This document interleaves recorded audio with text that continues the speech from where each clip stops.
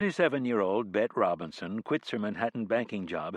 She knows she won't miss the 80-hour work weeks, her claustrophobic cubicle, or her revolting boss's quotes of the day. Then, Bet meets Kelly, head of Manhattan's hottest PR and events planning firm, and suddenly she has a brand new job where the primary requirement is to see and be seen. How can you complain about a job that pays you to party? And now, everyone worth knowing. Chapter 1. How Does It Feel to Be One of the Beautiful People? From Baby You're a Rich Man, 1967, by John Lennon and Paul McCartney. Though I'd caught only the briefest glimpse from the corner of my eye, I knew immediately that the brown creature darting across my warped hardwood floors was a water bug, the largest, meatiest insect I'd ever seen. The superbug had narrowly avoided skimming across my bare feet before it disappeared under the bookcase. Trembling, I forced myself to practice the chakra breathing I'd learned during an involuntary week at an ashram with my parents. My heart rate slowed slightly after a few concentrated breaths of Re on the inhale and Lax on the exhale. And within a few minutes I was functional enough to take some necessary precautions. First, I rescued Millington, who was also cowering in terror, from her hiding place under the couch. Then, in quick succession, I zipped on a pair of knee-high leather boots to cover my exposed legs, opened the door to the hallway to encourage the bug's departure, and began spraying the extra-strong black market vermin poison on every available surface in my minuscule one-bedroom. I gripped the trigger as though it were an assault weapon and was still spraying when the phone rang nearly 10 minutes later. The caller ID flashed with Penelope's number. I almost screened her before I realized that she was one of only 2 potential refuges. Should the water bug manage to live through the fumigation and cruise through my living room again, I'd need to crash with her or Uncle Will. Unsure where Will was tonight, I decided it'd be wise to keep the lines of communication intact. I answered. "Pen, I'm under attack by the largest roach in Manhattan. What do I do?" I asked the second I picked up the phone. "Bet, I have news," she boomed back, clearly indifferent to my panic. "News more important than my infestation?" "Avery just proposed," Penelope shrieked. "We're engaged!" God damn it. Those 2 simple words, "we're engaged," could make one person so happy and another so miserable. Autopilot quickly kicked in, reminding me that it would be inappropriate, to say the least, if I were to verbalize what I really thought. He's a loser, P. He's a spoiled, stoner little kid in the body of a big boy. He knows you're out of his league, and he is putting a ring on your finger before you realize it as well. Worse, by marrying him, you will be merely biding your time until he replaces you with a younger, hotter version of yourself 10 years down the line, leaving you to pick up the pieces. Don't do it! Don't do it! Don't do it! "Oh my God!" I shrieked right back. "Congratulations! I'm so happy for you!" "Oh, Bet, I knew you would be. I can barely even speak. It's just all happening so fast." So fast? He's the only guy you've dated since you were 19. It's not like this wasn't expected. It's been 8 years. I just hope he doesn't catch herpes at his bachelor party in Vegas. "Tell me everything. When? How? Ring?" I rattled off questions, playing the best friend role fairly believably, I thought, all things considered. "Well, I can't talk too long because we're at the St. Regis right now.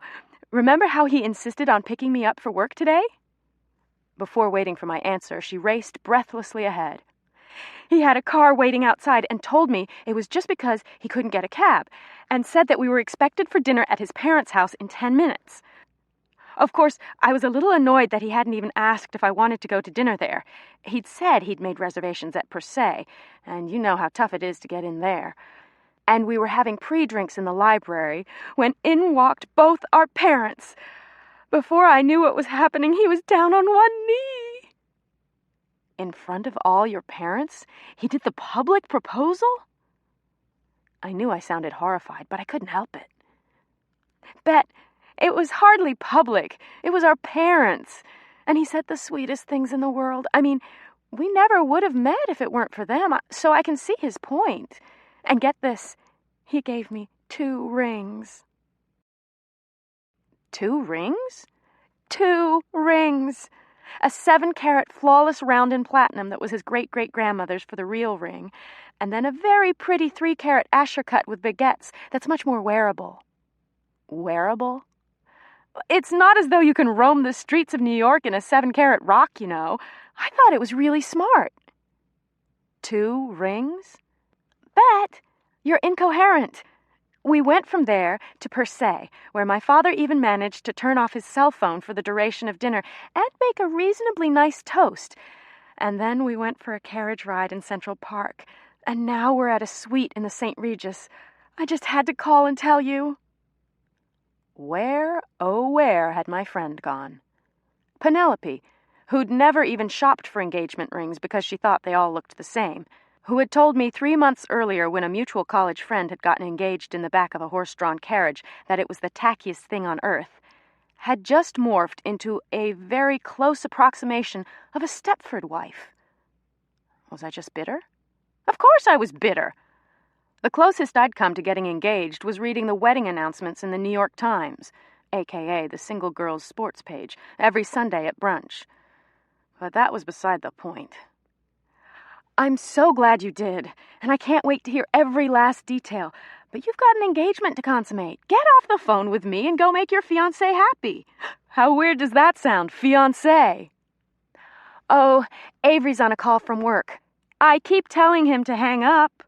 She announced this loudly for his benefit, but he just keeps talking and talking. How has your night been? Another stellar Friday. Let's see.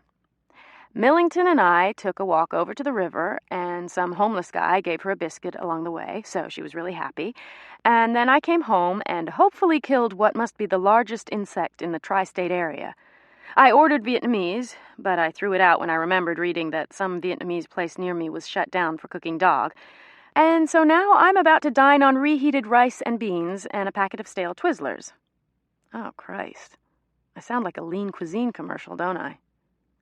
She just laughed, clearly having no words of comfort at that particular moment. The other line clicked, indicating that she had another call. Oh, it's Michael. I have to tell him. Do you care if I three-way him in? She asked. Sure, I'd love to hear you tell him. Michael would undoubtedly commiserate with me over the entire situation once Penelope hung up, since he hated Avery even more than I did. There was a click, which was followed by a brief silence, and then another click. Everyone there? Penelope squealed. This was not a girl who normally squealed. Michael? Bet? You guys both on?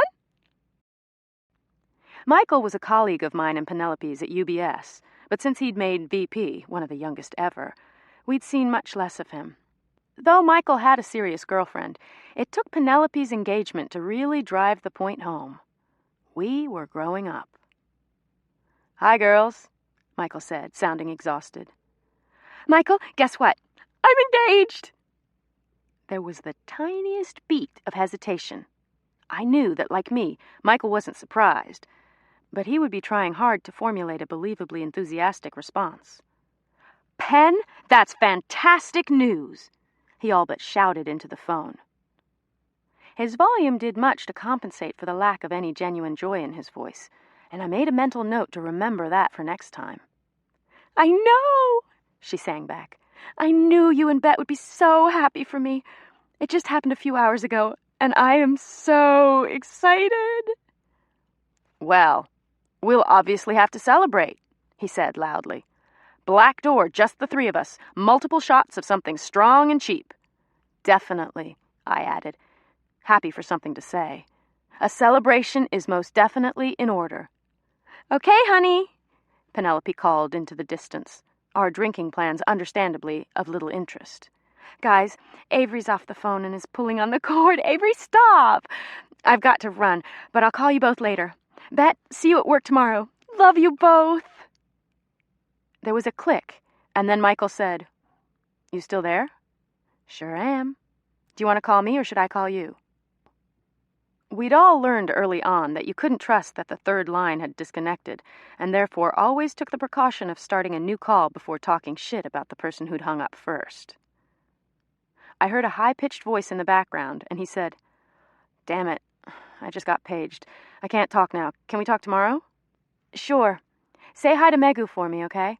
And Michael, please don't go and get engaged anytime soon. I don't think I can handle you, too." He laughed. "You don't have to worry about that, I promise. I'll talk to you tomorrow. And Bet, chin up. He might be one of the worst guys either of us has ever met, but she seems happy. And that's all you can ask for, you know?" We hung up, and I stared at the phone for a few minutes before twisting my body out the window in a futile attempt to see a few inches of comforting river landscape. The apartment wasn't much, but it was, thankfully, all mine. I hadn't shared it in the nearly 2 years since Cameron had moved out, and even though it was so long and narrow that I could stretch my legs out and almost touch the opposite wall, and even though it was located in Murray Hill, and even though the floorboards were warping slightly and the water bugs had taken over, I had reign over my own private palace. The building was a cement monstrosity on 34th and 1st, a multi-winged behemoth that housed such illustrious tenants as one teenage member of a dismantled boy band, one professional squash player, one B-list porn star and her stable of visitors, one average Joe, one former childhood actress who hadn't worked in 2 decades, and hundreds upon hundreds of recent college graduates who couldn't quite handle the idea of leaving the dorm or the fraternity house for good. It had sweeping East River views, as long as one's definition of sweeping views includes a construction crane, a couple of dumpsters, a brick wall from the building next door, and a patch of river approximately 3 inches wide that is only visible through unfathomable acts of contortion. All of this glory was mine for the equivalent monthly cost of a 4-bedroom, 2.5-bath single-family home upstate. While still twisted on the couch, I reviewed my reaction to the news. I thought I'd sounded sincere enough, if not downright ecstatic, but Penelope knew ecstatic wasn't in my nature. I managed to ask about the rings, plural, and to state that I was very happy for her. Of course, I hadn't mustered up anything truly heartfelt or meaningful, but she was probably too giddy to notice. Overall, a solid B-plus performance. My breathing had normalized enough to smoke another cigarette, which made me feel slightly better. The fact that the water bug hadn't resurfaced yet helped too. I tried to assure myself that my unhappiness stemmed from my genuine concern that Penelope was marrying a truly terrible guy, and not from some deep-rooted envy that she now had a fiancé when I didn't have so much as a second date. I couldn't. It had been 2 years since Cameron had moved out, and though I'd cycled through the requisite stages of recovery, job obsession, retail obsession, and food obsession, and had gone on the usual round of blind dates, drinks-only dates, and rarer full-dinner dates, only 2 guys had made 3rd date status, and none had made 4th. I told myself repeatedly that there wasn't anything wrong with me, and regularly made Penelope confirm this, but I was seriously beginning to doubt the validity of that statement. I lit a second cigarette off the first and ignored Millington's disapproving doggy stare. The self-loathing was beginning to settle upon my shoulders like a familiar, warm blanket. What kind of evil person couldn't express genuine, sincere happiness on one of the happiest days of her best friend's life? How conniving and insecure does one have to be to pray that the whole thing turns out to be a giant misunderstanding? How did I get to be so wretched? I picked up the phone and called Uncle Will, looking for some sort of validation. Will, aside from being one of the brightest and bitchiest people on the planet, was my perpetual cheerleader. He answered the phone with the slightest gin and tonic slur, and I proceeded to give him the short, less painful version of Penelope's ultimate betrayal. "It sounds as though you feel guilty because Penelope is very excited and you're not as happy for her as you should be." "Yeah, that's right." "Well, darling, it could be far worse. At least it's not some variation on the theme, where Penelope's misery is providing you with happiness and fulfillment, right?" "Huh?" "Schadenfreude. You're not emotionally or otherwise benefiting from her unhappiness, right?" "She's not unhappy. She's euphoric. I'm the unhappy one." "Well, there you have it. See? You're not so terrible. And you, my dear, are not marrying that spoiled little brat whose only God-given talents appear to be spending his parents' money and inhaling large quantities of marijuana. Am I mistaken? No, of course not. It just feels like everything's changing. Penelope's my life, and now she's getting married. I knew it would happen eventually, but I just didn't think eventually would be so soon. Marriage is for the bourgeoisie. You know that, Bet. This triggered a series of mental images of Sunday brunches through the years. Will, Simon, the Essex, me, and the Sunday Styles section. We'd dissect the weddings for the duration of brunch, never failing to collapse into evil giggles as we creatively read between the lines. Will continued. Why on earth are you eager to enter into a lifelong relationship, the only purpose of which is to strangle every iota of individuality out of you? I mean, look at me, 66 years old, never married, and I'm perfectly happy. You're gay, Will, and not only that, but you wear a gold band on the ring finger of your left hand. So, what's your point? You think I'd actually marry Simon, even if I could? Those same-sex San Francisco City Hall weddings aren't exactly my scene. Not on your life. You've been living with him since before I was born. You do realize that you are essentially married. Negative, darling. Either one of us is free to leave at any point without any messy legal or emotional ramifications. And that's why it works. But enough of that. I'm not telling you anything you don't already know. Tell me about the ring. I filled him in on the details he really cared about while munching on the remaining Twizzlers, and didn't even realize I had fallen asleep on the couch until close to 3 a.m. when Millington woofed her desire to sleep in a real bed. I dragged us both to my room and buried my head under the pillow, reminding myself over and over that this was not a disaster. Not a disaster. Not a disaster.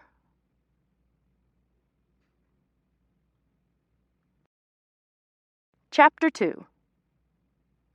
Just my luck that Penelope's engagement party fell on a Thursday night, the night of my standing dinner date with Uncle Will and Simon. Neither appointment could be denied. I stood in front of my ugly post-war high-rise Murray Hill apartment building, desperately trying to escape to my uncle's huge duplex on Central Park West. It wasn't rush hour, Christmas, shift change, or torrentially pouring, but a cab was nowhere to be found. I'd been whistling, screaming, and jumping skywards like a lunatic for 20 minutes to no avail. When a lone cab finally pulled up to the curb, the cabbie's response when I requested to go uptown was, "Too much traffic," before he screeched off and disappeared. When a second driver actually picked me up, I ended up tipping him 50% out of relief and gratitude. "Hey, Bettina, you look unhappy. Is everything okay?" I'd insisted that people call me Bet, and most did. Only my parents and George, Uncle Will's doorman, who was so old and cute he could get away with anything, still insisted on using my full name. "Just the usual cab hassle, George," I sighed, giving him a peck on the cheek. "How's your day been?" "Oh, just dandy as always," he replied without a hint of sarcasm. "Saw the sun for a few minutes this morning, and I've been happy ever since." Nauseating. "Bet!" I heard Simon call from the lobby's discreetly hidden mailroom. "Is that you I hear, Bet?" He emerged from the mailroom in tennis whites, a racket-shaped bag slung over his broad shoulders, and picked me up in a bear hug as no straight man ever had. It was a sacrilege to skip a weekly dinner, which in addition to being a good time also provided by far the most male attention I received, not counting brunch. Will and Simon had developed lots of rituals in the almost 30 years they'd spent together. They vacationed in only 3 places: St. Barth's in late January, although lately Will had been complaining that it was too French, Palm Springs in mid-March, and an occasional spontaneous weekend in Key West. They drank gin and tonics only out of baccarat glasses, spent every Monday night from 7 till 11 at Elaine's, and hosted an annual holiday party where each would wear a cashmere turtleneck. Will was almost 6'3", with close-cropped silver hair, and he preferred sweaters with suede elbow patches. Simon was barely 5'9", with a wiry athletic build that he swathed entirely in linen, irrespective of the season. "Gay men," he'd say, "have carte blanche to flout fashion convention. We've earned the right." Even now, moments off the tennis court, he'd managed to don some sort of white linen hoodie. "Gorgeous girl, how are you? Come, come. Will is sure to be wondering where we both are, and I just know that the new girl has prepared something fantastic for us to eat." Always the perfect gentleman, he took my exploding tote bag from my shoulder, held the elevator door open, and pressed PH. "How was tennis?" I asked, wondering why this 60-year-old man had a better body than every guy I knew. "Oh, you know how it is. A bunch of old guys running around the court, tracking down balls they shouldn't even try for, and pretending they've got strokes like Roddick. A little pathetic, but always amusing." The door to their apartment was slightly ajar, and I could hear Will talking to the TV in the study, as usual. In the old days, Will had scooped Liza Minnelli's relapse, and RFK's affairs, and Patty Hearst's leap from socialite to cult member. It was the amorality of the Dems that finally pushed him toward politics instead of all things glamorous. He called it the Clinton clinch. Now, a few short decades later, Will was a news junkie with political affiliations that ran slightly to the right of Attila the Huns. He was almost certainly the only gay right-wing entertainment and society columnist living on the Upper West Side of Manhattan who refused to comment on either entertainment or society. There were 2 televisions in his study, the larger of which he kept tuned to Fox News. "Finally," he was fond of saying, "a network that speaks to my people." And always Simon's retort, "Right. That huge audience of right-wing gay entertainment and society columnists living on the Upper West Side of Manhattan." The smaller set constantly rotated between CNN, CNN Headline News, C-SPAN, and MSNBC. Perpetrators of what Will referred to as the liberal conspiracy. A handwritten sign sat atop the second TV. It read, "Know your enemy." On CNN, Aaron Brown was interviewing Frank Rich about the media coverage surrounding the last election. "Aaron Brown is a lily-livered milquetoast panty-waist," Will snarled, as he put down his crystal tumbler and hurled one of his Belgian shoes at the TV. "Hi, Will," I said, helping myself to a handful of the chocolate-covered raisins he always kept in an Orifor's bowl on his desk. Of all the people qualified to discuss politics in this country, to offer some insight or an intelligent opinion on how media coverage did or did not affect these elections, and these idiots have to interview someone from the New York Times? The whole place is more bleeding than a rare steak, and I need to sit here and listen to their opinion on this? "Well, not really, Will. You could turn it off, you know."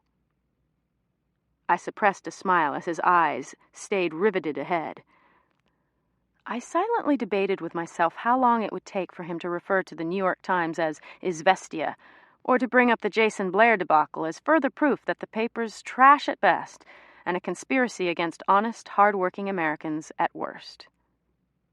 What? And Mr. Aaron Brown's blatantly opinionated coverage of Mr. Frank Rich's blatantly opinionated coverage of whatever the hell they're talking about? Seriously, Bet. Let us not forget that this is the very same paper whose reporters simply create stories when deadline looms. He took a swig and jabbed at the remote to silence both televisions simultaneously. Only 15 seconds tonight. A record. "Enough for now," he said, hugging me and giving me a quick peck on the cheek. "You look great, honey, as always. But would it kill you to wear a dress once in a while?" He'd not so deftly moved to discussing his second favorite topic, my life. Uncle Will was 9 years older than my mom, and both swore they'd been born to the very same set of parents, but it seemed impossible to comprehend.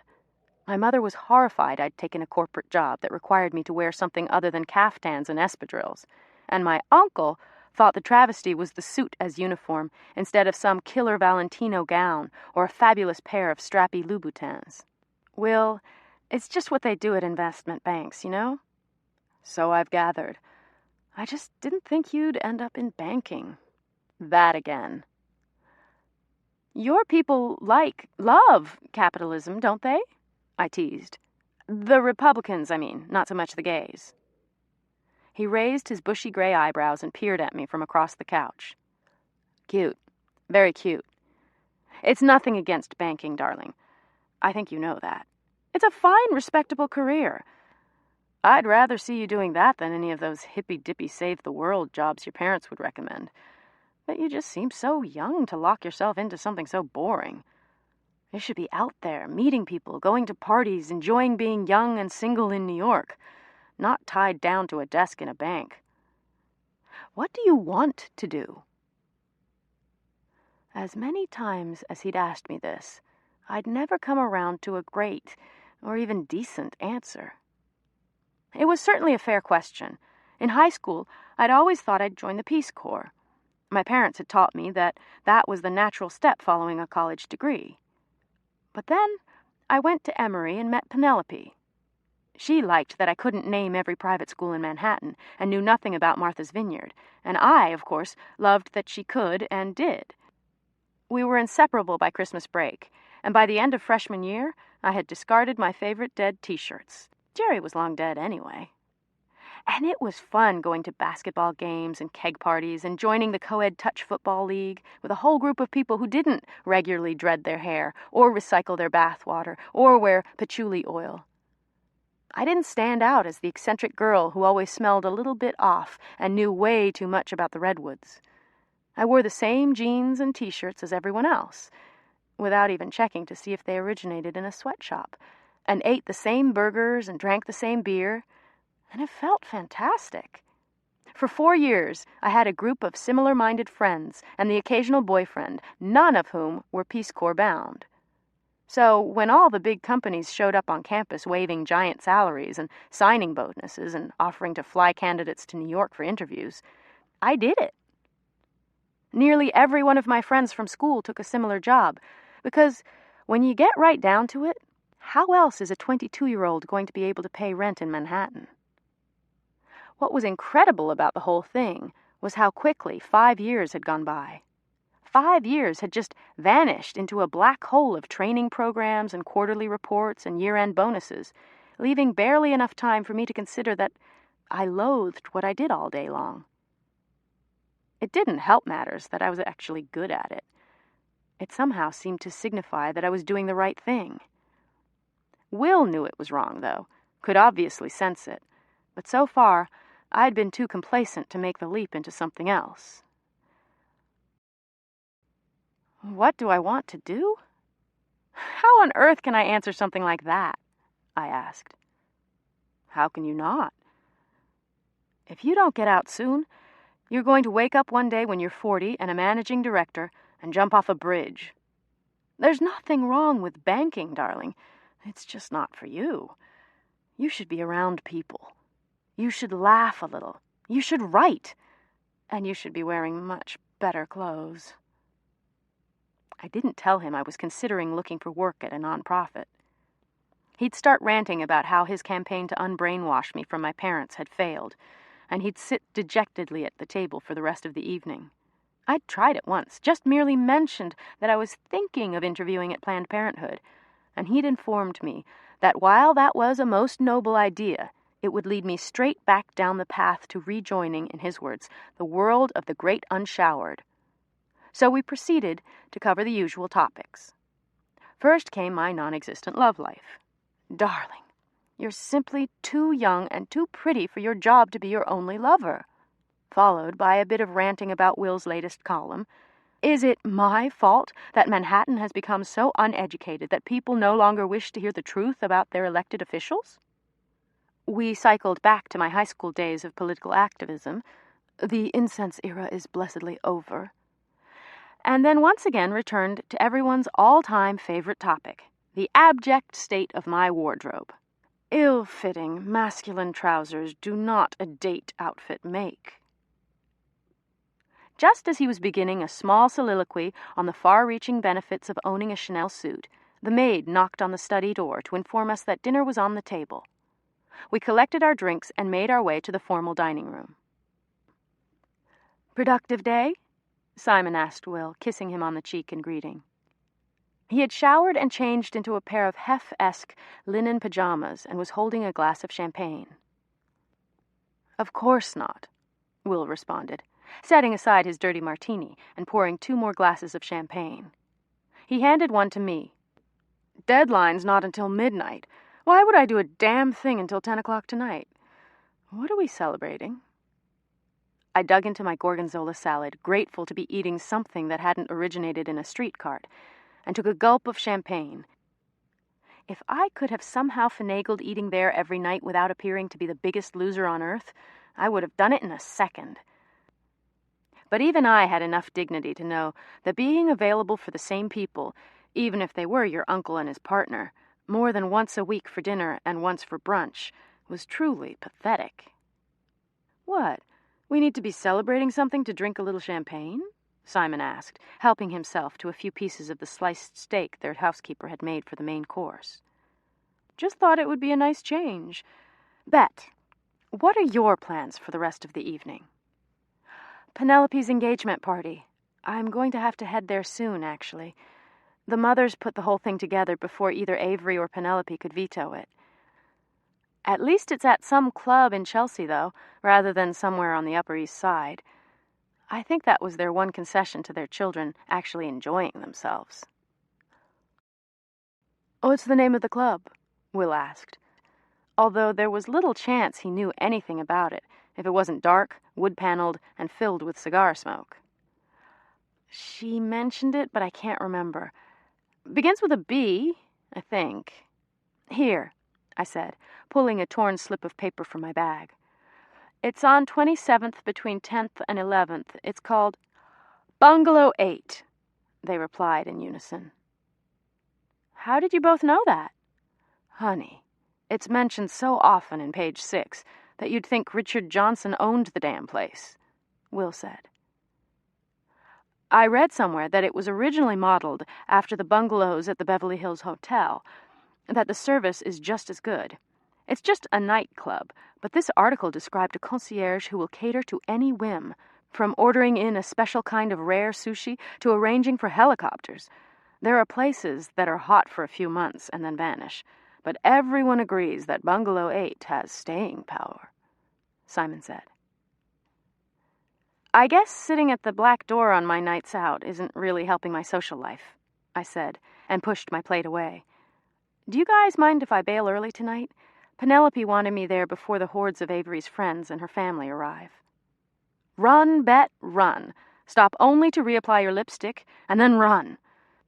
And it wouldn't hurt a damn if you found yourself a dashing young gentleman to date," Simon declared, as though there would be roomfuls of gorgeous, eligible guys who were just waiting for me to walk into their lives.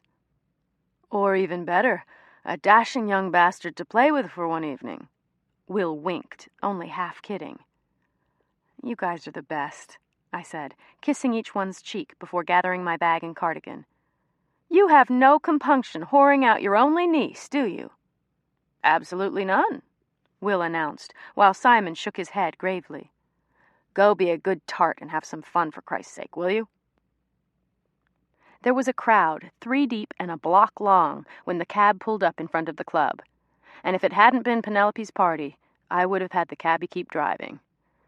Instead, I plastered on a smile and strolled to the front of the 40-person line, where a giant guy wearing a Secret Service earpiece stood, holding a clipboard. "Hi, my name is Bet, and I'm with Penelope's party," I said, surveying the line and not recognizing a single face. He gazed at me blankly. "Great. Nice to meet you, Penelope. If you could just wait in line like everyone else, we'll get you inside as quickly as possible." "No, this is Penelope's party, and I'm her friend. She asked me to be here early, so it'd really be better if I could go in right now." "Uh-huh. That's great. Listen, just step aside and—" He placed a hand over his earpiece and appeared to listen intently, nodding his head a few times and studying the line that now looped around the corner. "Okay, everyone," he announced, his voice causing immediate silence among the barely dressed would-be partiers. "We're already at capacity right now, as determined by the FDNY. We'll only be letting people in as others leave, so either get comfortable or come back later." Groans all around. Well, This simply isn't going to work, I thought. He must not understand the situation. "Excuse me, sir?" He peered at me once again, now visibly annoyed. "You've obviously got a lot of people waiting to go in, but it's my friend's engagement party, and she really needs me there. If you only knew her mother, then you'd understand how imperative it is that I get inside." Interesting. Look, I don't care if your friend Penelope's marrying Prince William. There is no way I can let anyone else in right now. We'd be in violation of the fire code, and you certainly don't want that. He backed off a bit. "Just hang out in line and we'll get you in as soon as possible, okay?" I think he was aiming for soothing, but it only served to incense me more. He looked vaguely familiar, although I wasn't sure why.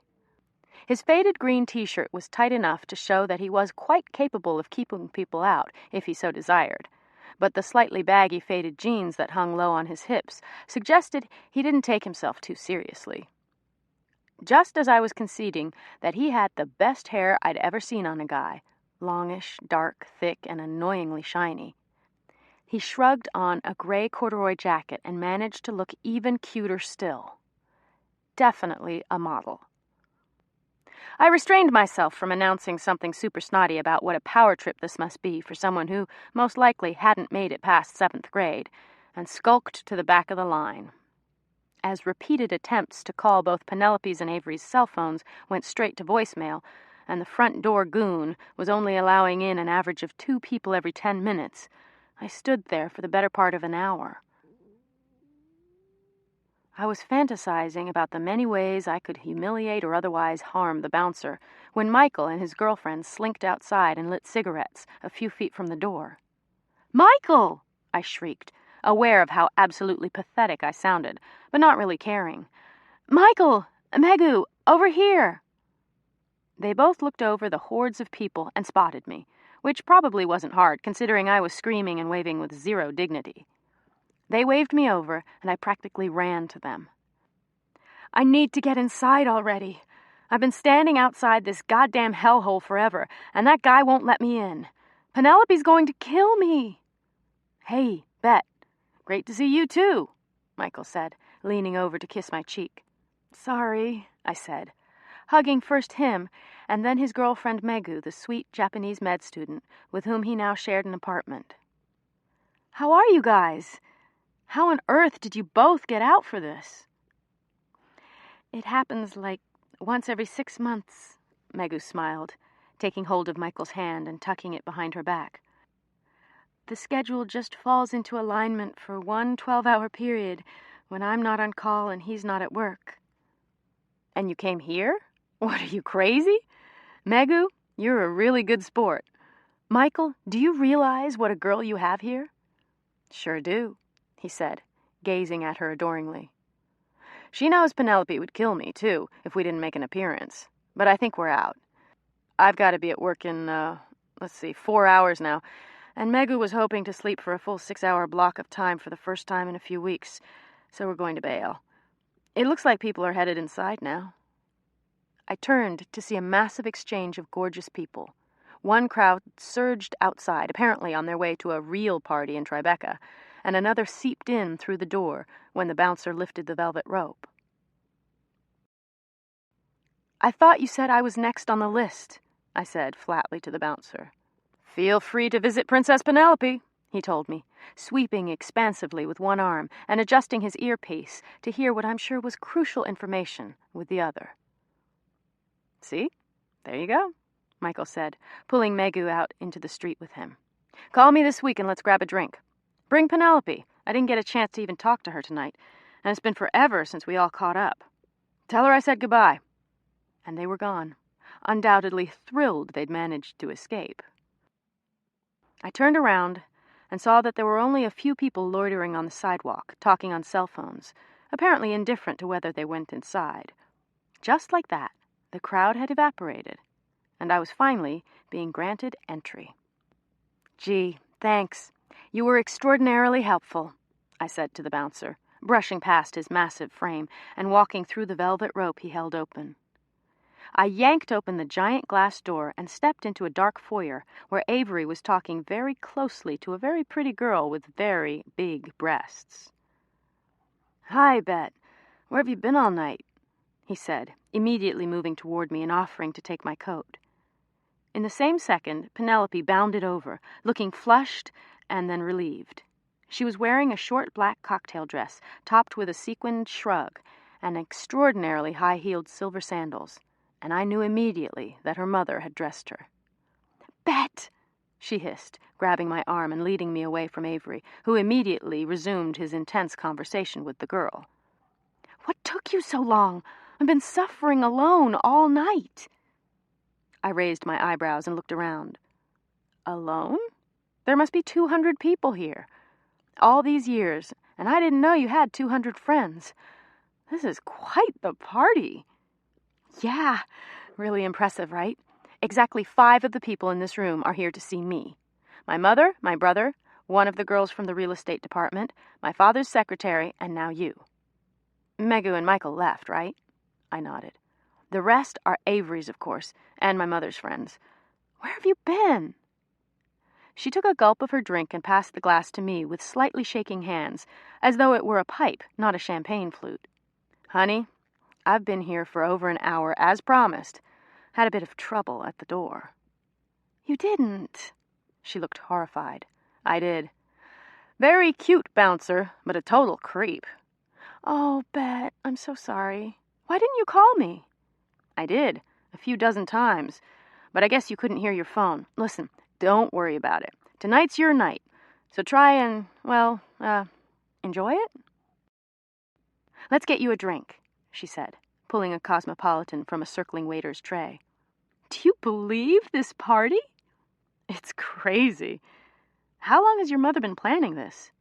"She read in page 6 weeks ago that Giselle and Leo were seen canoodling here, so I guess she called and booked it right after that. She keeps telling me that these are the kinds of places I should be patronizing because of their exclusive clientele.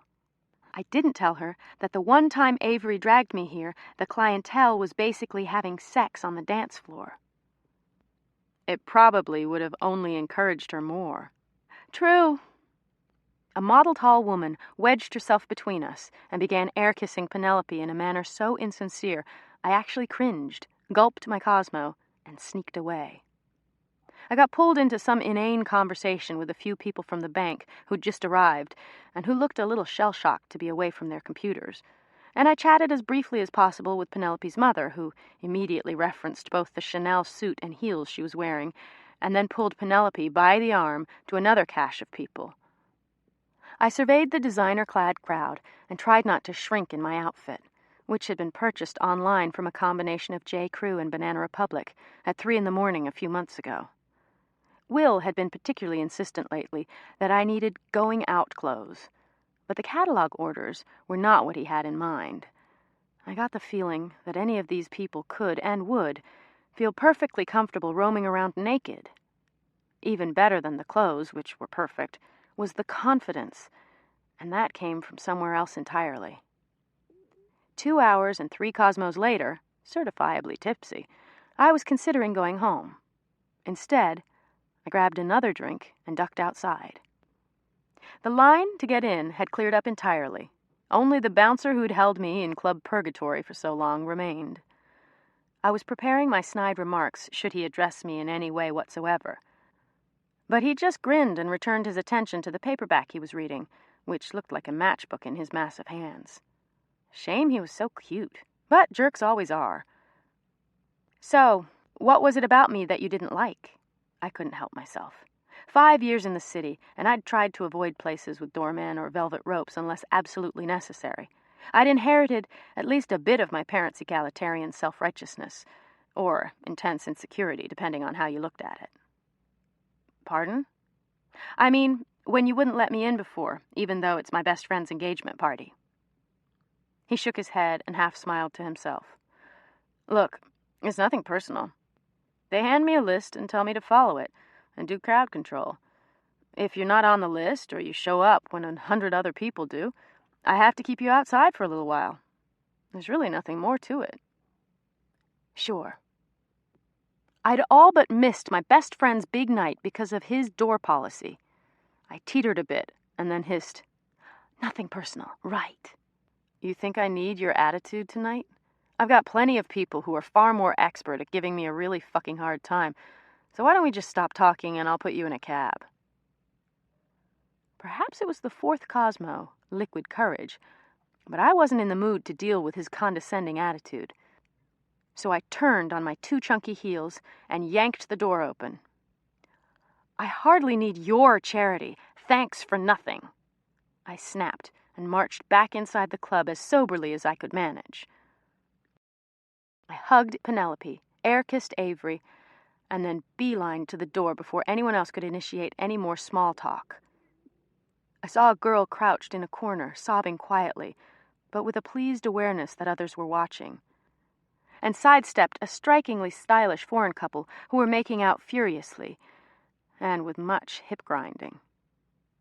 I then made a big show of ignoring the meathead bouncer who, incidentally, was reading from a tattered paperback version of Lady Chatterley's Lover, sex fiend, and threw my arm in the air to hail a cab. Only the street was completely empty, and a cold drizzle had just begun, practically guaranteeing that a taxi was nowhere in my immediate future. "Hey, you need some help?" he asked, after opening the velvet rope to admit 3 squealing, tottering girls. "This is a tough street for cabs when it rains." "No thanks, I'm just fine." "Suit yourself." Minutes were starting to feel like hours, and the warm summer sprinkles had rapidly become a cold, persistent rain. What exactly was I proving here? The bouncer had pressed himself against the door to get some protection from the overhang, and was still reading calmly, as though unaware of the hurricane that now whipped around us. I continued to stare at him until he looked up, grinned, and said, "Yeah, you seem to be doing just fine on your own. You're definitely teaching me a lesson by not taking one of these huge umbrellas and walking a couple blocks over to 8th, where you'll have no trouble getting a cab at all. Great call on your part." "You have umbrellas?" I asked before I could stop myself. The water had soaked entirely through my shirt, and I could feel my blanket-thick hair sticking to my neck in wet, cold clumps. "Sure do. Keep 'em right here for situations just like this. But I'm sure you wouldn't be interested in taking one of them, right?" "Right. I'm just fine." To think I'd almost begun warming up to him. Just then, a livery cab drove by, and I had the brilliant idea to call UBS's car service for a ride home. "Hi, this is Bet Robinson with account number 6338. I need a car to pick me up at—" "All booked," barked back an angry-sounding female dispatcher. "No, I don't think you understand. I have an account with your company and—" Click. I stood there, soaking wet, anger boiling inside me. "No cars, huh? Tough," he said, clucking sympathetically without looking up from the book. I'd managed to skim Lady Chatterley's Lover when I was 12, and had already gleaned as much about sex as possible from the combination of Forever, Wifey, and What's Happening to My Body book for girls. But I didn't remember anything about it. Perhaps that had to do with a poor memory, or maybe it was the fact that sex hadn't even been part of my consciousness for the last 2 years. Or maybe it was that the plots of my beloved romance novels crowded my thoughts at all times. Whatever it was, I couldn't even recall something snide to say about it, never mind clever. "No cars," I sighed. "Just not my night." He took a few steps out in the rain and handed me a long executive's umbrella, already unfurled, with the club's logo emblazoned on both sides. "Take it, walk to 8th, and if you still can't get a cab, talk to the doorman at Serena, 23rd between 7th and 8th. Tell him I sent you, and he'll work it out." I considered walking right past him and getting on the subway, but the idea of riding around in a train car at 1 a.m. was hardly appealing. "Thanks," I mumbled, refusing to meet what would surely be his gloating eyes. I took the umbrella and started walking east, feeling him watch me from behind. 5 minutes later, I was tucked in the back seat of a big yellow taxi, wet but finally warm. I gave the driver my address and slumped back, exhausted. At this hour, cabs were good for 2 things and 2 things only: making out with someone on your way home from a good night out, or catching up with multiple people in 3-minute or less cell phone conversations. Since neither was an option, I rested my wet hair on the patch of filthy vinyl where so many greasy, unwashed, oiled, lice-ridden, and generally unkempt heads had rested before mine, closed my eyes, and anticipated the sniffling, hysterical welcome I would soon receive from Millington. Who needed a man, or even a newly engaged best friend, when you had a dog?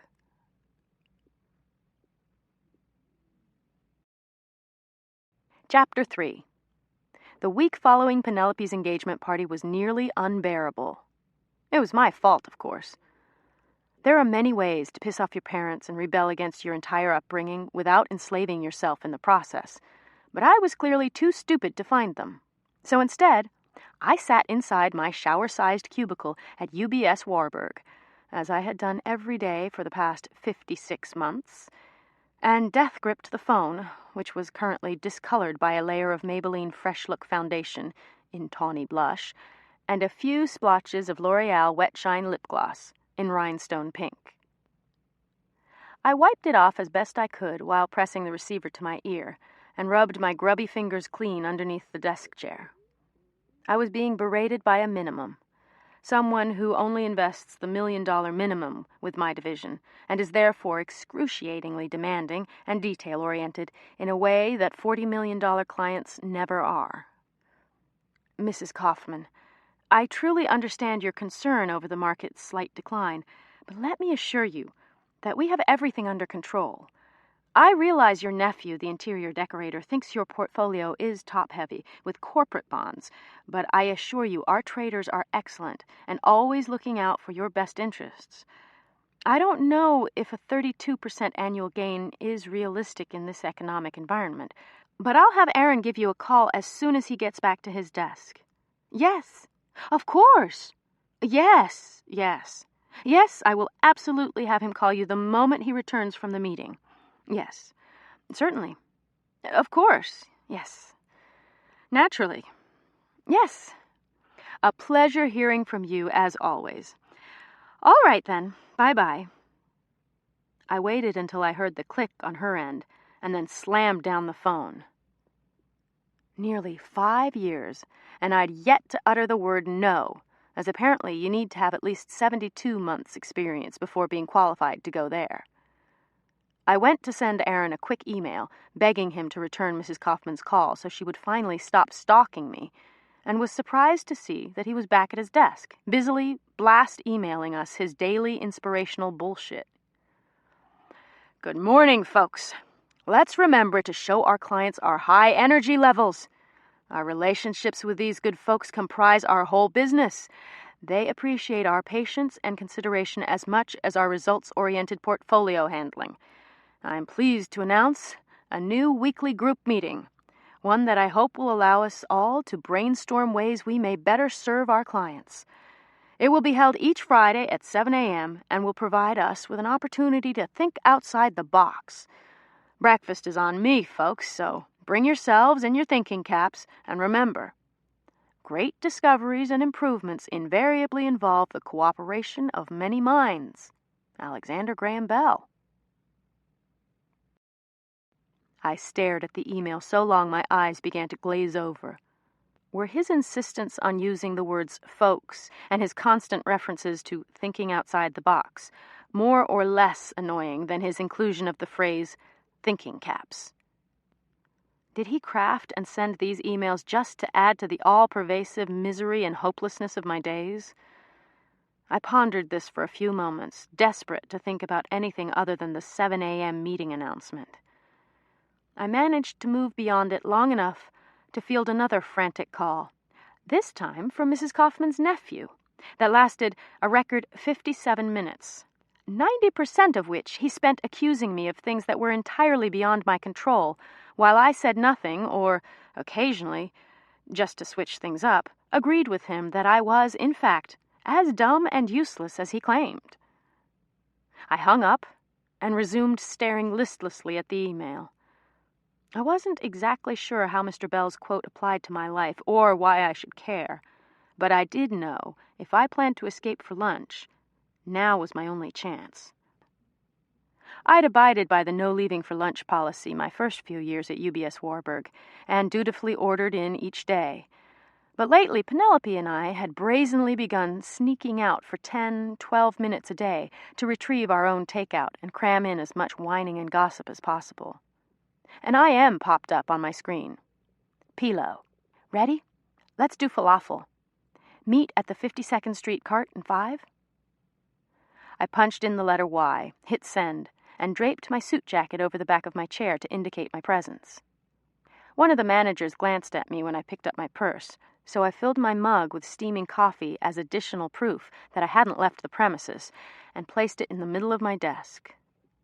I mumbled something about the bathroom to my fellow cubicle dwellers, who were too busy transferring their own facial grime to their telephones to even notice, and walked confidently toward the hallway. Penelope worked in the real estate division 2 floors above me, and was already in the elevator, but like 2 well-trained CIA operatives, we didn't so much as glance at each other. She let me exit first and circle the lobby for a minute, while she ducked outside and casually strolled past the fountain. I followed as best I could in my ugly, uncomfortable heels, the humidity hitting my face like a wall. We didn't speak until we'd blended into the line of Midtown drones, who stood both quietly and restlessly, wanting to savor their few precious minutes of daily freedom, but instinctively getting pissy and frustrated at having to wait for anything. "What are you having?" Penelope asked, her eyes scanning the 3 different carts of sizzling and highly aromatic ethnic food that men in varying costumes and facial hair were steaming, slicing, sautéing, skewering, frying, and heaving toward the hungry suits. "It's all some sort of meat on a stick or dough-filled something," I said tonelessly, surveying the smoky meats. "Does it matter?" "Someone's in a great mood today." "Oh, I'm sorry, I forgot. I should be thrilled that 5 years of slave labor have turned out so well. I mean, look at us. How glamorous is this?"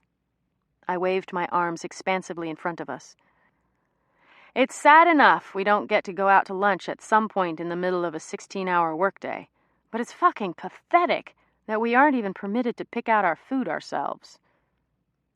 "This is nothing new, Bet. I don't know why you're getting so stressed out about it now." "Just a particularly lousy day, if it's possible to distinguish one from the next." "Why? Anything happen?" I wanted to say, 2 rings?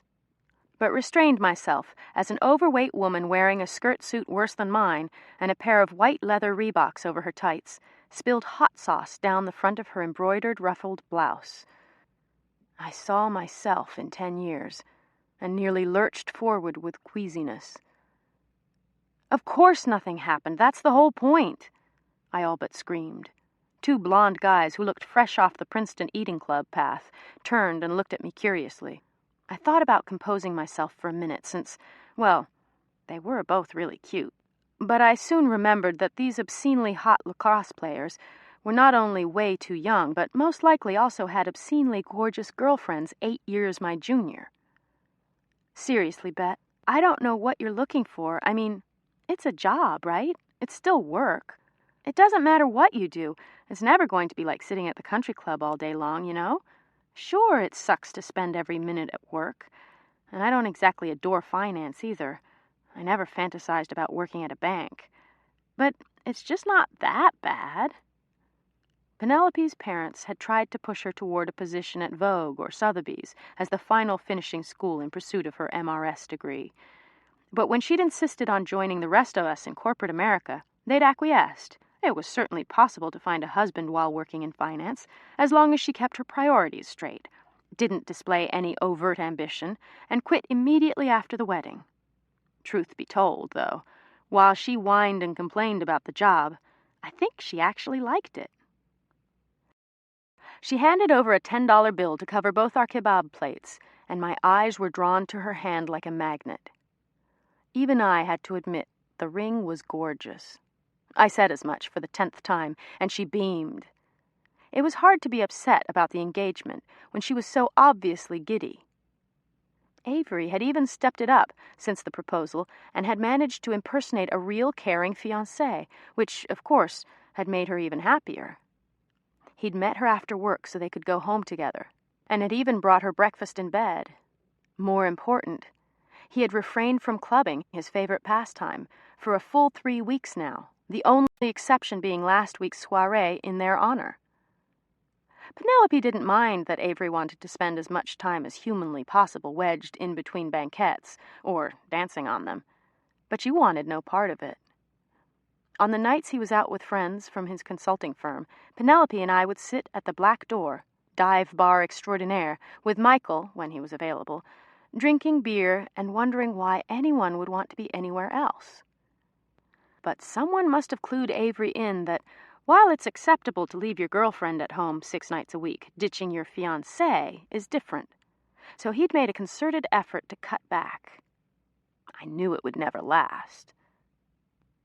We retraced our steps to the building and sneaked back into the office with only a single dirty look from the rule-abiding UBS shoeshine guy, who, incidentally, was also forbidden to leave during lunch in case a pair of wingtips desperately needed a spit shine between 1 and 2 p.m. Penelope followed me back to my cubicle and planted herself on the chair that was theoretically for guests and clients, although I'd yet to host either. "So, we set a date," she said breathlessly, digging into the fragrant plate she balanced on her lap. "Oh, yeah? When?" "Exactly 1 year from next week, August 10th, on Martha's Vineyard, which seems appropriate since that's where it all began. We've been engaged for a few weeks, and already our mothers are going berserk. I seriously don't know how I'm going to put up with them." Avery's and Penelope's families had been vacationing together since the two were toddlers. There were scads of photos of the whole lot of them sporting Grow-Grain flip-flops and cheap chic LL Bean monogrammed totes on Martha's Vineyard during the summer, and Stubbs and Wooten slippers during ski vacations in the Adirondacks each year. She'd gone to Nightingale, and he'd been at Collegiate, and both of them had spent a good chunk of their respective childhoods being paraded around by their socialite mothers to various benefits and parties and weekend polo matches. Avery embraced it, threw himself on every junior committee of every foundation that asked, went out 6 nights a week with his parents' unlimited line of credit, and was one of those New York-born and bred kids who knew everyone, everywhere. Much to her parents' chagrin, Penelope had no interest whatsoever. She repeatedly rejected the whole circuit, preferring to spend all her time with a group of misfit artist types on scholarship, the kind of kids who gave Penelope's mother night sweats. Avery and Penelope had never really been close, and certainly not remotely romantic, until Avery had graduated high school a year before her and headed to Emory. According to Penelope, who'd always harbored an intense secret crush on Avery, he'd been one of the most popular kids in school, the charming athletic soccer player who got adequate grades and was hot enough to get away with being really, really arrogant. From what I could tell, she'd always blended into the background, like all exotically pretty girls do at an age when only blonde hair and big boobs count, spending a lot of time getting good grades and trying desperately not to get noticed. And it worked, at least until Avery came back for summer break after his freshman year in college, looked across the hot tub at their family's shared house in the vineyard, and saw everything about Penelope that was long and graceful and gorgeous. Her doe-like limbs, and her stick-straight black hair, and the eyelashes that framed her enormously wide brown eyes.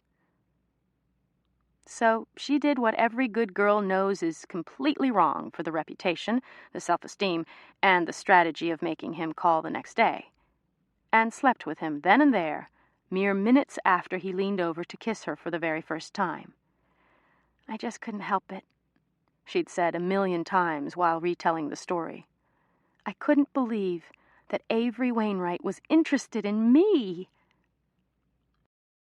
But unlike all the other girls I knew who'd had sex within hours of meeting some guy and never heard from him again, Penelope and Avery proceeded to attach themselves to each other, and their engagement was little more than a much-approved and applauded formality. "Are they being worse than usual?"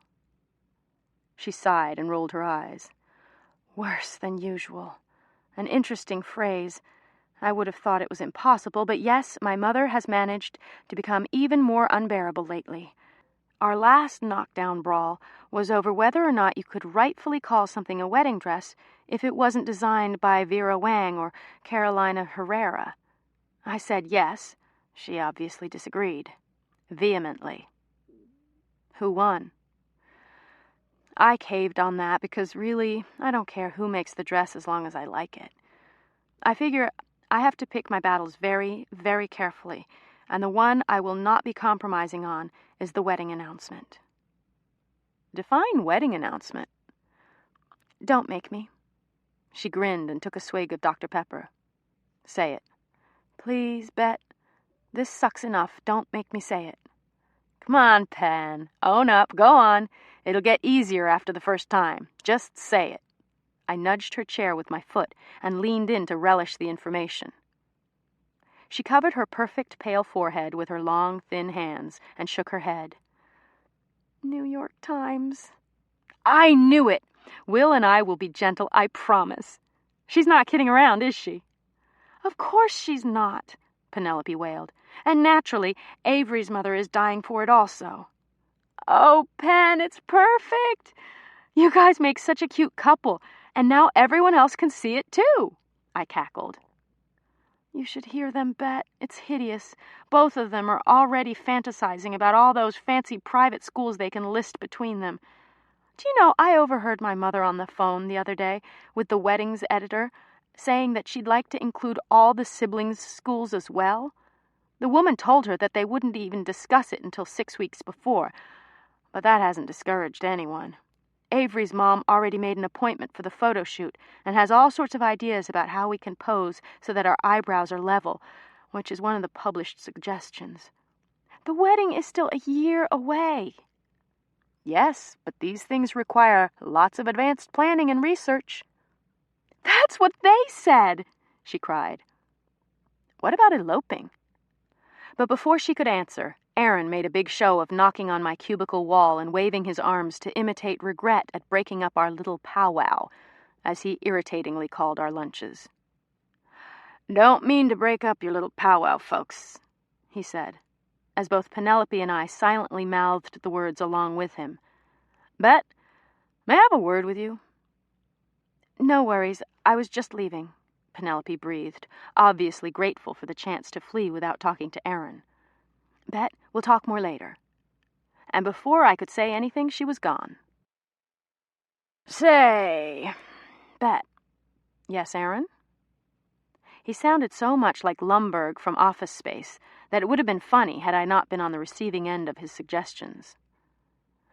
Well, I was just wondering if you had a chance to read today's quote of the day. He gave a loud, phlegmy cough and raised his eyebrows at me. Of course, Aaron. I have it right here.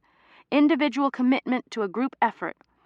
That is what makes a team work, a company work, a society work, a civilization work. Yeah, I have to say, that one really spoke to me. It did? He looked pleased. That was yesterday's, but I'm glad it had such impact. Sure. It was really appropriate. I learn a lot from all of them. Why, is something wrong? I asked, in my most ingratiatingly concerned tone. Nothing's wrong, per se. It's just that I couldn't find you for nearly 10 minutes before, and while that doesn't sound like much, I'm sure to Mrs. Kaufman, who was waiting on an update, it feels like an eternity. An eternity. I just don't think that when you're away from your desk for such long periods of time that you can adequately be providing our clients, like Mrs. Kaufman, with the kind of attention we pride ourselves on here at UBS. Just a little something to think about for next time, okay? I'm really sorry. I was just picking up lunch. I know that, Bet. But I don't have to remind you that company policy says employees shouldn't be taking time out to pick it up. I have a whole drawer full of delivery menus if you'd care to look at them. I remained silent. Oh, and Bet, I'm sure Penelope's supervisor needs her just as much as I need you, so let's try to keep those powwows to a minimum, okay? He flashed me the most patronizing smile imaginable, revealing 37 years' worth of splotchy, stained teeth, and I thought I'd vomit if he didn't stop immediately. Ever since watching Girls Just Want to Have Fun for the first time when I was 12, I've never been able to get Lynn Stone's rumination out of my mind. She's escorting Janie home after Janie skips choir practice to rehearse with Jeff, and of course gets caught by the evil, rotating, closet-owning bitch, Natalie. And she says, "Whenever I'm in a room with a guy, no matter who it is, a date, my dentist, anybody, I think, if we were the last two people on Earth, would I puke if he kissed me?" Well, thanks to Lynn, I can't help wondering it either. The unfortunate outcome, though, is that I envisioned myself kissing Aaron and felt ill. Okay, how does that sound? He shifted nervously from foot to foot, and I wondered how this anxious, socially inept man had managed to climb at least 3 levels above me in the corporate hierarchy. I watched clients physically recoil when he went to shake their hands, and yet he glided up the ladder like it was lubricated in the very oil he used to slick back his few remaining strands of hair. All I wanted was for him to disappear, but I made a crucial miscalculation. Rather than just agreeing and going back to my lunch, I said, "Are you unhappy with my performance, Aaron? I try really hard, but you always seem displeased." "I wouldn't say I'm unhappy with your performance, Bet. I think you're doing, well, just fine around here. But we all seek to self-improve now, don't we? As Winston Churchill once said, just fine? That's like describing someone as interesting or saying a date was nice. I work 80-hour weeks, Aaron. I give my entire life to UBS. It was useless trying to highlight my dedication in an hours-worked formula, since Aaron beat me by at least 15 hours every single week. But it was true. I worked damn hard when I wasn't shopping online, talking to Will on the phone, or sneaking out to meet Penelope for lunch. But don't be so sensitive. With a little more willingness to learn, and perhaps a bit more attention paid to your clients, I think you've got the potential to get promoted. Just keep the powwows to a minimum, and really throw your heart into your work, and the results will be immeasurable. I watched the spittle form on his thin lips as he mouthed his favorite phrase, and something inside me snapped. There was no angel on one shoulder or devil on the other, no mental lists of pros and cons or quick scans of potential consequences, ramifications, or backup plans. No solid thoughts of any sort whatsoever, just an all-pervasive sense of calm and determination, coupled with a deep understanding that I simply could not tolerate one additional second of the present situation. All right, Aaron. No more powwows for me. Ever. I quit. He looked confused for a minute before he realized I was completely serious. You what? Please consider this my 2 weeks' notice, I said, with a confidence that was beginning to waver slightly.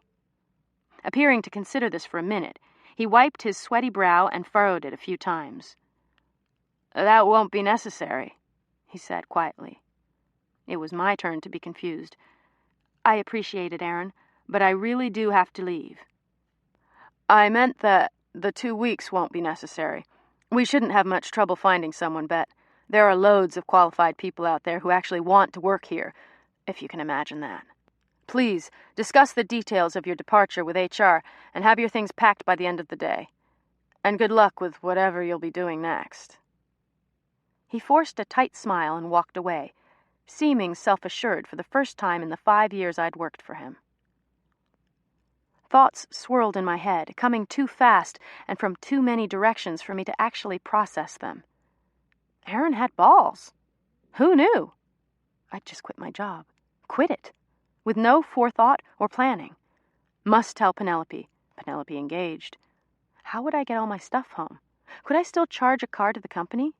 Could I collect unemployment? Would I still come to Midtown just for the kebabs? Should I burn all my skirt suits in a ceremonial living room bonfire? Millington will be so happy to hit the dog run in the middle of the day. Middle of the day. I would get to watch The Price is Right all the time if I wanted. Why hadn't I thought of this before? I stared at the screen a while longer until the gravity of what had just happened settled in. And then I headed straight to the restroom to freak out in the relative privacy of a stall. There was laid back, and there was plain fucking stupid, and this was quickly beginning to resemble the latter. I breathed a few times and tried uttering coolly and casually my new mantra. But whatever came out sounding like a choked cry as I wondered what the hell I'd done.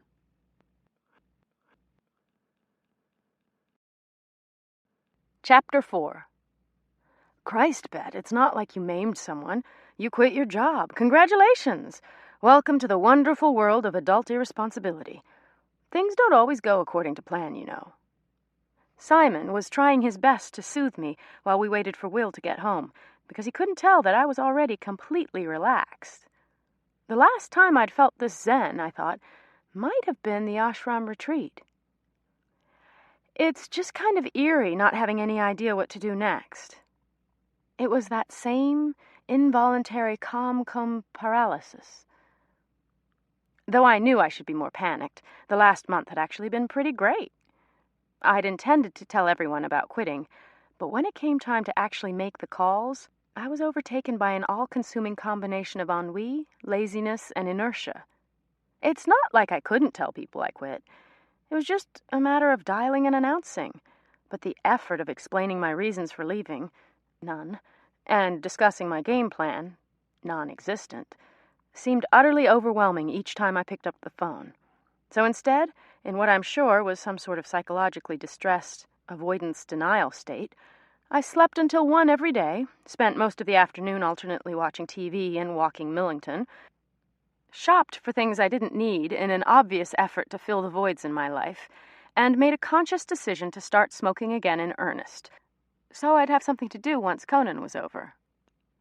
It sounds comprehensively depressing, but it had been my best month in recent memory, and might have gone on indefinitely had Will not called my work number and spoken to my replacement. Interestingly, I had lost 10 pounds without trying. I hadn't exercised at all, save for the treks to hunt and gather my food. But I felt better than ever, or certainly better than I had working 16-hour days.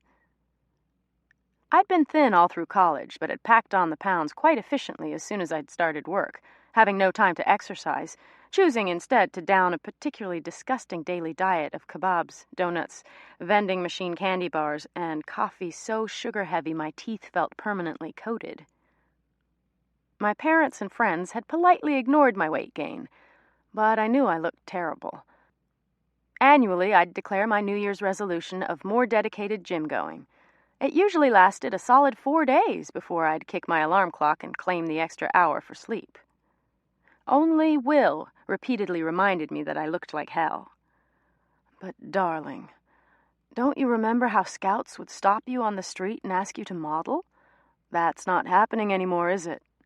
Or, Bet, honey, you had that no-makeup, fresh-faced, all-natural girl thing working so well a few years ago. Why don't you spend a little time trying to revisit that? I heard him and knew he was right, when the button on my single pair of 7s I owned nestled so far into my fleshy stomach that it was sometimes difficult to locate. It was hard to deny the extra poundage. That unemployment made me thinner was telling. My skin was clearer, my eyes brighter, and for the first time in 5 years the weight had melted off my hips and thighs, but stayed squarely put in my chest. Surely a sign from God that I wasn't supposed to work.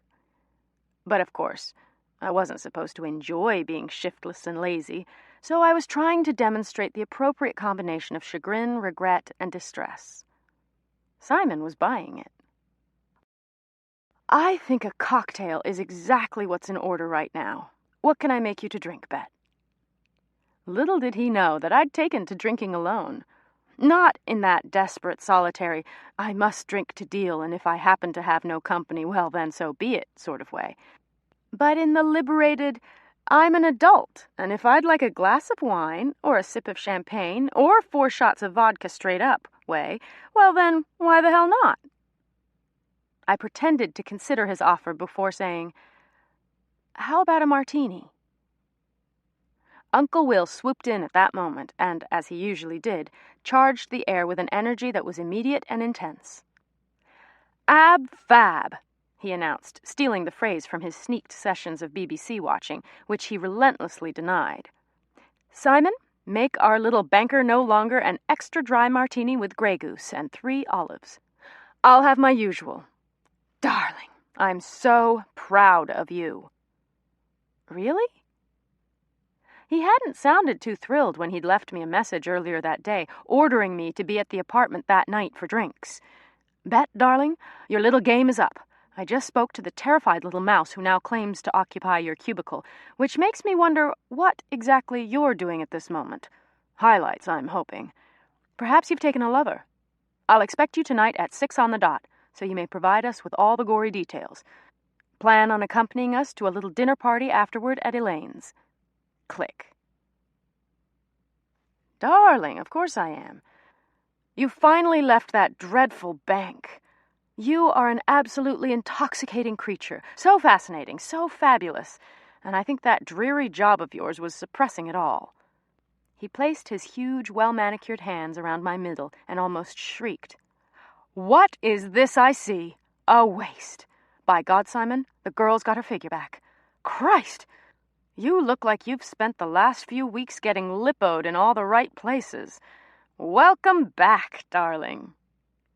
He raised one of the martinis that Simon had made for all of us. Will was no longer permitted to make the drinks because of his notoriously heavy-handed pouring, and simultaneously removed the charcoal wool hat he'd been wearing since before I was born. Simon smiled and raised his glass as well, clinking ours lightly, so as not to splash any of the precious liquid. I, of course, wasn't so careful and slightly soaked my jeans in the boozy mixture. I would have licked it off the denim directly had I been alone. Ahem. "There," Will announced. "It's official. So, what will be next? Writing for a magazine? A stint in fashion, perhaps? I hear Vogue is hiring right now." "Oh, come on," I sighed, resenting being made to think about it at all. "Vogue? You think I'm in any way equipped or qualified to work for that editor-in-chief? What's her name?" Simon chimed in here.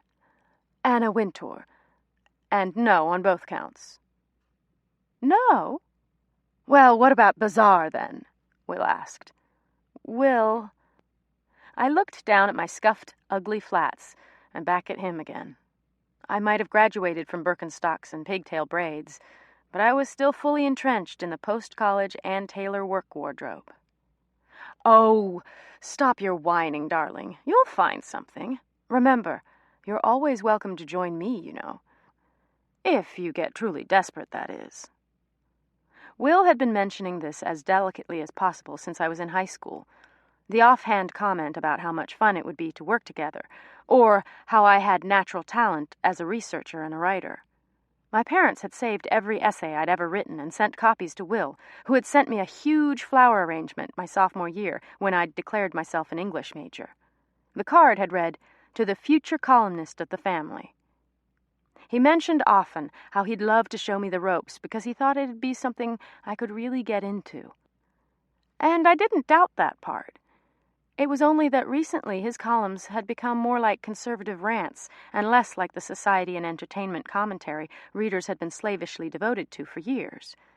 He was a master at this very specific genre, never bothering to cover outright gossip, but also never taking himself too seriously.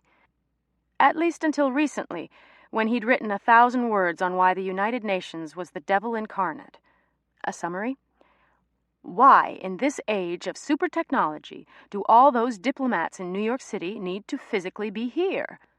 Taking up all the best parking places and the best tables at restaurants, adding to the non-English speaking environment in the city. Why can't they just email their votes from their respective countries? Why should we have to deal with gridlock and security nightmares when no one listens to them anyway? And if they absolutely refuse to work electronically from their home countries, why don't we move the whole production to Lincoln, Nebraska, and see if they're all still dying to come here to better the world. Part of me would love to learn his business, but it just seemed too easy. Hey, what luck! Your uncle is a famous, highly syndicated columnist, and you just happen to work for him. He had a small staff of researchers and assistants who I knew would resent the hell out of me if I stepped in and started writing right away. I was also worried about ruining a good thing. Since Will was my only family nearby, a dear friend, and soon to be my entire social life now that Penelope was getting married, it didn't seem like the best idea to work together all day. According to my ex-boss, I haven't yet mastered the ideals put forth in a single quote of the day. I'm not sure that's someone you'd want working for you. Please. You'd be better than those kids in my office who pretend to be fact-checking while they're updating their Nerve.com profiles with seductive pictures and grotesquely unoriginal come-ons. He snorted. I applaud a complete and utter lack of work ethic, you know. How else could I write such trash every day? He finished his drink with an appreciative swallow and pushed himself off the leather divan. Just something to consider is all. Now, let's go. We've got a dinner party to oversee. I sighed. Okay, but I can't stay the entire time. I've got book club tonight. Really, darling? That sounds like it borders on social. What are you reading? I thought quickly and blurted out the first socially acceptable title that came to mind. Moby Dick. Simon turned and stared at me. You're reading Moby Dick? Are you serious? Of course she's not, Will laughed. She's reading Passion and Pain in Pennsylvania, or something to that effect. Can't quite kick the habit, can you, darling? You don't understand, Will. I turned to face Simon. No matter how many times I've explained it to him, he refuses to understand. Understand what, exactly? How my lovely and highly intelligent English major niece not only reads but obsesses over romance novels? You're right, darling. I can't understand. I stared at my feet, feigning unfathomable shame. The Very Bad Boy is brand new and highly anticipated. I'm hardly alone. It's one of the most pre-ordered books on Amazon and had a mailing delay of 3 weeks after publication. Will looked at Simon, shaking his head in disbelief. Darling, I just don't understand why. Why? Why? Why? How could I ever answer that question? It was something I'd asked myself 1,000,000 times. It had started innocently enough, with the discovery of an abandoned copy of Hot and Heavy in the back pocket of a plane seat during a flight from Poughkeepsie to Washington, D.C. I was 13 and old enough to sense that I should hide it from my parents, which I did. The damn thing was so good that I claimed a sore throat when we got to the hotel and begged out of the NARAL march they were both attending so I could finish reading it. I learned to recognize romance novels instantly, ferreting out the right library shelves in seconds, slipping them off the wire turn carts at the bookstore, and quickly handing over my meager allowance in the pharmacy section of the drugstore while my mother paid for her purchases up front. I went through 2 or 3 a week, vaguely aware that they were contraband, and therefore keeping them hidden in the little crawlspace of my closet. I read them only after lights out and always remembered to restash them before falling asleep. When I first discovered romances, I was embarrassed by the obvious suggestions of sex on the cover, and of course by the graphic depictions inside. Like any teenager, I didn't want my parents to know that I knew anything about the subject, and sneaked my reads only when they surely wouldn't see. But by the time I was about 17, maybe a junior or senior in high school, I'd come out of the closet.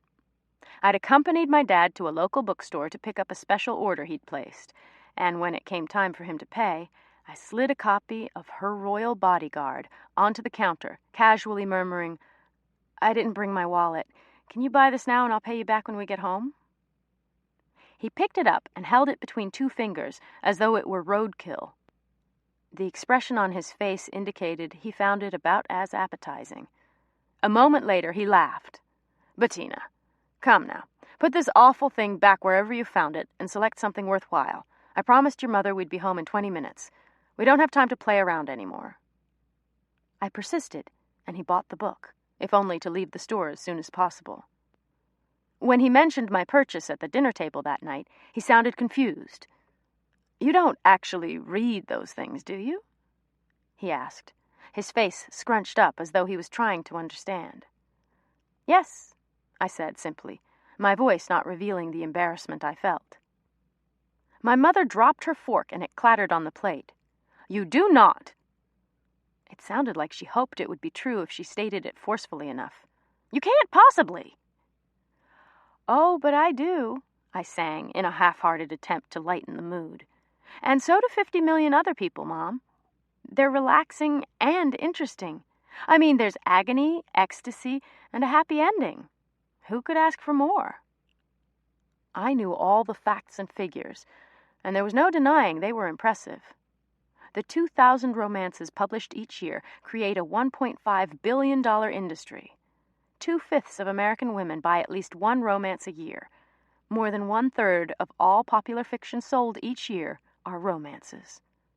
A Shakespearean scholar and Columbia professor had recently admitted she'd authored dozens of romances. Why should I be ashamed?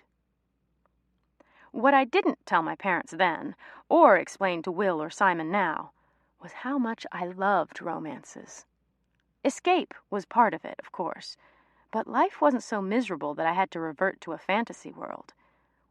It was inspirational to read about two gorgeous people who overcame all obstacles to be together, who loved each other so much that they always found a way to make it work.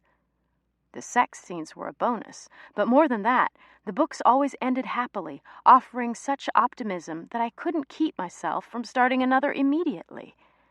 They were predictable, dependable, entertaining, and most of all, they depicted love affairs that I could not deny, no matter how much feminism or political correctness or women's empowerment my parents could throw at me. I desperately wanted more than anything in the world. I was conditioned to compare every single date in my life to the ideal. I couldn't help it.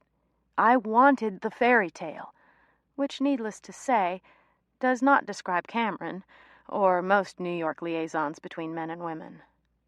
But I wouldn't stop hoping. Not yet.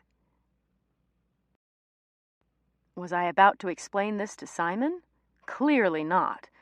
Which is why I laughed and made some self-deprecating remark like, "I just can't handle the real stuff," whenever someone asked why I read the books. "Oh, whatever," I laughed lightly, not making eye contact with Will or Simon. "It's a silly little thing I got into as a kid, and I haven't quite given up yet." Will found this understatement particularly hysterical. "Silly little thing? Bet, darling, you belong to a book club whose sole mission is to examine and more deeply appreciate your selected genre," he howled. This much was true. Until the book group, no one in my life had understood. Not my parents, my uncle, my friends in high school or college. Penelope merely shook her head every time she spotted one in my apartment, which, by the way, wasn't hard, considering I had over 400 of them stashed in boxes, closets, under bed bins, and occasionally, when the cover wasn't too embarrassing, on shelves. I knew the facts said that whole armies of women read them, but it was only 2 years ago that I'd met Courtney at a midtown Barnes & Noble. I'd just left work and was reaching for a romance from the circular wire rack when I heard a girl's voice behind me. "You're not alone, you know," it said. I'd turned around to see a pretty girl about my age with a heart-shaped face and naturally pink lips. She looked like a china doll, with ringlets reminiscent of Nellie's from Little House on the Prairie, and her other features were so delicate they looked like they might crack at any moment. "Excuse me? Are you talking to me?" I asked, quickly covering my copy of Every Woman's Fantasy with an oversized English-Greek dictionary that resided nearby. She nodded and moved in closer to whisper, "I'm just saying, you don't have to be embarrassed any longer. There are others." "Who said I'm embarrassed?" I asked. She peered down at my now shielded book and raised an eyebrow. Look, my name's Courtney, and I'm hooked on them too. I've got a college degree and a real job, and I'm not afraid to admit that I love these goddamn books. There's a whole group of us, you know. We meet once or twice a month and talk about them, have a few drinks, convince each other that it's okay to do what we do. It's part book club and part therapy session. She rooted through her Todd's shoulder bag and found a crumpled receipt. She uncapped a Mont Blanc pen with her teeth and scrawled an address in Soho and an email address. Our next meeting is this Monday night. Come. I've included my email address if you have any questions, but there's not much to know. We're reading this. She discreetly flashed a copy of Who Wants to Marry a Heartthrob? And we'd love to have you. Perhaps it's a sign of true addiction that I actually showed up at a stranger's apartment a week later. I soon learned that Courtney had been right. Each of the girls was smart and cool and interesting in her own way, and each loved romances. Except for one set of twins, none of the women were friends or colleagues from the outside. All had stumbled upon the group in much the same way I had. I was surprised and somewhat delighted to see that I was the only one who was out about my habit. Not one of the other girls had yet revealed to husbands or girlfriends or parents the real content of their book club. In the 2 years since I'd joined, only one had admitted her reading preferences to her boyfriend. The ridicule she endured from him was life-changing. She eventually broke up with him after realizing that no man who truly loved her, like a hero in a romance novel it was implied, could ever mock her so mercilessly for something she enjoyed. We'd seen each other through new jobs and weddings, and even one lawsuit. Yet if we'd run into one another on the street or at a party, there'd be nothing more than a curt hello and a knowing look. After missing last week's meeting, I'd been looking forward to tonight's session all week, and I was not about to let Will ruin it for me. Simon, Will, and I piled immediately into a car, but when we pulled up to the restaurant at 88th and 2nd, we were clearly not the first to arrive. "Brace yourselves," Simon managed to hiss before Elaine waddled over. "You're late," she barked, pointing to the back room where a few people had gathered. "Go deal with your people. I'll bring you back your drinks." I followed them to the back room of the casual but legendary restaurant and looked around. Books covered every square patch of wall space and competed only with framed and autographed photographs of what seemed like every author who'd published in the 20th century. The woody and familiar ambiance might just feel like a regular neighborhood joint, had I not been able to recognize the handful of people who'd already clustered around the table set for 20. Alan Dershowitz, Tina Brown, Tucker Carlson, Dominic Dunn, and Barbara Walters.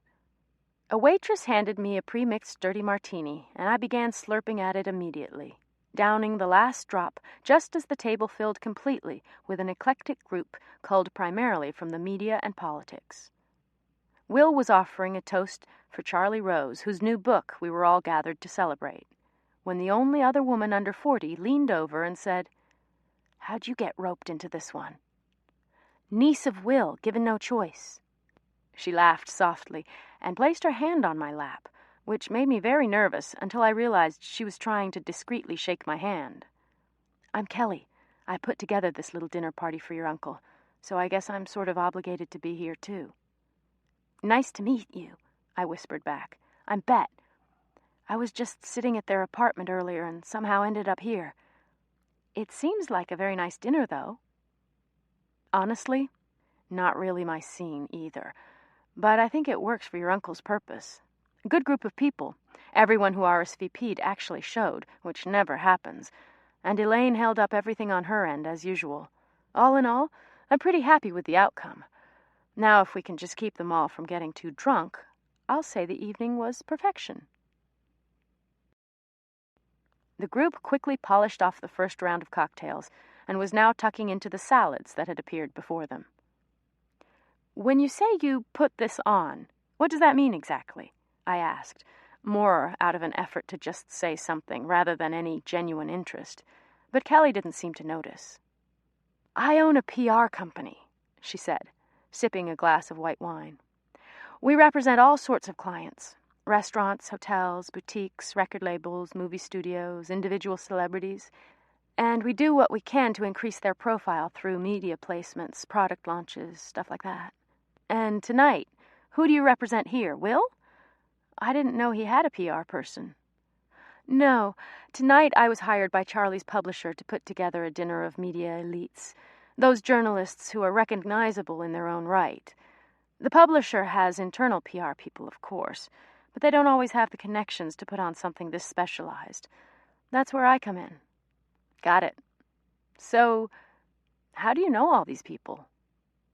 She just laughed. I have an office full of people whose job it is to know everyone worth knowing. 35,000 names, actually, and we can get in touch with any one of them at any time. It's what we do. Speaking of which, what do you do? Thankfully, before I could piece together some appropriate white lie, Elaine discreetly beckoned for Kelly from the doorway, and she scooted out of her chair and strolled to the front of the room. I turned my attention to Simon, who was seated on my left, before noticing that a photographer was subtly snapping photos without a flash from a crouching position in the corner. I remembered the first media dinner Will had dragged me to when I was 14 and visiting from Poughkeepsie. We'd been at Elaine's that night, too, also for a book party, and I'd asked Simon, "Is it weird that there's someone taking pictures of us eating dinner?" He'd chuckled. "Of course not, dear. That's precisely why we're all here. If there's no photo on the party pages, did the party really happen? You can't pay to get the kind of press he and this book will receive from tonight. That photographer is from New York Magazine, if I remember correctly, and as soon as he leaves, another one will slip right in. At least everyone hopes so." Will had begun teaching me that night how to talk to people. The key was to remember that no one cares what you do or think, so sit down and immediately begin asking questions to the person on your right. Ask anything, feign some sort of interest, and follow up any awkward silences with more questions about them. After years of instruction and practice, I could manage a conversation with just about anyone, but I didn't enjoy it that night any more than I had as a teenager, so I said my goodbyes and ducked out after the salad course. The book club meeting was at Alex's apartment in the East Village. I jumped on the 6 train and scrolled through my iPod playlist until settling on In My Dreams by REO Speedwagon. When I got off the train at Astor Place, a very petite woman who resembled a school librarian literally body-checked me. I apologized for my role in the incident, being there, with a sincere, "Excuse me," at which point she whipped around with the most contorted, demon-like face and screamed, "Excuse me! Maybe that wouldn't have happened if you walked on the right side of the sidewalk," and then walked away, muttering profanities. Obviously, she could use a few hours with the very bad boy, I thought. When I had walked the long 6 avenues east, I rang the bell at Alex's building on Avenue C and began the dreadful climb. She claimed her studio was a 6th-floor walk-up, but considering a Chinese laundry occupied the ground floor and the numbers didn't begin for one full flight up, it was technically 7 floors off the ground. She was your stereotypical East Village artiste, with head-to-toe black clothes, ever-changing hair color, and a small facial piercing that appeared to rotate regularly from lip to nose to brow. An East Village artiste with a passionate dedication to romantic fiction for women. She obviously had the most to lose if any of her peers found out. A sort of artistic street cred, if you will. And so we all agreed to tell her neighbors, if asked, that we were there for a Sex Addicts Anonymous meeting. "You're more comfortable telling them you're a sex addict than a romance reader?" I'd asked when she'd given us the instructions. "Clearly," she'd answered, without a moment's hesitation. "Addiction is cool. All creative people are addicted to something." And so we did as she wished. She looked more punk than usual, in a pair of rocker-chic leather pants and a classic faded CBGB t-shirt. She handed me a rum and coke, and I sat on her bed and watched her apply another 6 or so coats of mascara while we waited for the others. Janie and Jill were the first to arrive. They were fraternal twins in their early 30s. Jill was still in school, getting some sort of advanced degree in architecture, and Janie worked for an advertising agency. They'd fallen in love with Harlequins as little girls when they would sneak read their mom's copies under the covers at night. Following closely behind them was Courtney, my original link to the group, and an associate editor at Teen People, who not only read every romance novel ever written, but who just so happened to enjoy writing them as well. And finally Vika, a half-Swedish, half-French import with an adorable accent and a coveted job as a kindergarten teacher at an Upper East Side private school. We were clearly a motley crew. "Anyone have any news before we dive in?" Jill asked, as the rest of us slurped down our drinks as swiftly as the syrupy sweet liquid would allow. She always took charge and tried to keep us on track, an utterly useless gesture, considering our meetings more closely resembled group therapy than any sort of literary exploration. "I quit my job," I announced merrily, holding up my red plastic solo cup. "Cheers!" they all called, while clinking cups. "It's about time you left that nightmare," Janie said. Vika agreed. Yes, your boss will not be missed of this, I am sure?" she asked in her sweet but odd accent. "No, that's for sure. I won't be missing Aaron." Courtney poured her second drink in 10 minutes and said, "Yeah, but what are we going to do for a quote of the day now? Can someone forward them to you?" At the second meeting I'd attended, I'd begun sharing the joy and wisdom of Aaron's inspirational quotes with the entire group. After introductory remarks, I'd read the best one from the previous few weeks, and we'd all crack up. Lately, the girls had begun coming prepared with their own anti-quotes, nasty or sarcastic or mean-spirited little epigrams that I might take back to the office and share with Aaron, if I were so inclined. "Which reminds me," I announced grandly, pulling a printout from my bag. "I received this one a mere 3 days before I left, and it's one of my all-time favorites. It says, 'Teamwork. Simply stated, it is less me and more we.' That, my friends, is insightful." "Wow," Janie sighed. "Thanks for sharing. I'm definitely going to try to figure out how to have less me and more we in my life." "Me too," said Alex. "That goes nicely with a little quote I recently stumbled upon. It's from our friend Gore Vidal. 'Whenever a friend succeeds, a little something in me dies.'" We all laughed until Janie interrupted with a rather shocking announcement. "Speaking of bosses, I had an incident with mine." "An incident?" Jill asked. "You didn't tell me anything." "Well, it just happened last night. You were asleep when I got home, and I'm only seeing you for the first time now." "I'd like you to explain the incident, please," Vika said, with raised eyebrows.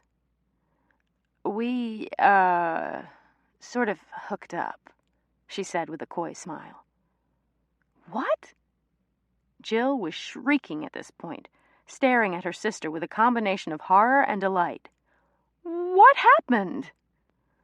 "Well, he asked if I wanted to grab dinner after we pitched a new potential client.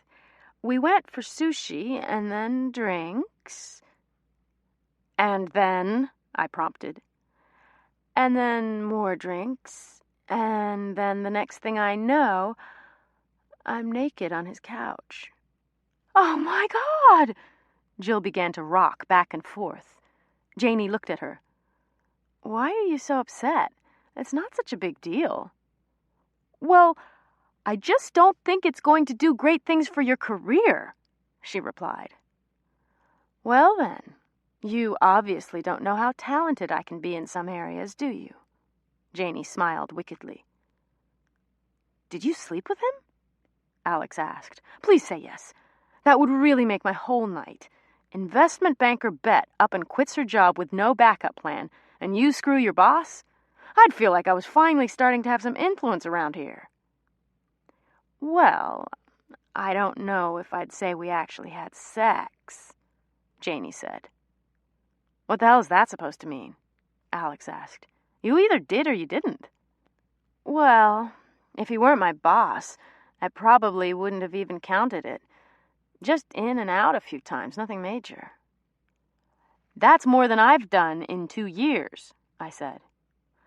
Interesting. What I'm wondering is just how many other guys fall into the not major enough to count category. Janie, want to fill us in? Courtney asked. Alex returned from her fridge and hot plate kitchen with a tray of shot glasses, each filled to the brim. Why even bother to talk about the very bad boy when we have our own very bad girl right here, she said, and passed the glasses around the room. We were off and running.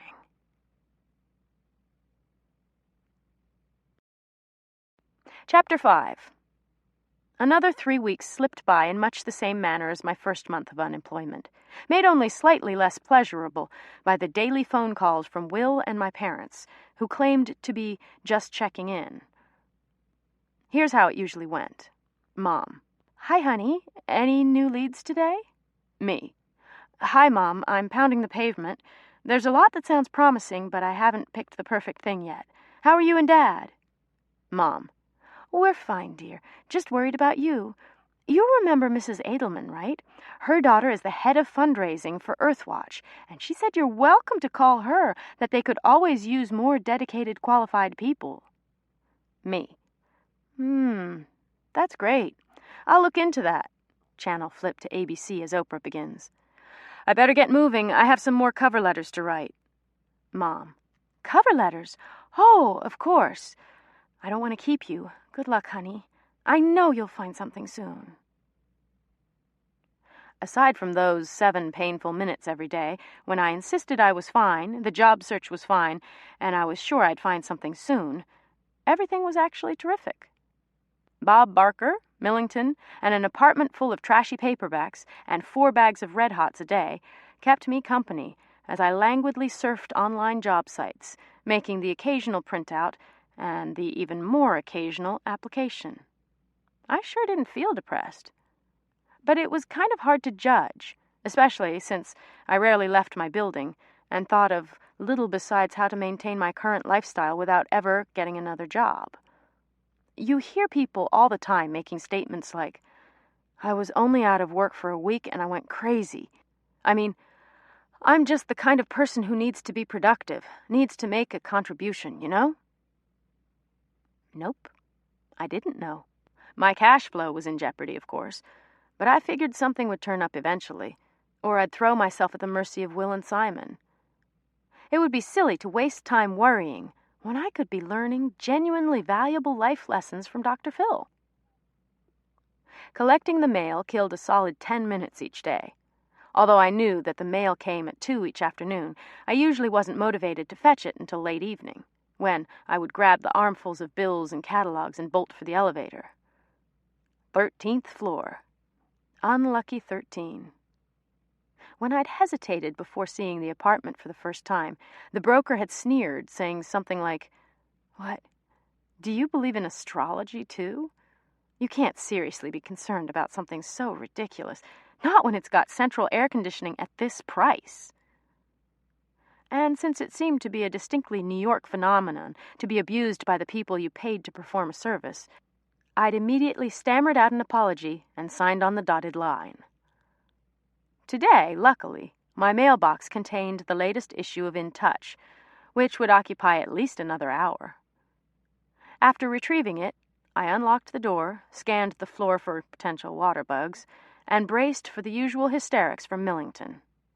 She always seemed convinced that this was the day I would abandon her forever, and met my homecoming with a frenzy of wheezing, snorting, sniffing, jumping, sneezing, and submissive peeing so frantic that I wondered if she might one day die from the excitement of it all.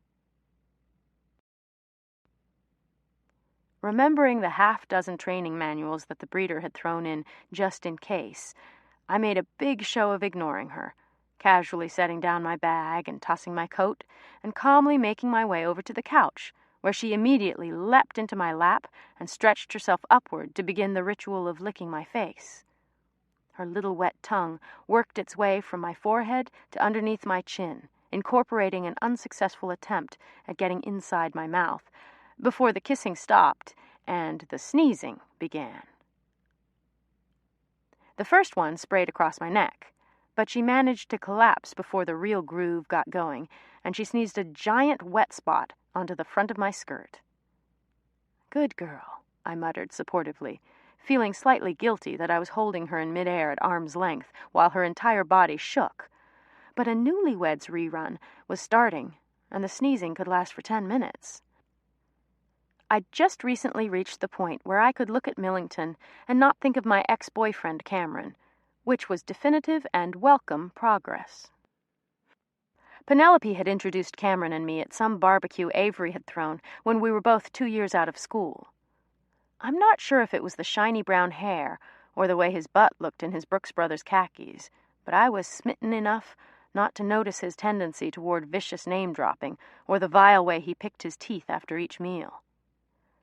For a while, at least, I fell madly in love with him. He spoke lovingly of bonds and trades, his prep school lacrosse days, and weekend jaunts to the Hamptons and Palm Beach. He was like a sociological experiment, a not-so-rare but alien creature, and I just couldn't get enough of him. Of course, it was doomed from the start. His family was a permanent fixture in the social register. My parents had once been on the FBI's dangerous agitators list due to protest activities. But when paired with my job in banking, his aggressive preppiness went far in showing my parents that I wasn't dedicating my life to Greenpeace. We moved in together a year after meeting, when both our rents went up at the exact same time. We'd been living together for exactly 6 months when we realized that we had absolutely nothing in common beyond the apartment, our jobs in finance, and friends like Avery and Penelope. So we did what any doomed-for-failure couple would do, and immediately went shopping for something that could bring us closer together, or at least give us something to talk about other than whose turn it was to plead with the landlord for a new toilet seat. We opted for a 4-pound Yorkie, priced at $800 per pound, as Cameron calculated for me more than once. I threatened to kill him if he announced one more time that he had, in fact, ordered entrees at Peter Luger bigger than this dog, and repeatedly reminded him that it had all been his idea. Oh, sure, there was the small issue of my being allergic to anything with fur, alive or stuffed, animal or outerwear, but he'd thought that one through, too. "Cameron, you've seen me around dogs before. I don't know why you want to subject me or yourself to that again." I was thinking of the first time I'd met his family for a winter weekend in the Adirondacks. They'd rounded out the picture-perfect WASP gathering. Real fire in the fireplace, no remote control, no store-bought logs, with tartan plaid J.Crew pajamas, freestanding decorative wooden mallards, enough alcohol to warrant a liquor license, and 2 loping, oversized golden retriever puppies. I sneezed and watered and hacked to such an extent that his permanently tipsy mother, "Oh dear, another glass of sherry should clear that right up," began making passive-aggressive jokes about being contagious, and his openly drunk father actually set down his gin and tonic long enough to offer me a ride to the ER. "But don't worry about a thing. I've looked into all of that, and I've found us the perfect dog." He looked smug and satisfied, and I mentally counted the days until the lease was up. 170. I occasionally tried to recall what had attracted us in the first place.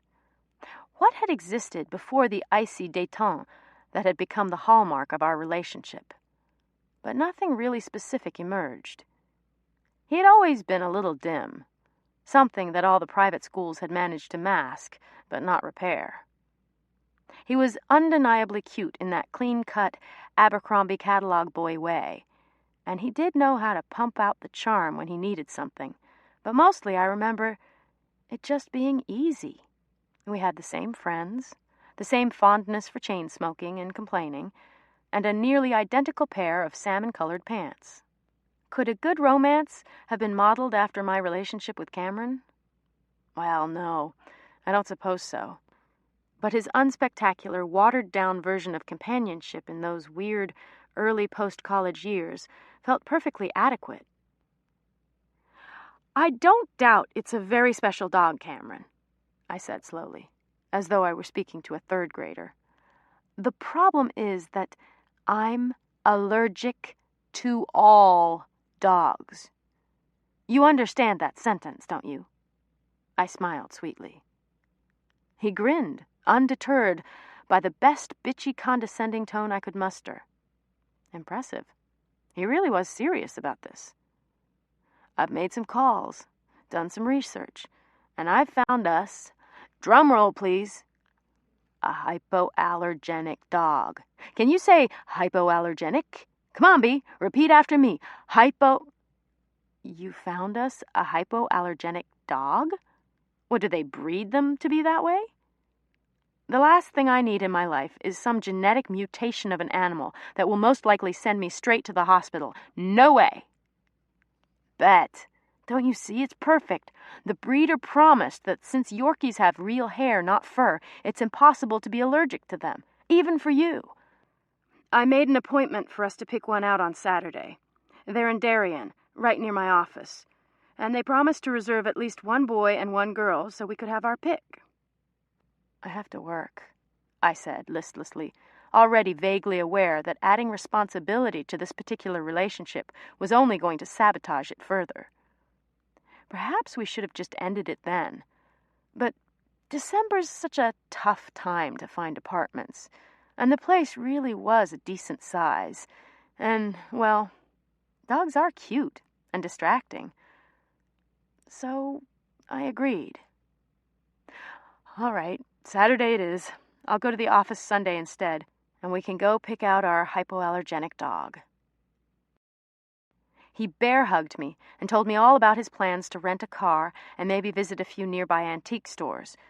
This coming from the boy who'd argued tirelessly to retain his beanbag chair when we'd combined our stuff. I wondered if maybe, just maybe, this little genetic mutation of a dog was the answer to all our problems. Wrong. So very, very wrong. Well, that's misleading. The dog certainly didn't fix anything, surprise, surprise. But Cameron was right about something. Millington turned out to be hypoallergenic after all. I could hold her, snuggle her, rub her furry little mustache right against my face without so much as a hint of an itch. The problem was that the dog herself was allergic to everything. Everything. Somehow, her tiny little puppy sneezes seemed endearing when she was tucked among her littermates in the breeder's kitchen. It was adorable. The only little girl puppy had caught a little cold, and we were there to nurse her back to vibrant puppy health. Only the cold didn't go away, and little Millington didn't stop sneezing. After 3 weeks of round-the-clock care and nursing, Cameron chipped in, I'll give him credit there, our little ball of joy wasn't improving. Even with the nearly $3,000 we spent on vet consultations, antibiotics, special food, and 2 late-night emergency room visits when the wheezing and choking got particularly terrifying. We were missing work, screaming at each other, and bleeding money in the process. My banking and his hedge fund salaries were barely enough to cover the dog's expenses. Final doggy diagnosis: highly reactive to most household allergens, including but not limited to dust, dirt, pollen, cleaning fluids, detergent, dyes, perfumes, and other animal hair. The irony was not lost on me. I, the most allergic person on earth, somehow now owned a dog that was allergic to absolutely everything. It would have probably been funny if Cameron, Millington, or I had slept more than 4 consecutive hours in 3 weeks. But we hadn't, and it wasn't. What would most people do in this situation? I remember asking myself as I lay awake on the first night of the 4th sleepless week. A sane couple in a functional relationship would simply shuttle the dog right back to the breeder and take a long vacation somewhere warm and laugh about what would surely become a fond memory and funny future party story. So what did I do? I hired an industrial cleaning service to remove every piece of hair, every particle of dirt, every smudge from every surface, so the dog could breathe. And I asked Cameron to leave once and for all, which he did. Penelope told me 8 months later, with what I thought was a little more excitement than the event required, that he'd gotten engaged to his new girlfriend while wearing a kilt on a golf course in Scotland, and that they were moving to Florida, where her family owned a small island. That clinched it. Everything worked out exactly as it was meant to. 2 years later, the dog had learned to tolerate the smell of whisk, Cameron toasted fatherhood in the family tradition with a stiff gin and tonic, and I had someone so excited to see me each night that she peed on my arrival home. Everyone's a winner. Millington finally stopped sneezing and settled into a narcoleptic nap beside me, her little body pushed against the side of my leg, rising and falling with her rhythmic breathing, in tune to the TV that I constantly kept on for background noise. After Newlyweds, I stumbled across a Queer Eye marathon. Carson picked through some straight guy's closet with a pair of salad tongs, describing items as, "So Gap 87. And I realized they'd probably be just as horrified to check out my closet. As a girl, I was probably expected to do a little better than the off-the-rack Ann Taylor suits, one measly pair of sevens, and the cotton tank tops that constituted my going-out clothes. The phone rang a little after 11 p.m. I held it and stared patiently, waiting for the caller ID to register my caller. Uncle Will. To screen or not to screen? He always called it odd hours on his deadline nights, but I was too exhausted from my day of nothingness to deal with him. I stared at it a moment longer, too lazy to make any real decision, but the machine had already answered.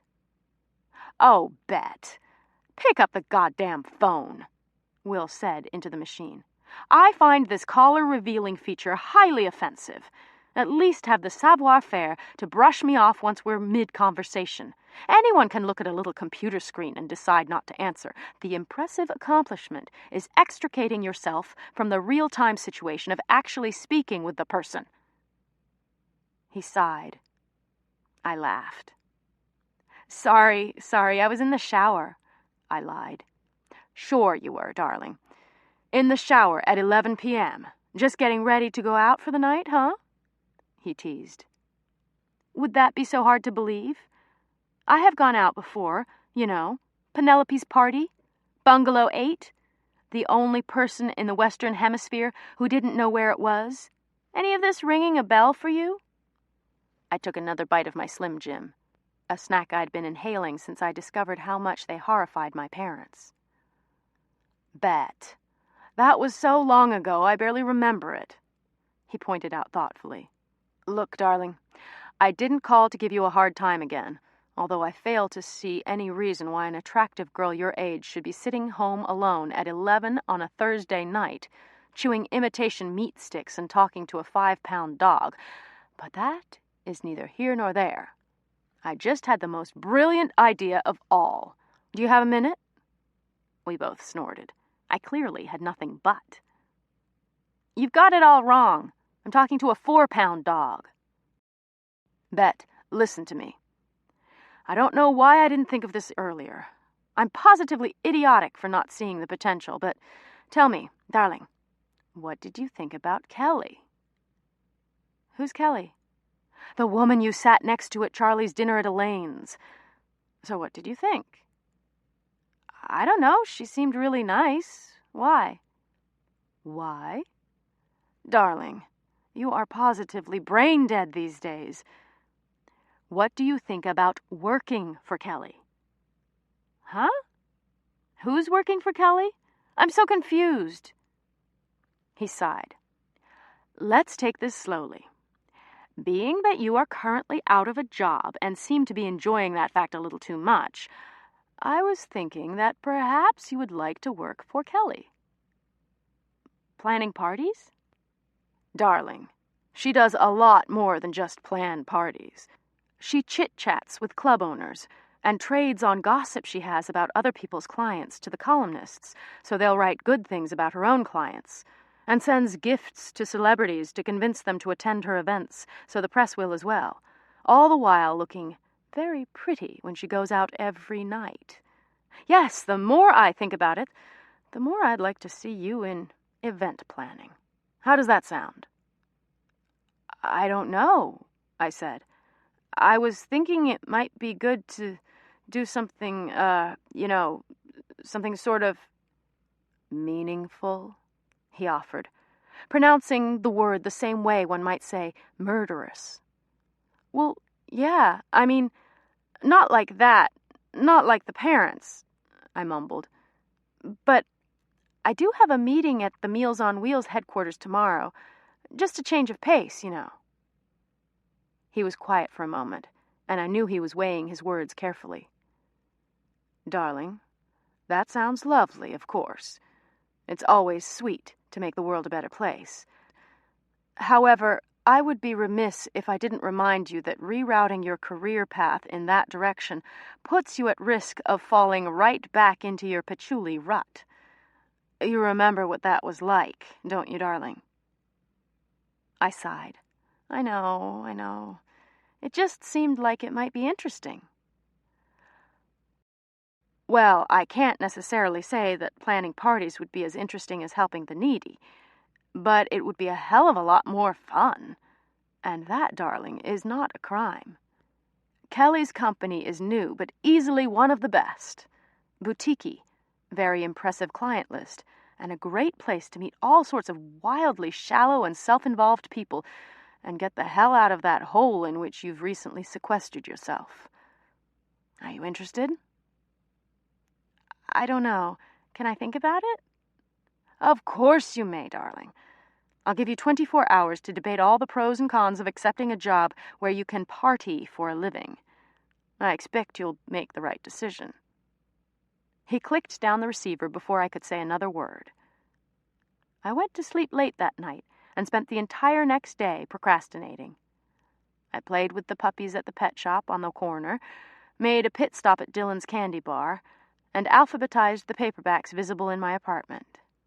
Admittedly, I was curious what the job would entail. There was a part of it that seemed really appealing, the chance to meet some new people and not sit at a desk all day long.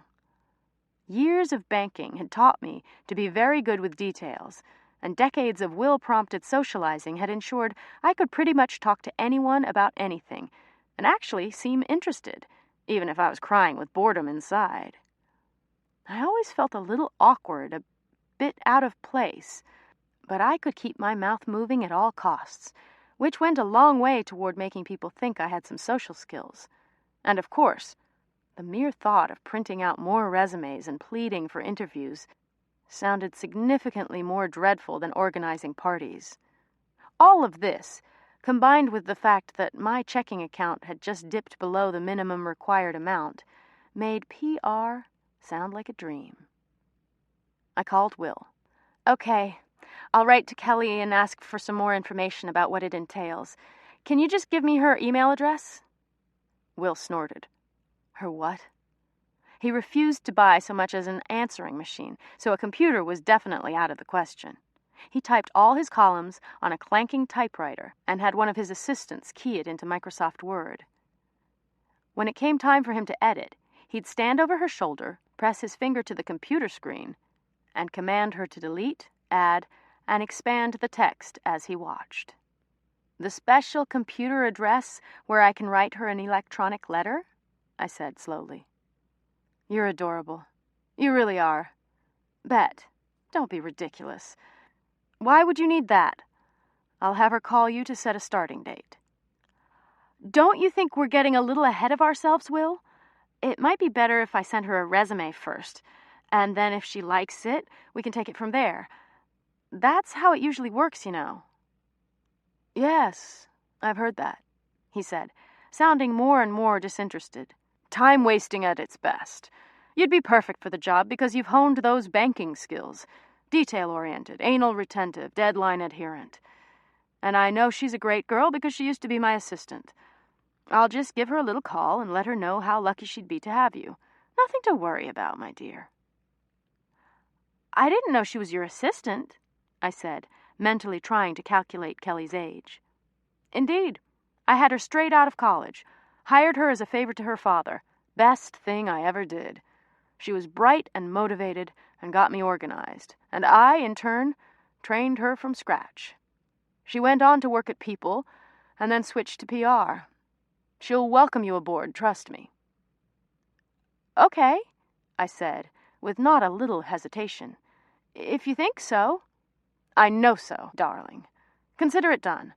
I'll have her call you to discuss the details, but I anticipate no problems whatsoever. As long as you edit that wardrobe of yours to eliminate all skirt suits and anything that looks like a skirt suit, I think everything will be just fine." Chapter 6. Kelly herself was waiting in the building's lobby and embraced me like a long-lost friend when I arrived for my first day, as instructed, at exactly 9 a.m. "Bet, honey, we're so happy to have you with us," she breathed, casting a quick glance over my outfit. A fleeting, wide-eyed look, not quite panic, closer to distress, passed over her face before she fixed on a broad smile and led me by the hand to the elevator.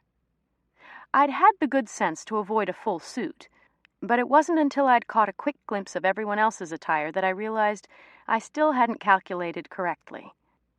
Apparently, my notion of business casual, cuffed charcoal gray pants, baby blue Oxford shirt, and understated low heels, differed slightly from that of the rest of the staff at Kelly & Company. The office was a sprawling downtown space with floor-to-ceiling windows that afforded views all the way down to Wall Street and west to New Jersey, giving it a decidedly loft-like feel. Around a large circular table sat a half-dozen people. Each and every one, without exception, possessed unnervingly good looks and wore all black. The most malnourished-looking of the girls called out to Kelly, "Page 6 for comment on prenup trend, line 2. And Kelly motioned for me to take a seat before reaching up and adjusting what looked like a very tiny earpiece. A second later, she was greeting someone on the other line with giggles and compliments while pacing the length of the southern-facing windows. I sat next to the super skinny girl and turned to introduce myself, but found myself staring at her hand, one finger of which pointed upward in a clear sign that I should wait. It was then that I noticed that each person around the table was chatting enthusiastically at the same time, although it didn't appear that they were talking to each other. It took me another moment to see that they all had tiny wireless phones tucked into their ears. I didn't know then that in a few short weeks I would feel completely naked, exposed, without that phone constantly attached to the side of my face. Right then, it just looked weird. The girl nodded gravely a few times and glanced in my direction, muttering something indecipherable. I politely looked away and waited for someone to notice me. "Hello? Hello? What did you say your name was?" I heard her ask as I surveyed the rest of the group. It was a surprisingly even split between guys and girls, their primary commonality being the level of almost disturbing attractiveness among them. I was beginning to stare when I felt a tap on my back. "Hey," the skinny one said, "what's your name?" "Me?" I dumbly asked, convinced she was still on the phone. She laughed, not nicely. "Who else's name do you think I don't know here? I'm Eliza." The hand she held out was ice-cold and very, very thin. I watched a diamond right-hand ring swing around her emaciated middle finger in little loops before I remembered to respond. "Oh, hi, I'm Bet Robinson. It's my first day." "Yeah, I heard. Well, welcome aboard. Kelly's not likely to get off that call anytime soon, so why don't I introduce you around?" She worked her wavy, reddish-blonde hair into a messy topknot and secured it from underneath with a claw clip. A few strands in front fell out, and she tucked them behind her ear. She felt to make sure the hair was sprouting just so from the clip in that cool, casual way I always tried to achieve, but could never manage, and then she stuck a pair of oversized black plastic sunglasses on her head to hold everything together. I could see from the silver G's that they were Gucci. She was effortlessly chic, and I had the feeling I could simply watch her forever. Eliza walked to the far end of the table and flicked the light switch 3 times in quick succession. Immediately, I heard a chorus of voices announcing to their headsets that a very important person was calling for them on the other line, and could they call back in just a few moments. Almost simultaneously, 6 manicured hands reached towards 6 ears and removed 6 earpieces, and within seconds, Eliza had commanded the complete attention of the entire room without saying a word. "Hey, everyone. This is Bet Robinson. She'll be working primarily with Leo and me, so try not to give her a hard time, okay?" Nods all around. "Hi," I said, my voice sounding squeaky. "That's Sky," Eliza started, pointing at an edgy-looking girl in dark indigo jeans, a tight, long-sleeve black t-shirt, a 2-inch-thick leather belt with a massive jeweled buckle, and the most fabulous pair of broken-in cowboy boots I'd ever seen. She was pretty enough to pull off her ultra-boyish short haircut, which only complemented her curvy feminine figure. Again, I just wanted to sit and stare, but I managed to say hello, and Sky returned my greeting with an enigmatic smile. "Sky's working on the Cuba bag account right now," Eliza said, before turning her pointing finger on the next person. "That's Leo, the other senior person besides me, and now you," she added in a tone I couldn't quite identify. "Hi, honey. Nice to meet you," Leo said, standing up from his chair to kiss me on the cheek. "Always glad to have another pretty face in the office." He turned to Eliza and said, "Sorry, sweets, but I've got to run and meet the diesel jeans guy for the late breakfast. Tell Kelly for me." She nodded as he slung a messenger bag across his chest and bolted toward the door. "David, say hello to Bet," Eliza instructed the only guy left at the table. David's dark eyes peered out broodingly from under heavy eyelashes and a thick lock of dark hair. He ran his fingers through the front part and stared at me. After a few more awkward moments, he said, "Allo," in what immediately sounded like a questionable accent. "Hi, David," I said. "Where's that great accent from?" "He's originally from Italy, of course," Eliza answered quickly on his behalf. "Can't you tell?" I decided then and there that there was something going on between Eliza and David. There was a vibe between them that just screamed dating, and I congratulated myself on being perceptive enough to figure it out. But before I finished marveling at my own cleverness, Eliza fell into David's lap, wrapped her arms around his neck like a little girl would with her daddy, and then kissed him full on the mouth in a most undaughter-like manner. "Seriously, Eliza, spare us the office PDA, will you please?" Sky whined, her eyes rolled back quite far in her head. "It's bad enough we all have to envision you guys having sex on your own time. Don't make it a reality for us, okay?" Eliza just sighed and stood up, but not before David managed to grab her left breast and squeeze. I tried to imagine 2 coworkers at UBS sharing the same interaction in the conference room, and nearly laughed out loud. "So, yeah," she continued, as though the mini in-office grope session hadn't occurred. "Sky, Leo, and David are the senior people. Those 3 over there," she pointed to 3 pretty young girls, 2 blondes and a brunette, who sat hunched over PowerBook laptops. "They're the list girls, responsible for making sure we have all the information for everyone we'd ever want or need to attend an event. You know how someone once said that there are only a few people worth knowing in the world? Well, they know them." I see," I mumbled, although I had no idea what she was saying. "Totally." 3 hours later, I felt like I'd worked there 3 months. I observed a staff meeting where everyone lounged casually around the loft, drinking bottles of Diet Coke and Fiji water, and talking about the party they were throwing for Candace Bushnell's new book. Sky ran through a checklist as various people updated her on the venue, invitation status, menu, sponsors, photographer placement, and press access. When she was finished, Kelly hushed the room and had one of the list girls read the most recently updated RSVP list, as if it were the word of God. Each name elicited a nod, a sigh, a smile, a mutter, a headshake, or an eye roll, although I recognized only a handful of them. Nicole Richie, Karena Gore-Schiff, Natalie Portman, Giselle Bundchen, Kate and Andy Spade, Bret Easton Ellis, Randy Gerber, the entire cast and crew of Sex and the City. Nod, sigh, smile, mutter, shake, roll. It went on for nearly 3 hours, and by the time they'd finished debating the merits and pitfalls of every single individual, what each might add to the party and therefore the coverage, or worse, what they might take away, I was more exhausted than I would have been had I just hung up on Mrs. Kaufman. By 2 o'clock, when Eliza asked if I wanted to grab a coffee with her, I couldn't say yes fast enough.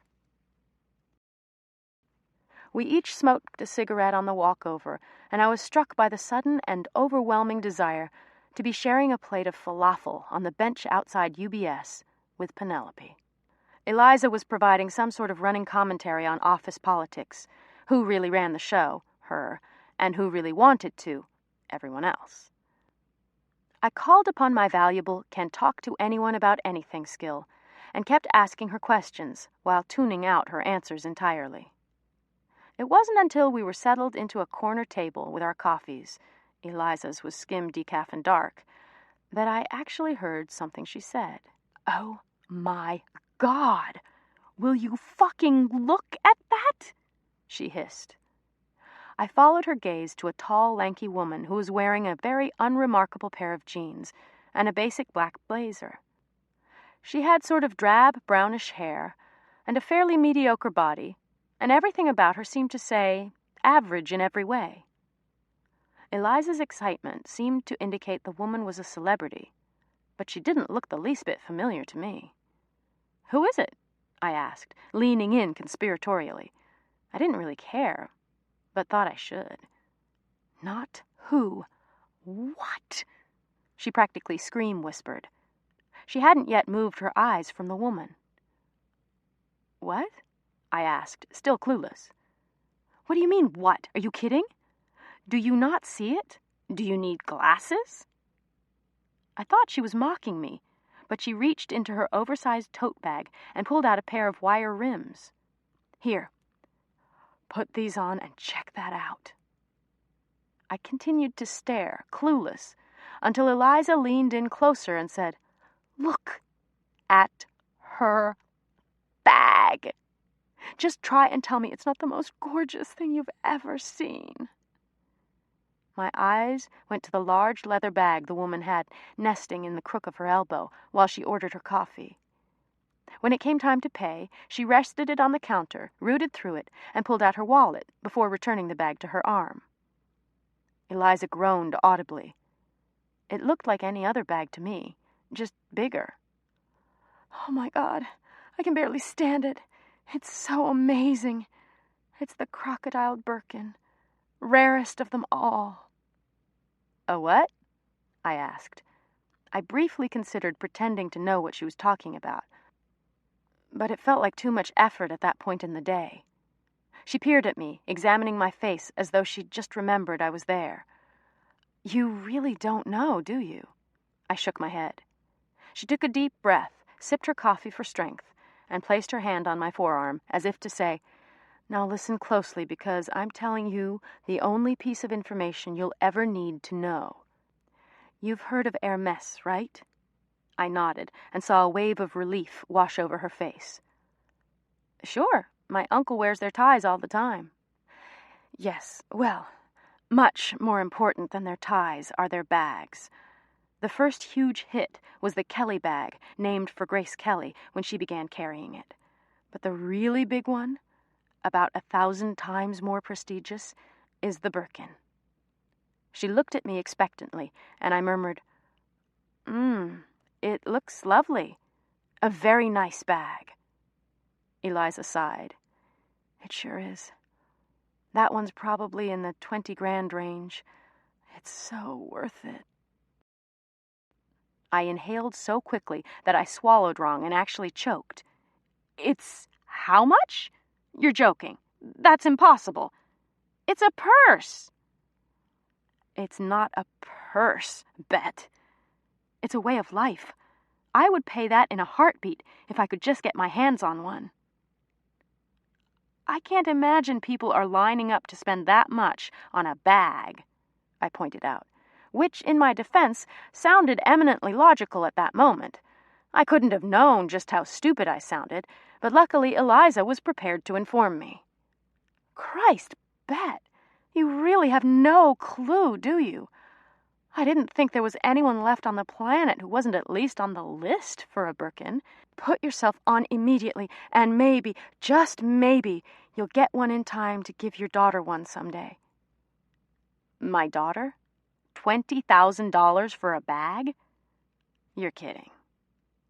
At this point, Eliza collapsed in frustration and put her head down on the table. No, no, no, she moaned, as though in great pain. You just don't get it. It's not just a bag. It's a lifestyle. It's a statement. It summarizes who you are as a person. It's a reason for living. I laughed at her melodrama. She bolted upright in her seat again and began talking at a rapid-fire pace. I had a friend who fell into a horrible depression after her favorite grandmother died and her boyfriend of 3 years broke up with her. She couldn't eat, couldn't sleep, couldn't drag herself out of bed. She got fired because she never showed up for work. Huge bags under her eyes, refused to see anyone, never answered her phone. When I finally showed up at her apartment after months of this, she confided that she was considering suicide. How awful, I murmured, still racing to keep up with the rapid subject change. Yeah, it was awful. But you know what got her through? I'd stopped at the Hermes store on the way over to her apartment, asked for an update, just in case. And you know what? I was able to tell her when I got there that she was only 18 months away from her Birkin. Do you believe it? 18 months. What did she say? I asked. What do you think she said? She was ecstatic. The last time she'd checked, it was going to be 5 years. But they'd trained a whole new crew of craftsmen, and her name was due up in a year and a half. She got in the shower that very moment and agreed to go to lunch with me. That was 6 months ago. Since then, she got her job back and has another boyfriend. Don't you see? That Birkin gave her a reason to live. You simply cannot kill yourself when you're that close. It's just not an option. It was my turn to examine her to see if she was joking. She was not. In fact, Eliza looked positively radiant from her retelling of the story, as though it had inspired her to live her own life to the fullest. I thanked her for educating me in the ways of the Birkin, and wondered what exactly I had gotten myself into. This was a far cry from investment banking, and I clearly had a lot to learn. Chapter 7. It was 7:30 in the evening on day 4 of my working at Kelly & Company as a party planner. The newsstand near my apartment had only a single copy of the New York Daily News with Will's column by the time I headed home after work. I'd been reading Will of the People nearly every week since the time I'd learned the alphabet, but for some reason I'd never managed to subscribe to any of the papers that ran it. Of course, I had never broached the subject of the column's gradual shift to a soapbox for Will's crotchety rants about every social tragedy that had befallen his beloved city, but it was becoming increasingly more difficult to keep my mouth shut. Bet, great column today, if I do say so myself. My doorman Seamus howled boozily as he pulled open the door to my building and waved a copy of the paper. That uncle of yours hits the nail on the head every time. Is it good? I haven't read it yet, I said, absently, walking and talking quickly, the way people do when they're trying desperately to avoid a conversation. Good! It's fantastic! Now there's a man who gets it. Anyone who can poke a little fun at Hillary Clinton is a friend of mine. I thought I was the only person in this whole city who voted for George W., but your uncle assures me I'm not. I suppose that's true. I headed toward the elevator, but he was still going. Any chance he'll be coming round to visit you anytime soon? Would just love to tell him in person how much... I'll definitely let you know, I called as the elevator doors finally shut him out. I shook my head, remembering my uncle's one visit to my building and the way Seamus had fallen over himself when he recognized Will's name. It was upsetting, to say the least, that Seamus personified my uncle's target demographic. Millington nearly collapsed in paroxysms of joy when I opened the door, even more excited than usual now that I'd returned to working all day. Poor Millington. No walk for you tonight, I thought, as I gave her a perfunctory scratch on the head and settled down to read Will's latest rants. She scampered off to use her wee-wee pad, realizing immediately that she wasn't leaving the apartment today, either, and then jumped onto my chest to read with me. Just as I was settling in with my folder of takeout menus, my cell phone vibrated across my coffee table like a wind-up toy. I debated whether or not to answer it. The cell phone was company-issued, and, much like my new colleagues, didn't ever seem to rest. I'd been out the last 3 nights, attending events the company had put on, following Kelly as she did everything from consulting with clients to firing slow bartenders, hosting VIPs, and arranging for press passes. The hours were even more grueling than at the bank. A whole day of office work followed by a full night out. But the office buzzed with young, pretty people, and if one has to spend 15 hours a day at work, I thought I might prefer DJs or champagne cocktails to diversified portfolios. Text message appeared on my color screen. Text message? I'd never before received a message or sent one. After a moment's hesitation, I looked at the screen and hit read. Din tonight at 9. Sip downtown on West Broad. See you there. What was that? Some sort of cryptic dinner invitation for sure, but where and with whom? The only clue to its origin was a 917 number I didn't recognize. I dialed it, and a breathless girl answered immediately. "Hey, Bet, what's up? You in for tonight?" the voice said, crushing my hope that the person had simply dialed the wrong number. Hi, who is this? Bet! It's Eliza. We've only worked together 24/7 for the past week. We're all going out tonight to celebrate being done with the Candace party. It'll be the usual crew. See you at 9? I'd planned to meet Penelope at the Black Door since I'd barely seen her during my unemployment hibernation. But I didn't see how I could turn down my first social invitation from my new colleagues. Yeah, sure. That sounds great. What's the name of that restaurant again? Cipriani Downtown? She asked, sounding a bit incredulous that I wasn't able to deduce as much from her earlier shorthand. You've been, right? Of course. I love it there. Do you mind if I bring a friend? I had plans already, and fab! See you both in a couple of hours, she screeched and hung up. I snapped my phone shut and did what every New Yorker does instinctively upon hearing the name of a restaurant. I checked Zagat. 21 for food, 20 for decor, and a still respectable 18 for service. And it wasn't a one-word name like Koi or Butter or Lotus, which might seem innocuous but almost always guaranteed an exceptionally hard time. So far, everything looked promising.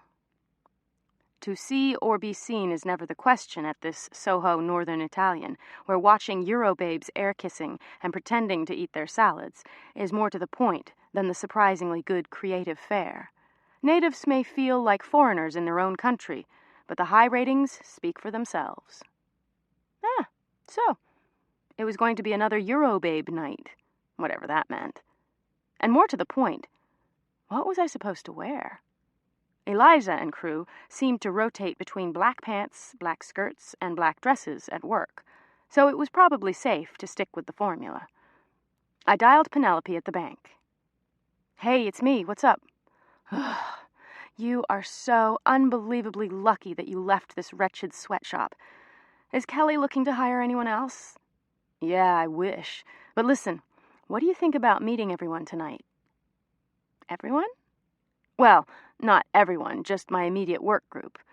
I know we had plans, but since we always go to the Black Door, I thought it might be fun to go to dinner with them. Are you up for it? Sure, she said, sounding too tired to move. Avery's going out with a bunch of friends from high school tonight, and I was just so not interested. Dinner sounds fun. Where is it? Cipriani downtown. Have you been?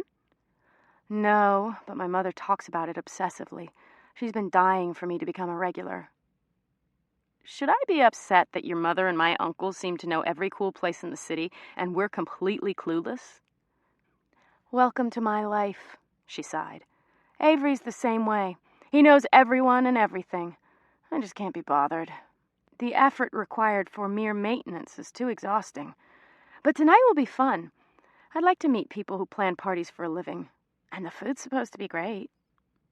Well, I'm not sure that's a huge selling point with this crowd. I've spent 40 hours with Eliza this week and haven't seen her eat a thing. She seems to subsist solely on cigarettes and Diet Coke. Hot girl diet, huh? Good for her. You got to admire that level of commitment. Penelope sighed again. I'm headed home in a few. Want to share a cab downtown? Perfect. I'll pick you up at the corner of 14th and 5th, a little before 9. I'll call when I get in the cab, I said. Sounds good. I'll wait outside. Bye. I headed for my closet.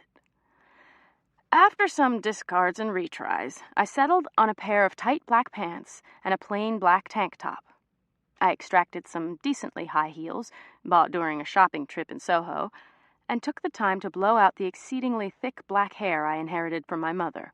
The kind that everyone thinks they want until they realize it barely fits in a ponytail and instantly adds 30 minutes to any preparation time. I even attempted some makeup, which got put to use so infrequently that the mascara wand was all clumpy, and a few of the lipsticks were stuck inside their tubes. No matter, I thought, singing along to Mike and the Mechanics' The Living Years as I worked on my face. This was even kind of fun. I had to admit, the end results were worth the extra effort. My love handles no longer bulged over the waistline of my pants, my boobs had retained their chubby girl fullness even though the rest of me had shrunk, and the mascara I'd haphazardly brushed across my lashes had accidentally smeared to perfection, giving my somewhat bland gray eyes a sexy, smoldering look. Penelope was waiting outside at exactly 10 to 9, and we were deposited at our requested address right on time. There were a ton of restaurants on West Broadway, and everyone seemed to be clustered at outdoor tables, looking exceedingly well-scrubbed and unnervingly happy. We had a little trouble finding the place because the restaurant management had neglected to post a sign. Perhaps it's an issue of practicality. Since the shelf life of most New York hotspots is under 6 months, it actually leaves one less thing to remove when they close. Luckily, I remembered the street number from Zagat, and we scoped it out from the far corner. Groups of scantily but expensively clad women congregated around the bar as older men kept their drinks filled. But I didn't see Eliza or anyone else from the office. "Bet! Over here!" Eliza called, a champagne glass in one hand and a cigarette in the other. She was planted in the middle of Cipriani's outdoor tables, leaning seductively against one of the Italian's chairs, her branch-like limbs looking as though they might snap at any moment. "Everyone else is inside. So glad you could come." "Jesus Christ, she's skinny," Penelope muttered under her breath as we walked toward the tables. "Hi," I said, and leaned in to kiss Eliza hello. I turned to introduce her to Penelope, but noticed that Eliza was still waiting there, her face thrust forward and filled, eyes closed. She had expected the traditional Euro double kiss, and I'd given up halfway through. I'd recently read a convincing piece in Cosmo decrying the double kiss as a stupid affectation and decided to make a stand. There would be no more double kisses for me. I left her hanging, but said, "Thanks for inviting me. I absolutely love it here." She recovered quickly. "Oh my God, me too. They have the best salads of anywhere. Hi, I'm Eliza," she said, offering a hand to Penelope. "I'm so sorry, that was so rude of me." I flushed, realizing I must have sounded ridiculous to Penelope. "Penelope, this is Eliza. She's been showing me around all week long. And Eliza, this is Penelope, my best friend." "Wow, fab ring," Eliza said, grabbing Penelope's left hand instead of her right, and softly fingering the massive stone. "That carrot glare is, blinding." Penelope was, in fact, sporting her wearable 3-carat rock, and I wondered what Eliza would think of her second ring. "Thanks," Penelope said, clearly pleased. "I just got engaged last—" But before she could finish, David grabbed Eliza from behind and wrapped his arms around her tiny waist, careful not to hug too hard and break her. He leaned in and whispered something in her ear, and she threw her head back with laughter. "David, honey, behave. You know Bet.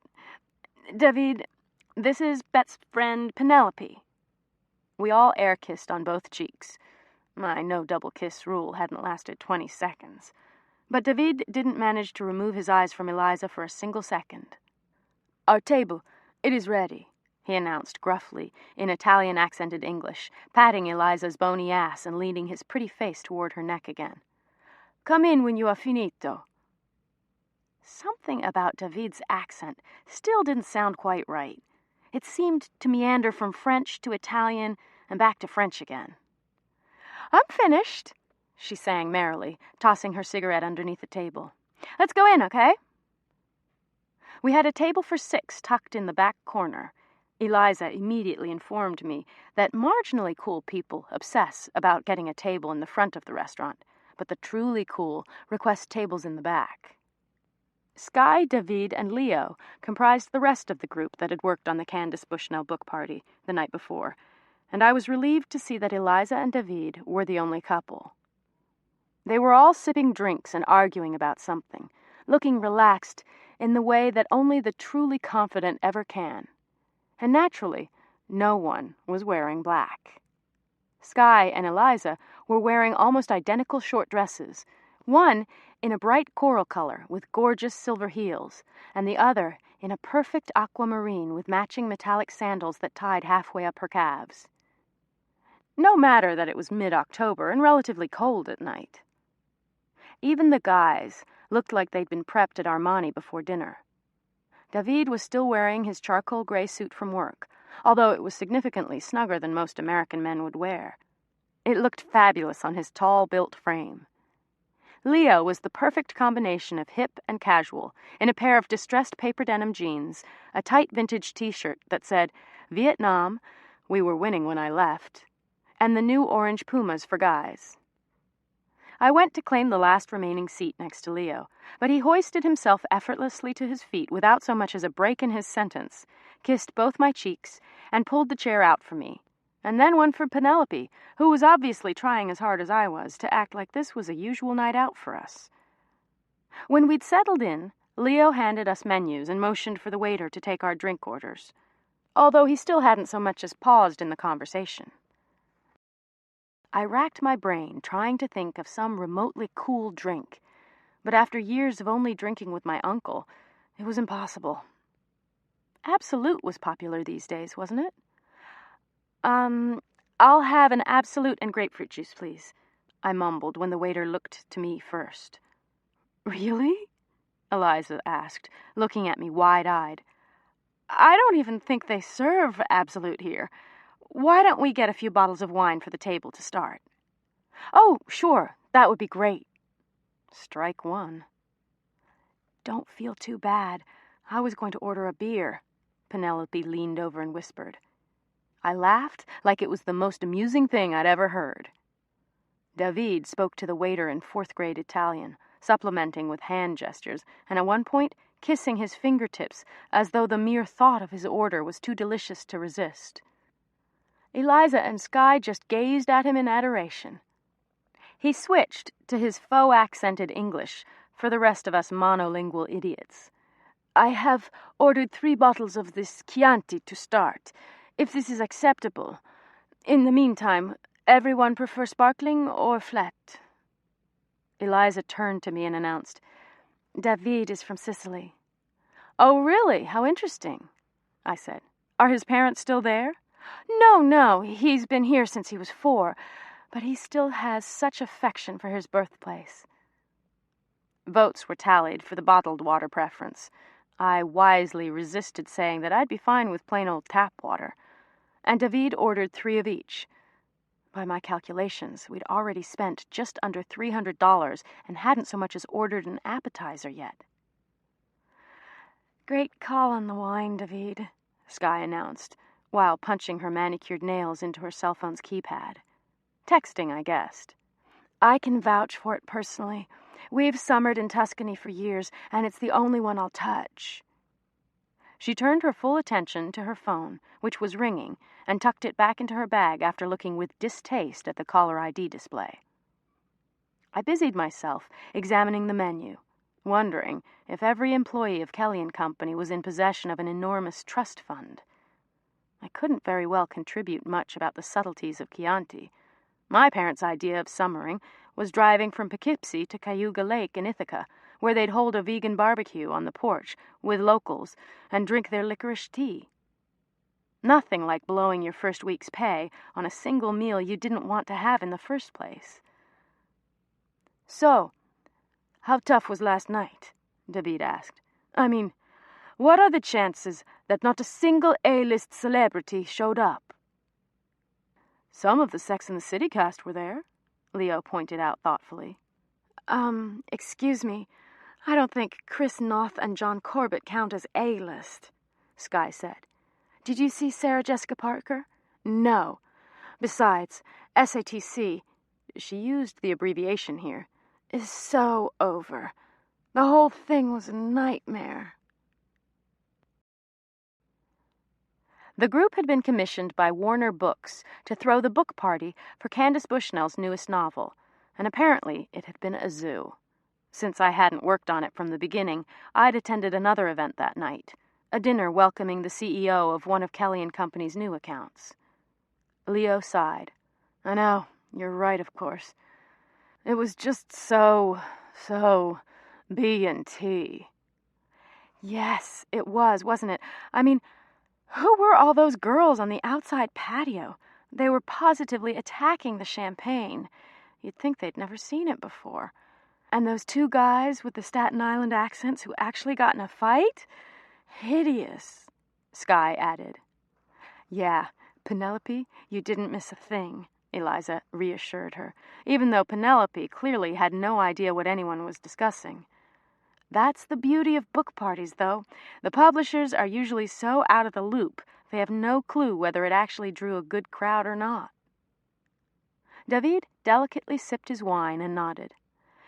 "At least we won't have to endure another why the list makes the party speech from Kelly. I honestly don't think I could listen to it again."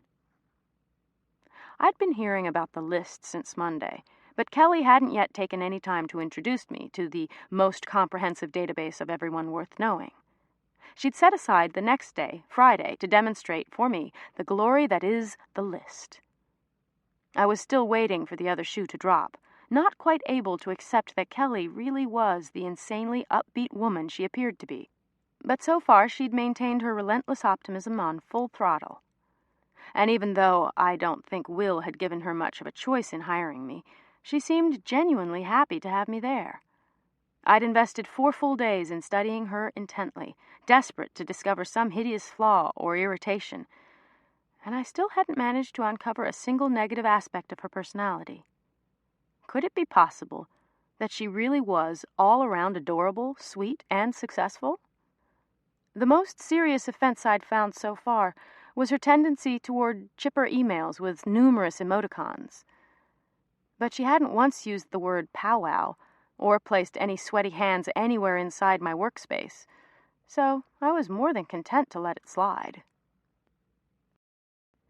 My phone rang just as everyone began arguing about whether or not Kelly had already had her eyes done at the ripe old age of 34, and although I scrambled to silence it, I realized that this crowd not only didn't mind if I answered it, they expected as much. "Bet, hey, how are you?" It was Michael, and he sounded slightly confused. "Michael, honey, how are you?"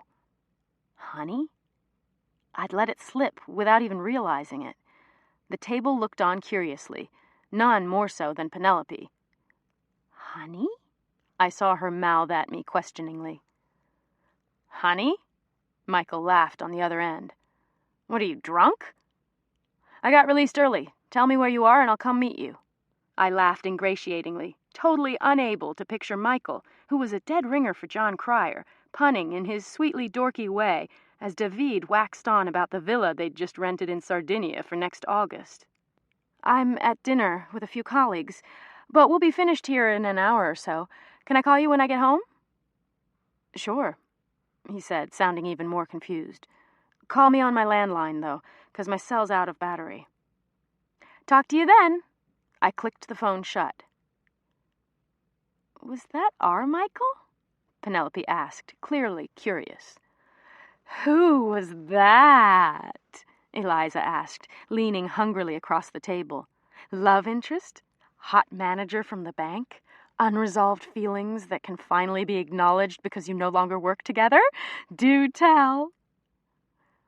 And even though the thought of having sex with Michael was less appealing than sleeping with my own uncle, and Michael was madly in love with his sweet and adorable girlfriend, and Penelope knew full well that Michael and I had absolutely nothing between us, I went with it. Something like that," I said, deliberately looking down while the table's attention focused on me for the first time all evening. "We're, just figuring things out now." "Oh," Eliza squealed. "I just knew it. Make sure Kelly adds him to the list so he can bring all his gorgeous banker friends to the events. What fun! Let's have a toast. To Bet and her new boyfriend." "Well, he's not exactly my—" "To Bet," everyone chorused, raising wine glasses and clinking. Penelope raised her glass, but stared straight ahead. They all sipped.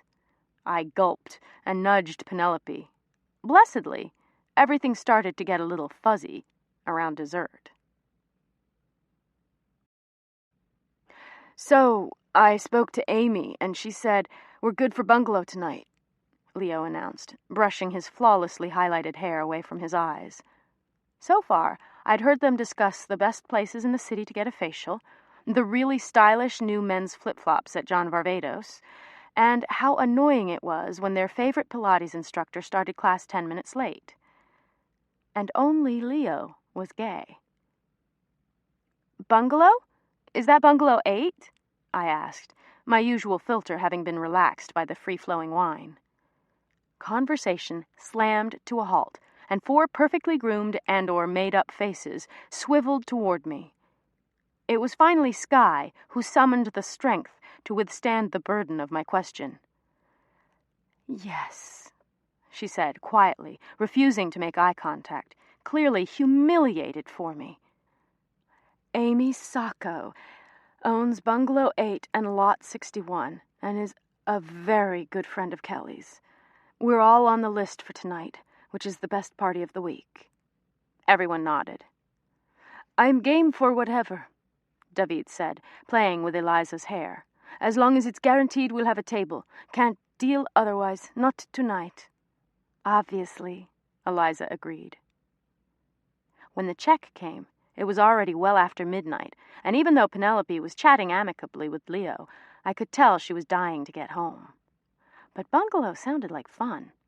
So I shot her a few significant looks and left for the bathroom, where I waited for her to meet me. "What a nice night," she said neutrally. "Yeah, they're cool, aren't they? Something different." "Definitely. Hey, I hope you don't mind if I cut out early," she said, sounding more than a little distant. "Is everything okay? What's wrong?" "No, nothing at all. It's just kind of late, and I'm not sure I'm up for a club. Avery and I agreed to meet at home tonight, so I'd better get going. Whatever. Dinner was great. I think I'm just tired, but you go and have a good time, okay?" "Are you sure?" "I could just as easily share a cab home and go to sleep. I'm not sure I'm up for it either," I offered, but she saved me the trouble. "Don't be ridiculous. Go and have fun for both of us." We walked back to the group and took our seats again, where what I hoped would be a final bottle of wine was making its way around the table. When the waiter presented the check with a flourish to no one in particular, I inhaled sharply. A quick mental calculation told me that I would owe somewhere in the neighborhood of $250. But apparently, splitting the bill wasn't an option because David reached for the little leather folder and nonchalantly announced, I've got this one." No one blinked or even attempted to argue with him. He slipped a jet-black credit card into the folder and handed it to the waiter. There it was. The mythical American Express black card, available by invitation only to those who charged a minimum of $150,000 a year. I had only just learned about it myself. It was mentioned in a blind item, as in, "Who needs a black card when she has a daddy with bottomless bank accounts?" in reference to an anonymous socialite's daughter. No one else appeared the least bit interested. "We ready?" Eliza asked, smoothing her dress over her adorable little hips. "We'll need 2 cabs. Leo and Sky, why don't you grab the first one? David, Bet, Penelope, and I will meet you there. If you get there first, I'd prefer the table closest to the bar on the left, okay?" "Oh, listen, I think I'm going to head home," Penelope said. "Dinner was great, but I've got to be at work early tomorrow. It was nice meeting all of you." "Penelope, you absolutely cannot go home. The night is just beginning. Come on. It's going to be a great party," Eliza shrieked. Penelope smiled. "I'd love to. Really, I would, but I just can't tonight." She grabbed her coat, gave me a quick hug goodbye, and waved to the rest of the table. "David, thank you for dinner. It was so nice meeting all of you," she said. And before I could tell her that I'd call her later, she was gone. We all stumbled into our pre-assigned cabs, while I managed to nod and make sounds at the appropriate times. It wasn't until we were actually standing outside the Velvet Rope at Bungalow 8 that I realized I was slightly drunk from dinner, and having almost no experience whatsoever with remotely cool night spots, was in a perfect position to do or say something really, really humiliating. "Eliza, I think I'd better head out," I said feebly. "I'm not feeling great, and I need to be up early tomorrow for—" She emitted a high-pitched shriek, and her sunken face came alive. "Bet! You've got to be joking. You're practically a bungalow virgin, and we're already here. Going out is part of your job now. Just remember that." I was semi-aware that the 30 or so people in line, mostly guys, were staring at us, but Eliza didn't seem to care. David was doing some sort of clap, high-five, knuckle-bumping greeting with one of the bouncers, and I found that I was incapable of anything but the path of least resistance. "Sure," I muttered weakly. "Sounds great." "Sammy, we're on Amy's list tonight," Eliza announced confidently to David's bouncer. He was about 6'3", 220 pounds, and happened to be the exact same guy who'd been working the door the night of Penelope's party. He didn't appear to be particularly amused by the chaos at the door, but as soon as Eliza unwrapped herself from him, he said, "Of course, Eliza. How many of you are there? Come on in. I'll have the manager get you a good table." "Great, honey. Thanks so much." She pecked him on the cheek and grabbed my elbow, leaning in close to whisper in my ear, "These guys think they're special, but no one would ever even talk to them if they weren't working the door here." I nodded, hoping he didn't hear us, even if he did deserve it. I glanced up and saw him peering back at me. "Hey," Sammy said, nodding at me in recognition. "Hey," I replied, cleverly managing to refrain from pointing out that he didn't appear to have a problem letting me in tonight. "Thanks for that umbrella." But he didn't hear me. He'd already turned away to rehook the red velvet rope and announced to the remaining hordes that their time had not yet arrived. He said something into his walkie-talkie and pulled open the door. We cruised past the coat check and were immediately enveloped in a cloud of smoke. "How do you know him?" Eliza asked, as David greeted everyone within a 20-foot radius. "Who?" "The door loser." "Who?" "The idiot working the door," she said, exhaling what appeared to be more than a lungful of smoke. "You seem to like him enough," I said, remembering how warmly she'd embraced him. "What else am I supposed to do? It's all part of the deal. Such a waste of a face. Do you know him?" "No. He was pretty hostile to me at Penelope's engagement party a few weeks ago. Made me wait outside forever. I know I've seen him somewhere before, but I can't place him." She murmured, sounding less interested with every passing second. "Let's get a drink." For one of the hottest clubs in the country, it still didn't look all that major. The whole place was one rectangular room, with a bar at the far end and about 8 tables with banquette seats along each side.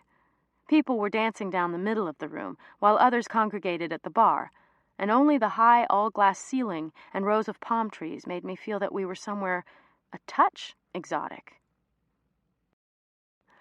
"Hey, guys, over here," called Leo, who was tucked into a couch in the far left corner, just as Eliza had requested.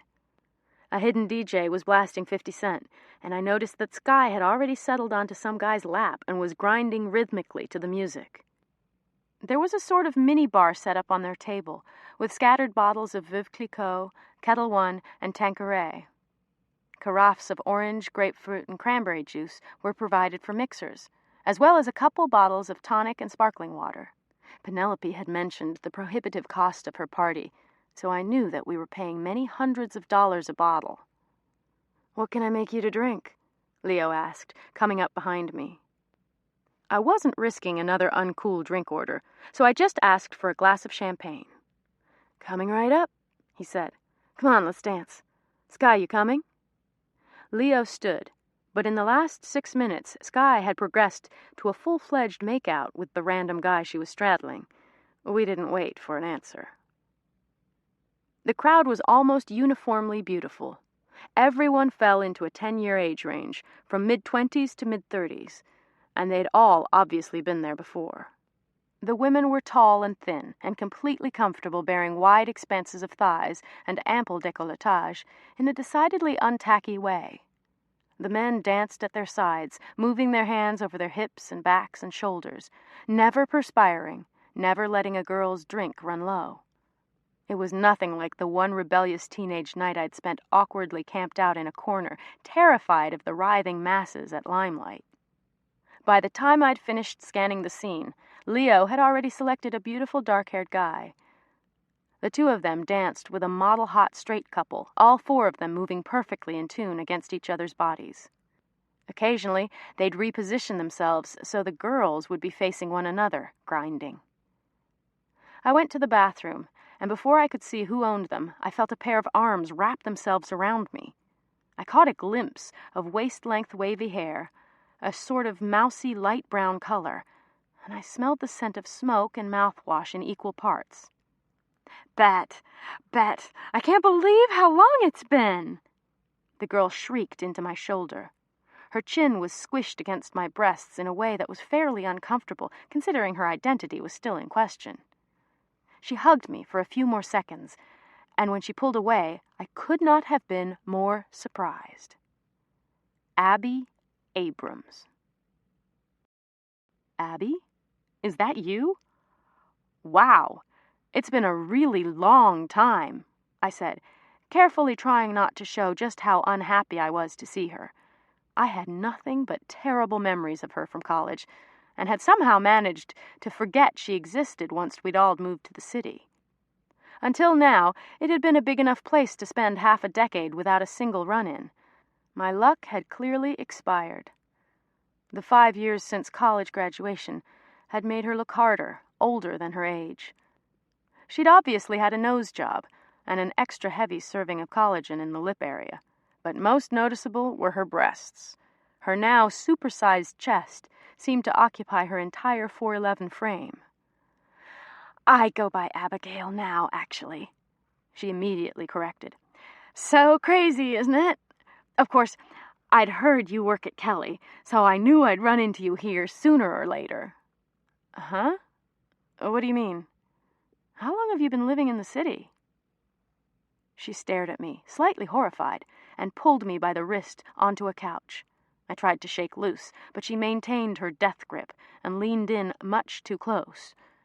"Are you, serious? Have you not heard? I'm at the vortex of the media world." I had to use my left hand to cover my mouth while pretending to cough so she wouldn't see me laughing uncontrollably. Since our days at Emory, Abby had loved declaring how she was at the vortex of something or other. Sorority Rush, or the men's basketball team, or the college newspaper, No one really knew what it meant. It was the wrong usage, actually. But for some reason, she'd latched onto the phrase and refused to let go. We'd lived on the same floor our freshman year. I'd noticed right away that she seemed to have an uncanny knack for sensing people's insecurities. She was always grilling me on what boy I liked, only to coincidentally be seen throwing herself on whoever I named within 12 hours of my admission. I'd overheard her once in the dorm bathroom grilling an Asian girl for tips on how to get that sexy slant-eyed look using an eye pencil. She'd once borrowed one of her classmates' history papers and turned it in as her own, only admitting to the mix-up once the professor threatened to fail both of them. Penelope and I met Abby around the same time in freshman writing seminar, and we immediately agreed that Abby was to be avoided. She'd been creepy from the beginning, the kind of girl who would make subtle but mean comments about your hair or your boyfriend or outfit, and then feign horror and regret when you inevitably took offense.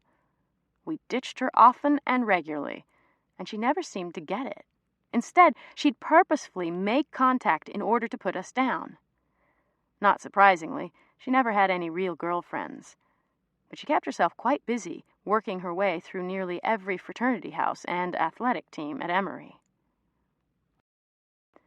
Vortex of the media world, huh? No, I didn't know that. Where are you these days? I asked in the most bored tone I could muster. I vowed not to let her get under my skin. Well, let's see. I started at L, and then made the jump to Slate. So much smarter, you know. Had a brief stint at Vanity Fair, but the office politics were so intense. Now I'm freelancing. My byline's everywhere. I thought about that for a moment and couldn't remember seeing her name anywhere. And you, Missy, how's the new job? She screeched. Yeah. It's been about a week, I guess, and it's pretty cool so far. I'm not sure if it's at the vortex of the public relations world, but I like it. She sensed no sarcasm whatsoever, or she ignored it. It's such a hot firm. They're repping all the best clients these days. Oh my God, I absolutely love your shirt. It's the absolute best call if you're ever looking to hide a little tummy, you know? I wear mine all the time. I involuntarily sucked in my gut. Before I could point out something nasty, like how 5 pounds on her frame would look like 20, she said, Hey, so tell me, have you spoken to Cameron recently? That was your boyfriend's name, right? I heard something about him leaving you for a model, but of course I didn't believe it. So much for not sinking to her level. Cameron? I didn't think you knew him. Then again, he is a guy who's breathing and living in New York City, so... Oh, Bet, it's really so great to see you, she said, ignoring my comment. Let me take you to lunch, okay? We have so much to catch up on. I've been meaning to call you forever, but you just vanished since college. Who do you hang out with? Still that quiet girl? She was so sweet. What was her name? Oh, you mean Penelope? She's gorgeous and engaged, and yes, I still see her. I'll be sure to tell her you said hello. Yes, definitely do that. So I'll call you at work next week, and we'll go somewhere fab for lunch, okay? Congratulations on finally leaving that dreadful bank and joining the real world. I can't wait to introduce you to everyone. There are just, so many people you need to meet.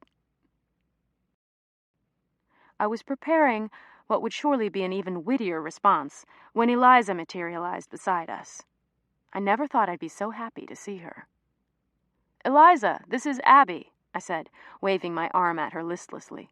It's Abigail, actually, Abby interjected. Right, And Abby, I looked at her pointedly and continued, this is my coworker, Eliza. Hey, we've met before, haven't we? Eliza mumbled, her front teeth clamped around a cigarette as she dug in her bag for a lighter. Totally, Abby said. She plucked a matchbook off the nearest table and gallantly lit Eliza's cigarette. Do you have another ciggy for me? They made the exchange and began chattering about some new gossip roundup called New York Scoop. I'd heard it discussed in the office, Apparently, even though it had been published for years, nobody had cared about it until the arrival of a saucy new column written by someone using the unclever pseudonym Ellie Insider. It was published twice a week, in both the online and print versions, although Ellie's column, unlike similar page 6 columns by Cindy Adams or Liz Smith, did not have an accompanying photo of the writer. Now, Abby was insisting that it was the hottest thing to hit media circles in years. But Eliza was saying that according to her sources, only select groups from the fashion and entertainment world were reading it obsessively, although she predicted others would soon catch on. This conversation topic remained interesting for a solid minute and a half before I had the blessed realization that I could simply excuse myself and leave. It wasn't until then that I realized I was standing alone in a swarm of gorgeous people who all just happened to have amazing rhythm, and I couldn't move. Dancing had never been my thing. I'd somehow managed to shuffle my way through a few painful slow songs at high school dances, always trying desperately to avoid the 8-minute rendition of Stairway to Heaven, and hop drunkenly along to the jukeboxes at our college dive bars, but this was truly intimidating. Before I could even manage to sway, I was overwhelmed with the same 6th-grade fears. It happened in a fraction of a second, but the feeling that everyone was staring at my baby fat and braces came rushing back. I needed to leave, or at the very least, get back to the table and avoid the hell of dancing. But just as I made up my mind to escape, I felt a hand on the small of my back. "Hi there," said a tall guy with a British accent and a tan so perfect it could only have come from the great indoors. "Dance?"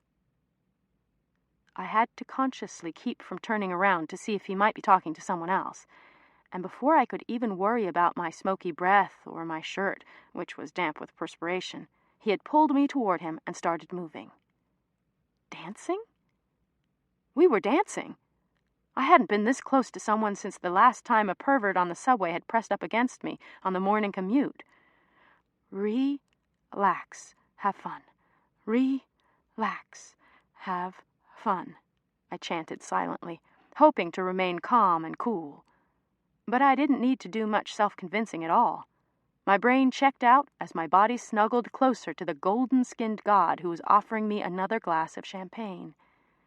I sipped that one, and then downed the next, and before I knew what was happening, I was perched on his lap, laughing with the table about some scandal or other, while the gorgeous stranger played with my hair and lit my cigarettes.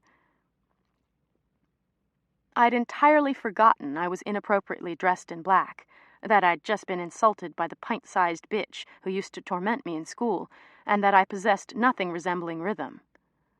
I remember watching, slightly reaction-impaired, as one of the Englishman's friends came over and asked who might be the new, charming creature on his lap. I didn't even realize they were talking about me until he hugged me from behind and said, "She's my discovery. Brill, isn't she?" And I, the charming creature, the Brill discovery, giggled delightedly, grabbed his face between both my hands, and kissed him squarely on the mouth, which is, thankfully, the very last thing I remember at all. Chapter 8.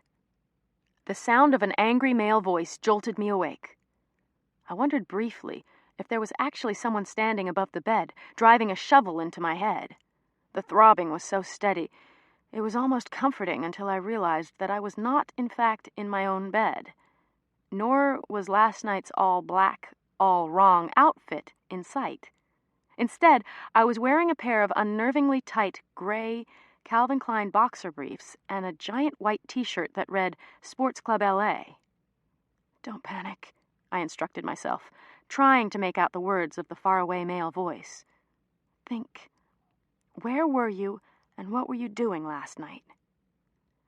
Considering that I was not in the general habit of blacking out and waking up in strange places, I congratulated myself on a good start. Let's see.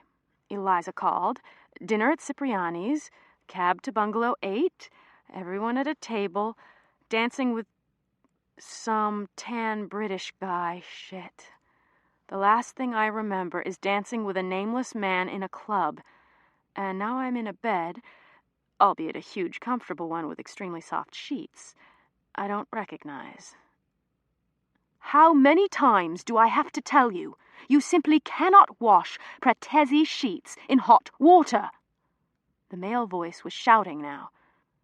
I jumped out of bed and checked for escape routes, but a quick glance out the window told me we were at least 20 floors off the ground. Yes, sir. I'm sorry, sir, said a whimpering female voice with a Spanish accent. I'm keen to believe that, Manuela. I really am. I'm a reasonable bloke, but this just cannot continue. I'm afraid I have to dismiss you. But, sir, if I can just... I'm sorry, Manuela, but my decision is final.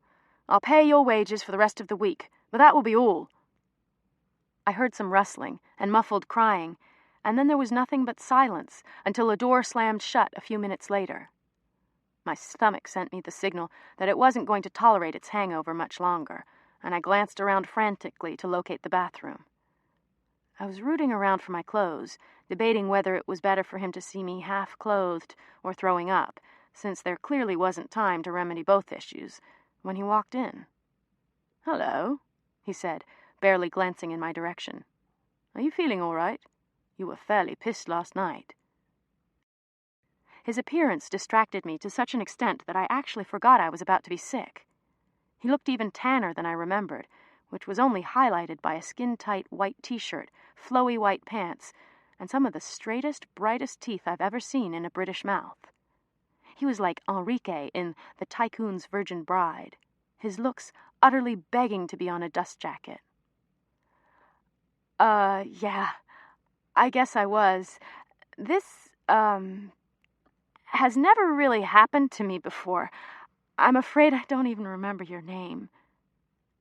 He seemed to remember that I was an actual person and not a bed adornment, and sat down next to me on the pillow. "I'm Philip Weston, and don't worry about it.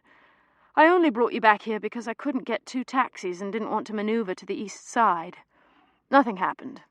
I'm not some rapist. I'm an attorney, actually," he said, with not a little pride in a thick, upper-crust English accent. "Oh, well, thanks so much. I really didn't think I drank that much, but I don't remember anything after dancing with you." "Yes, well, it happens. Stressful fucking morning so far, don't you think? I loathe having my post-yoga calm shattered by rubbish like this." "Yeah." He didn't just wake up in a stranger's bed, but I wasn't feeling great about my arguing position. "My housekeeper was washing my Pratesi sheets in scalding hot water. I mean, what bloody good are they if you have to double-check every move they make? Can you imagine what a disaster it would have been if I hadn't spotted it?" Gay. He was definitely gay. He wasn't Enrique, but Enrique's fey friend, Emilio. This was a tremendous relief. What would have happened exactly? I washed my own sheets in hot water and dried them on high because it seemed like the best way to make them softer faster. But then again, I'd bought them at Macy's and admittedly didn't spend all that much time thinking about it. What would have happened? Are you serious? He strode across the room and spritzed some Helmut Lang cologne on his neck. She would have burnt out the thread count, that's what. Those sheets cost £2,800 for a king set, and she would have destroyed them. He put the bottle down and began patting what I hoped was aftershave, but was more likely moisturizer, into his golden skin. I did a quick calculation. $4,000. Oh, I guess I didn't understand. I didn't know sheets could be that expensive, but I'm sure if I paid that much for them, I'd be concerned too. Yes, well, I'm sorry you had to endure all that. He pulled the t-shirt over his head to reveal a completely bare, perfectly sculpted chest. It was almost a shame he was gay, considering just how good-looking he was. He closed the bathroom door briefly and turned to the shower on, and then a few minutes later he emerged wearing only a towel. Pulling a dress shirt and suit from the oak-paneled walk-in closet, he handed me my clothes in a neatly folded pile and discreetly left the room while I stripped. "Will you be all right getting home?" Philip called from what sounded like a million miles away. "I must be off to work. Early meeting." Work? Jesus Christ! I'd completely and entirely forgotten that I was currently employed, but a quick check of the bedside clock reassured me that it was only a little after 7. He'd already been to yoga and back, and we couldn't possibly have gotten home before 3 in the morning. I had a brief but intense flashback to the one and only time I'd gone to yoga. I'd been fumbling through my first class for 30 minutes when the teacher had announced, 30 seconds into our current pose, the half-moon pose to be precise, that it was equivalent to 8 hours of sleep. I'd accidentally snorted, and she'd asked me if there was a problem. Luckily, I'd been able to restrain myself from asking what was really on my mind, namely, why had no one before enlightened us to the miracle of the half-moon pose? Why, for all these centuries, have humans wasted a third of their lifetimes sleeping when they could have just bent at the waist for 1/2 of 1 minute? Instead, I mumbled something about it being a really cool concept and sneaked out when she wasn't looking. Philip's hallway was longer than the entire length of my apartment, and I had to follow the sound of his voice to find the right room. Colorful abstracts hung on the walls, and the dark-stained wood floors, real wood, not New York parquet, highlighted the stark metal frame furniture. The entire place looked like a lean rosé floor sample, as though it had been plucked directly from the showroom and put back together in this guy's apartment. I counted a total of 3 full bathrooms, 2 bedrooms, a living room, and a study, complete with floor-to-ceiling built-in bookcases, 2 Mac G4 computers, and a wine rack, before I found him leaning against his granite countertop, feeding blood oranges into a high-tech juicer. I didn't even own a can opener. "You do yoga? I don't know any guys who do yoga." Any straight guys, that is, I thought to myself. "Of course. It's smashing strength training, and I love how it clears your mind as well. Very American, I suppose, but worthwhile nonetheless. You should try it with me." And before I knew what was happening, he lifted me up on the counter, pushed my knees apart so he could come closer, and began kissing my neck. Instinctively, I jumped off the counter, which resulted only in my pushing even farther into him. I thought, well, aren't you? 2 clear green eyes stared back at me, waiting. "It's just that, considering last night and the whole, protezi thing and the yoga class." Still waiting. No help here. "Aren't you gay?" I held my breath, hoping he wasn't still in the closet, or worse, out, but self-hating. "Gay? Yeah, as in liking guys." "Are you serious?" "Well, I don't know, it just seemed gay. You think I'm a homosexual?" I felt like I was roaming around on the set of some sort of reality TV show where everyone was in on the secret but me. Clues, so many clues, but no real information. I was trying to piece it all together as quickly as possible, but nothing was quite working out. "Well, of course, I don't know you at all. It's just that, well, you dress so nicely and seem to care a lot about your apartment, and, you have Helmut Lang cologne. My friend Michael wouldn't even know who Helmut Lang is." He flashed those shiny teeth once more and tousled my hair like one would a toddler's. "Perhaps you're just spending time with the wrong blokes. I assure you, I'm very, very straight. I've just learned to appreciate the finer things. Come now. There's time to give you a lift home if we hurry." He shrugged on a cashmere sweater and grabbed his keys. We didn't say anything at all in the elevator ride to the lobby, but darling Philip did manage to pin me against the wall and nibble on my lips, which somehow felt utterly disgusting and heart-stoppingly amazing all at once. You're delicious. Come here, let me taste you one last time."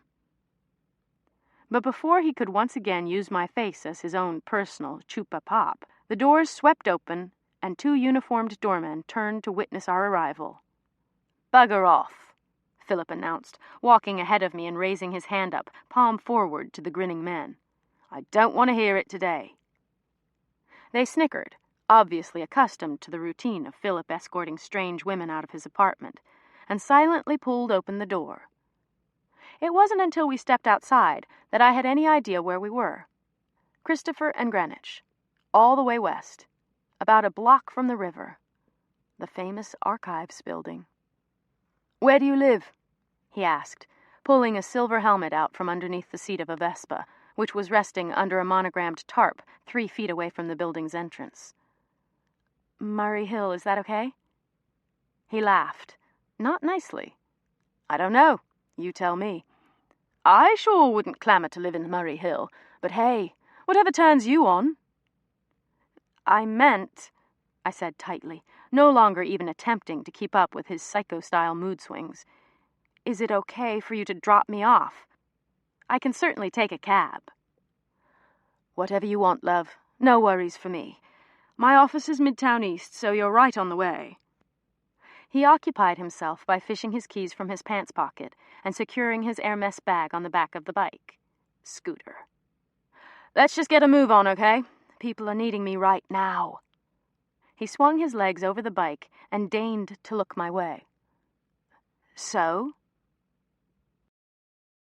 I was momentarily speechless, until he actually snapped his fingers. "Come on, sweetheart. Decision time here. Ride or not. It's not so difficult. You sure didn't seem this indecisive last night." I've always harbored the classic girl fantasy of having a real reason to slap some jerk across the face, and the opportunity had just presented itself in Technicolor. But I was dumbfounded by the finger snapping and the suggestion that something actually had happened last night. So I just turned my back and began walking down the block. He called out, sounding almost worried. "You don't have to be so sensitive, love. I was just kidding around. Absolutely nothing went down last night. Not you, not me." I heard him chuckle at his own cleverness, but I just kept walking. "Fine, be that way. I don't have time for the drama right now, but I'll track you down. Seriously, it's not often a woman can resist my charms, so consider me duly intrigued. Leave your number with my doorman, and I'll give you a call." The Vespa's engine caught, and he sped away, and although I'd just been insulted and abandoned, I still felt like I'd somehow won. If he was telling the truth, of course, and I actually hadn't slept with him in a wasted stupor. The victory lasted all of 40 minutes, during which time I jumped in a cab, raced home, took a washcloth bath in the bathroom sink, and applied copious amounts of deodorant to my underarms, baby powder to my scalp, and scented moisturizer everywhere else. I raced around the apartment, looking for clean clothes, and wondered how I would ever manage to be a good mother when I couldn't even remember to care for my own dog. Millington was sulking in the corner under the coffee table, punishing me for abandoning her the previous evening. She'd also peed on my pillow for good measure, but there wasn't time to clean it up. I managed to wedge in between throngs of commuters and arrive at the office at exactly 1 minute after 9. I was fantasizing about devouring the only known hangover cure, a large street coffee and bacon, egg, and cheese on a buttered roll, when Eliza motioned me over. She'd saved a space near the sunniest window and appeared to be quite eager to talk to me. The office was a giant rectangle, surrounded on all sides by sleek leather couches and sitting areas. There weren't technically individual desks, just 2 giant half-moon-shaped tables that formed a circle with 2 small breaks where the half-moons didn't quite meet, allowing access to the shared faxes and printers in the middle. We each had our own laptop that we could either lock in the closet or take home at night, and workspace was doled out on a first-come, first-served basis every morning. We all scrambled to sit in the 2 or 3 spots around the circle where Kelly couldn't see her computer screen from her office, and Eliza had managed to snag a few feet of prime space. I dropped my laptop on the table and very carefully removed the coffee from its paper bag, taking care not to spill a single golden drop. Eliza was practically panting. Oh, Bet, sit the hell down already. Tell me everything. I can barely stand it. Tell you what, I had a great time last night. Thanks for inviting me. Shut up, she was squealing, which appeared to be her only method of communication. How was... Pause. Deep breath. Philippe. Philippe? Don't you mean Philip? He sure didn't seem French to me. Oh, God, you are truly missing the point. He's absolutely fabulous, don't you think? Actually, I thought he was kind of a jerk, I said, which was partially true. This also made him tremendously intriguing, of course, but it didn't seem necessary to admit that. Eliza inhaled sharply and fixed her gaze on my face. What did you say? She whispered.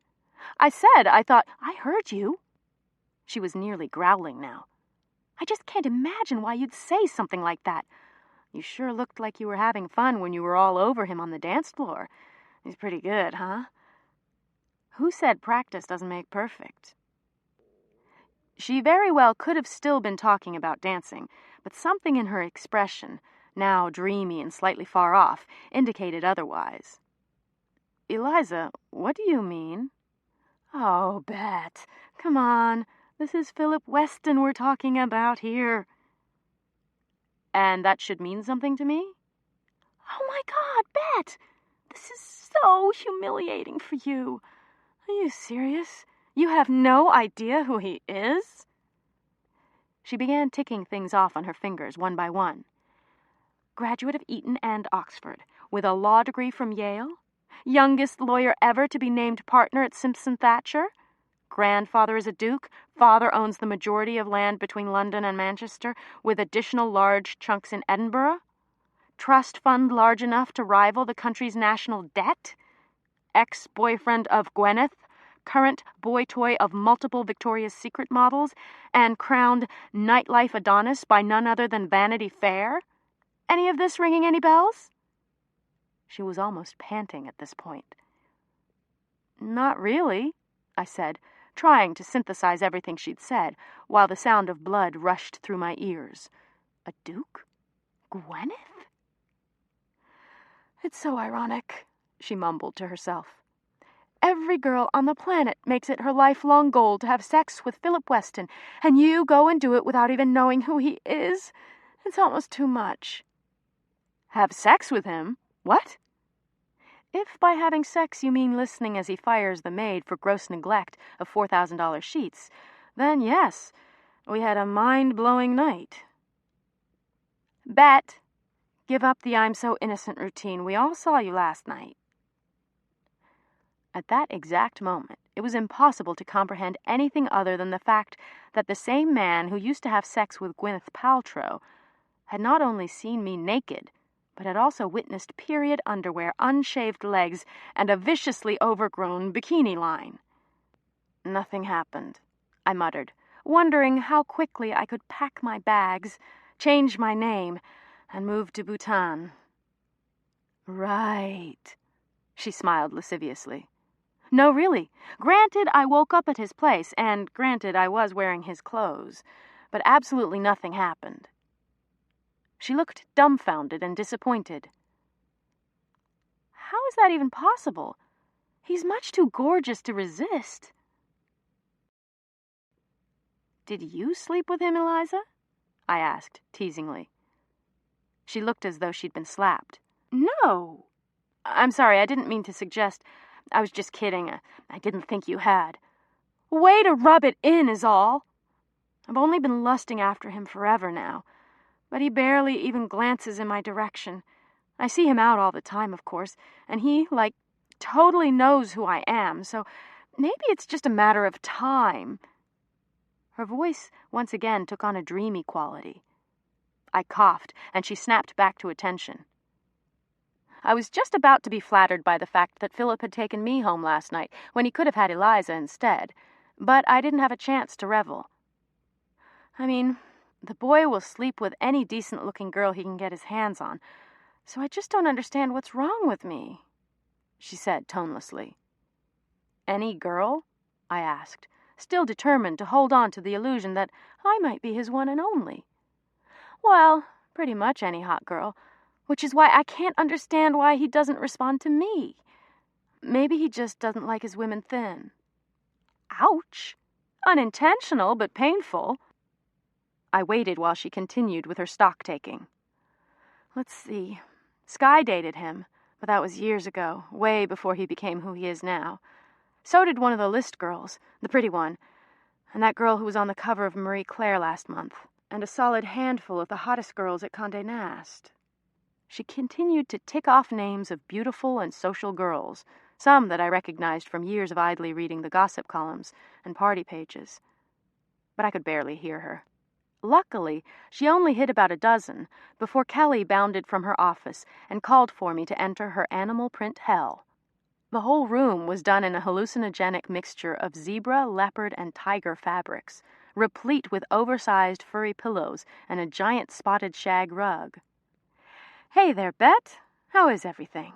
she said happily, closing the door and motioning for me to take a seat on a chair covered in what felt like actual skin and hair. Great. It's been a great first week so far." "I'm so glad. I think so too." Biggest smile yet. Yeah, seriously, I'm so happy to be here, and I promise I'll get all this stuff down as quickly as possible so I can start actually contributing instead of just watching," I said, with what sounded to me like a reasonable level of sobriety and coherence. That's nice. So, tell me about last night." She clasped her hands together and leaned forward. "Oh, right, last night. Yeah, I went to dinner with Eliza and Sky and Leo and a couple others, and we had such a nice night. It's a really great group of people you have here. Of course, I won't always let them keep me out so late." I laughed, trying to sound casual since I wasn't exactly used to discussing nights out with my boss. Aaron most certainly hadn't been my go-to morning-after confidant, but Kelly seemed eager for it. "You mean you won't let them keep you out until the next morning?" She grinned and let her words trail off. Ahem. I suspected we were towing the line between personal and professional, and I wasn't about to cross it. "It was a great dinner. I just love everyone who works here." A slightly inane non sequitur, but it was the only thing that came to mind. She leaned forward, brushing her side-swept bangs even more to the left, and placed her elbows on the rough-hewn wooden desk. "Bet, dear, you can't expect to, spend the night with Philip Weston and not have the entire world know about it. Here, look." She thrust a piece of computer paper across the table. My hands shook as I took it. I recognized it immediately as that day's edition of the column that Abby and Eliza had been talking about the night before, New York Scoop.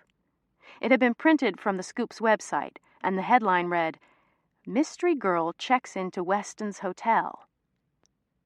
The story went on to detail how Philip had been accosted at Bungalow 8 the previous evening by a pretty young thing who some sources have fingered as a new hire at Kelly & Company. Keep it tuned right here to see if she resurfaces any time soon. The byline at the bottom of the piece read, "Ellie Insider." That's a stupid name, I thought. Despite the pretty young thing's semi-compliment that was undoubtedly supplied to fill space, my stomach dropped, and I looked at Kelly in horror. I'm working feverishly alongside half of Manhattan, trying to figure out who Ellie Insider is. It's fucking brilliant. Do you believe how quickly they get things posted? I suppose that's the benefit of having it online, although I still can't help feeling that these blogs are just little diaries for people who can't actually get published. Kelly, it's so not what it looks like. I can explain. It's just that after dinner Bet, I know exactly what happened, and I'm thrilled. You are? I was certain this was just her convoluted way of firing me. Of course. Look, this is an ideal scenario. Philip Weston, Bungalow 8, a mention for the office. The only thing I ask is that next time you make sure the real page 6 is watching too. This is a solid mention, but the column's still pretty new and not completely up to par yet with its circ numbers. I opened my mouth to speak, but no words came out. She didn't seem to notice, though. He's amazing, isn't he? Just between you and me, I've always had a thing for him. You have?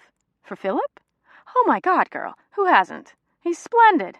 Not only is he all bold-faced mentions all the time, he also happens to look amazing without a shirt.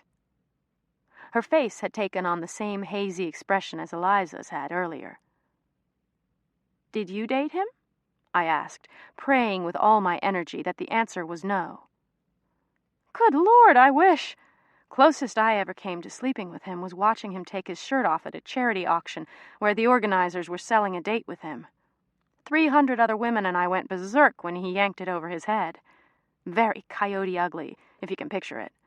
Wonderful and pathetic all at the same time. I let my guard down and forgot for a split second that I was talking to my boss. I saw that chest when he got out of the shower this morning, and it was every bit as beautiful as you say, I added, before I could realize what this implied. Kelly's head snapped around, and she stared at me with an odd combination of envy and urgency. I'm assuming that when he calls you again, you'll go out with him, right? This didn't really sound like a question. Oh, I'm not sure he'll be calling, I mumbled, realizing that absolutely no one would believe we hadn't slept together. She peered at me intently, then broke into a wide grin.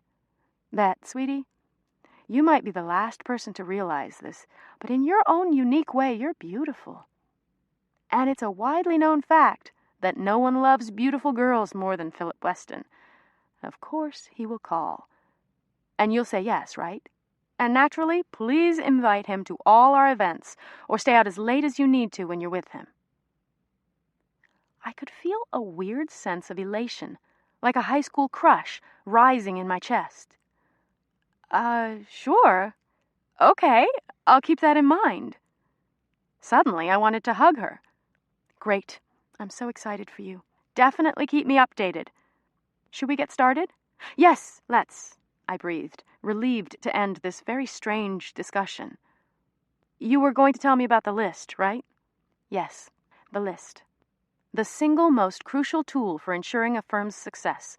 We're nothing without the people we can provide for our clients, so I've spent years putting together one of the biggest databases in the industry. Pull your chair around so you can see. I yanked the furry stool to her side of the desk and settled in as she double-clicked an icon on her desktop. Here it is, she purred, my baby. The most comprehensive list of tastemakers ever, anywhere.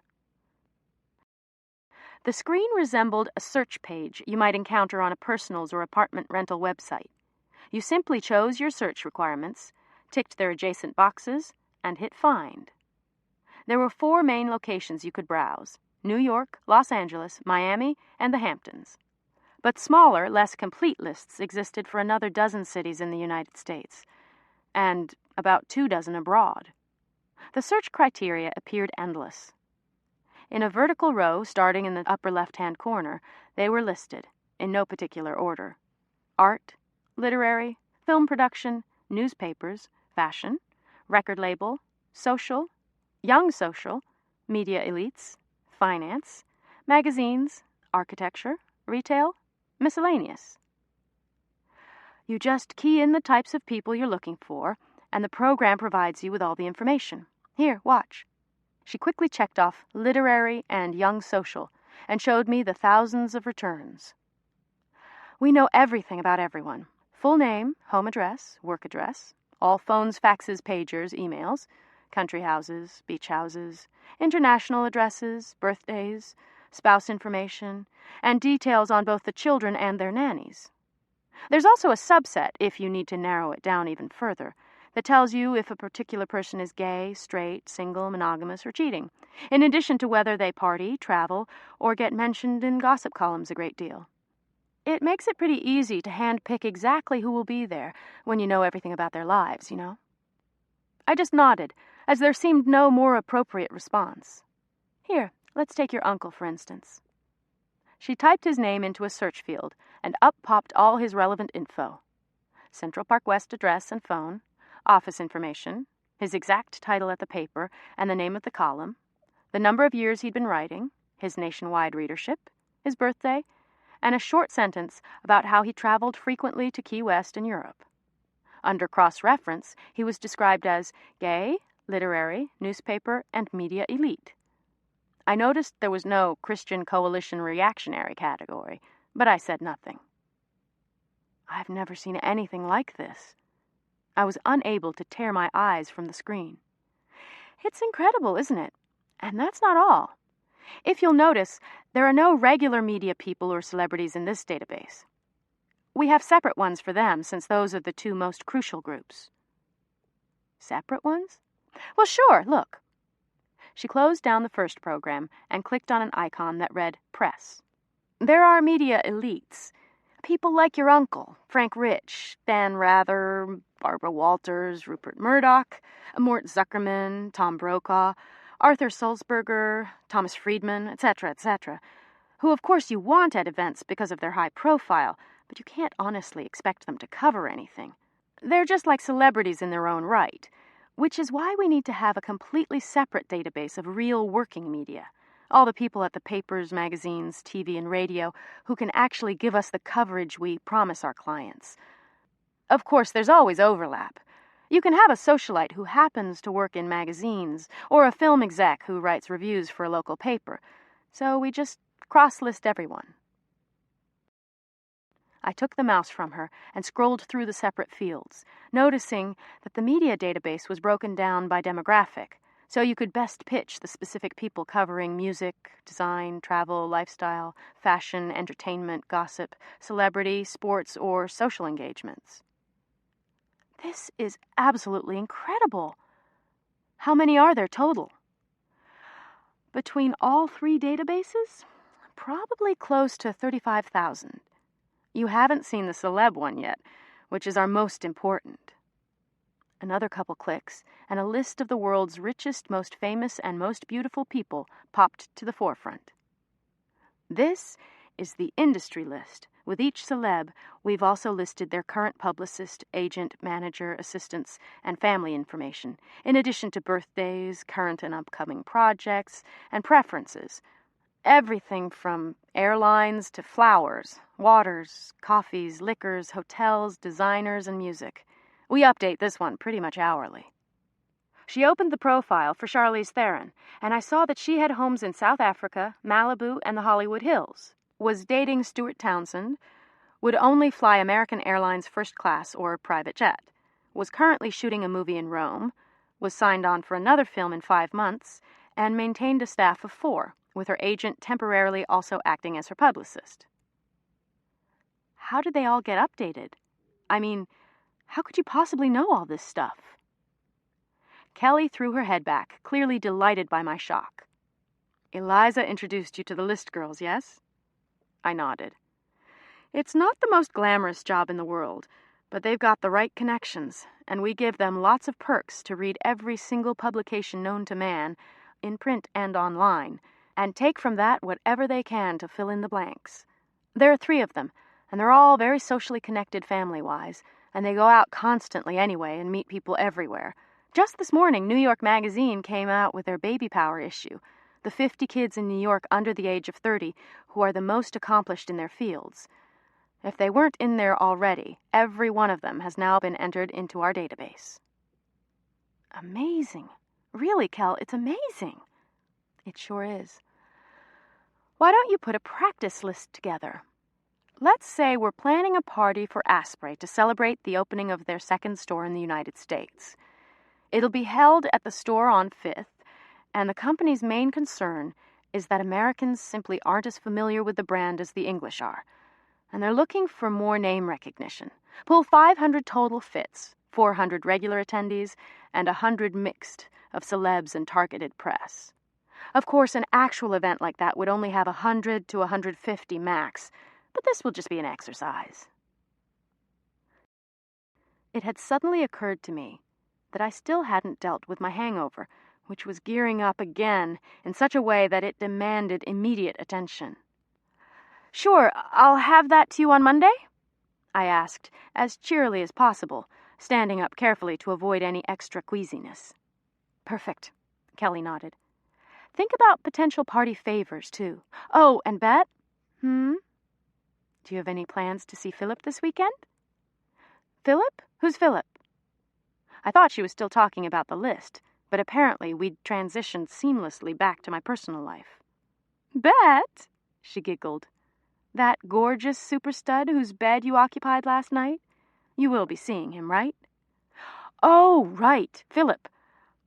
It wasn't exactly like that, Kelly. It was more like, oh, Bet. Stop right there. You don't owe me any explanations at all. It's your life, you know? She pointed out, apparently seeing no irony whatsoever in the statement. I just hope you'll consider going out with him over the weekend is all. Maybe have dinner at Matsuri, or stop by Kane, or Marquis. Well, I'm not sure he'll call me, but if he does, then, well, I guess... Oh, he'll call, Bet. He'll call. I'm glad to hear you're into the idea, because, frankly, you'd be crazy if you weren't. I'm headed out early today, so have a great weekend, okay? Sure, will do.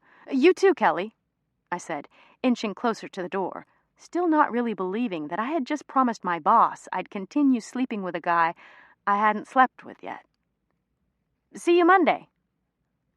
She picked up the phone, smiled, and gave me a thumbs up. I beelined for my area, near Eliza, but was stopped several times on the way by people grinning at me in knowing ways, or calling out, "Nice work," or "Great work with Philip."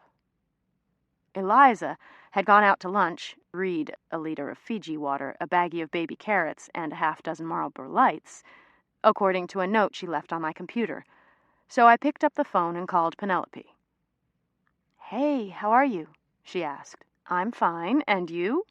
I responded in my detonation voice, so quiet and uptight that it gave the impression something might blow up at any second. "Great. Thanks for inviting me to dinner last night. It was, really interesting."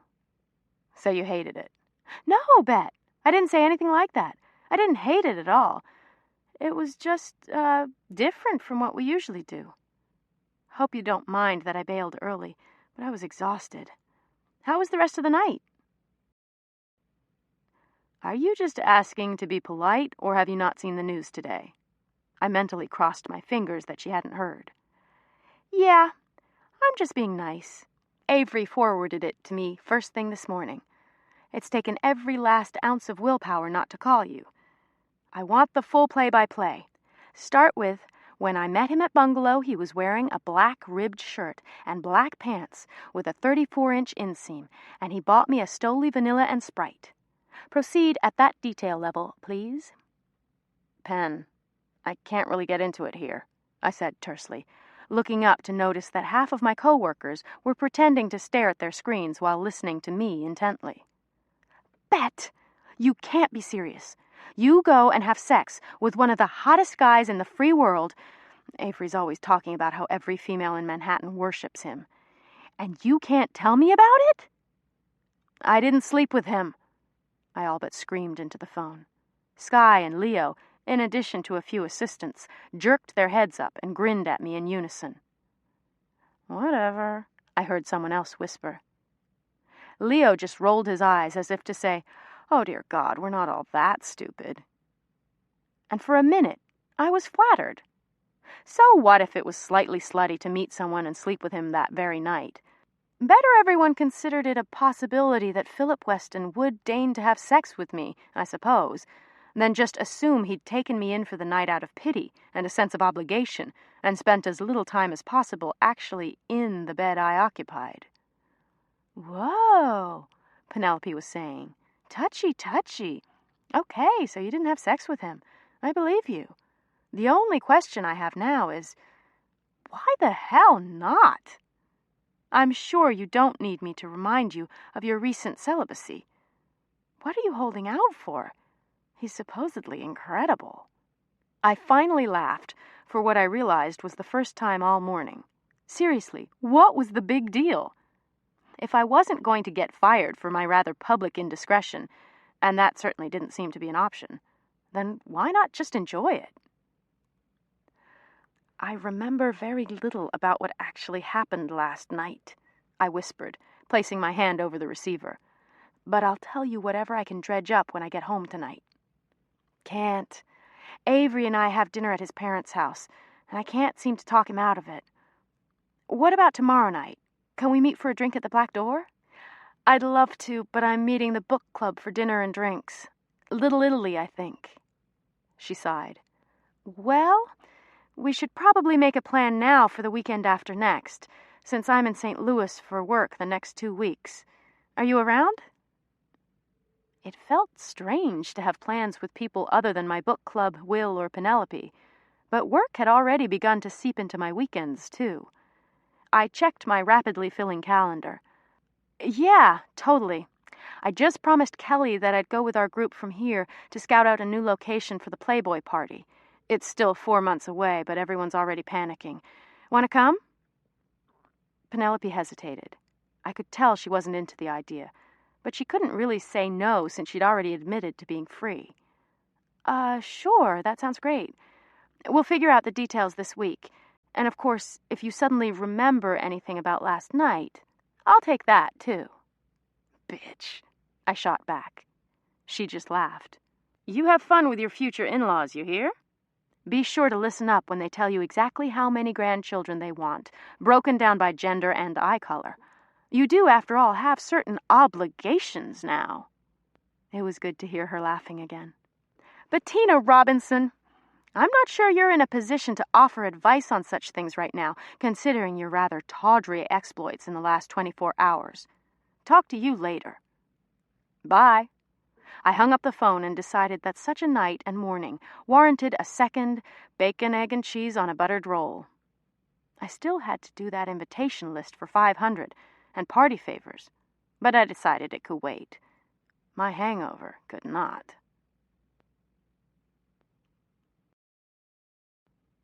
Chapter 9.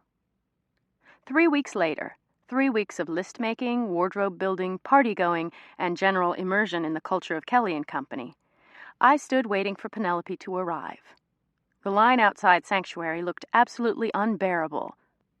Whole hordes of girls smoothed their Japanese reconditioned hair with manicured hands, while the boys, revitalized from various steak dinners, gripped their forearms to keep them from tottering over sideways in their heels. The early November night was chilly, but no one seemed to notice that it wasn't July anymore. Skin, scrubbed, buffed, waxed, moisturized, tanned, and glowing, was everywhere, from huge expanses of bronzed cleavage to slightly sparkling stretches of stomach to those inches of upper thigh that are rarely spotted away from the beach or the gynecologist's office. A few people swayed in time to loungy music emanating from behind the imposing steel door, and most seemed to twitter at the mere idea of what the night held.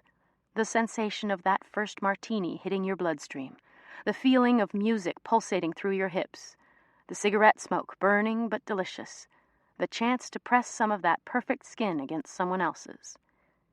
There was nothing quite as heady as a Saturday night in New York when you were standing outside the newest, chicest place in the city, surrounded by all sorts of glittering, pretty things, the kind of vibe where every fantasy was just waiting to unfold if you could only get inside.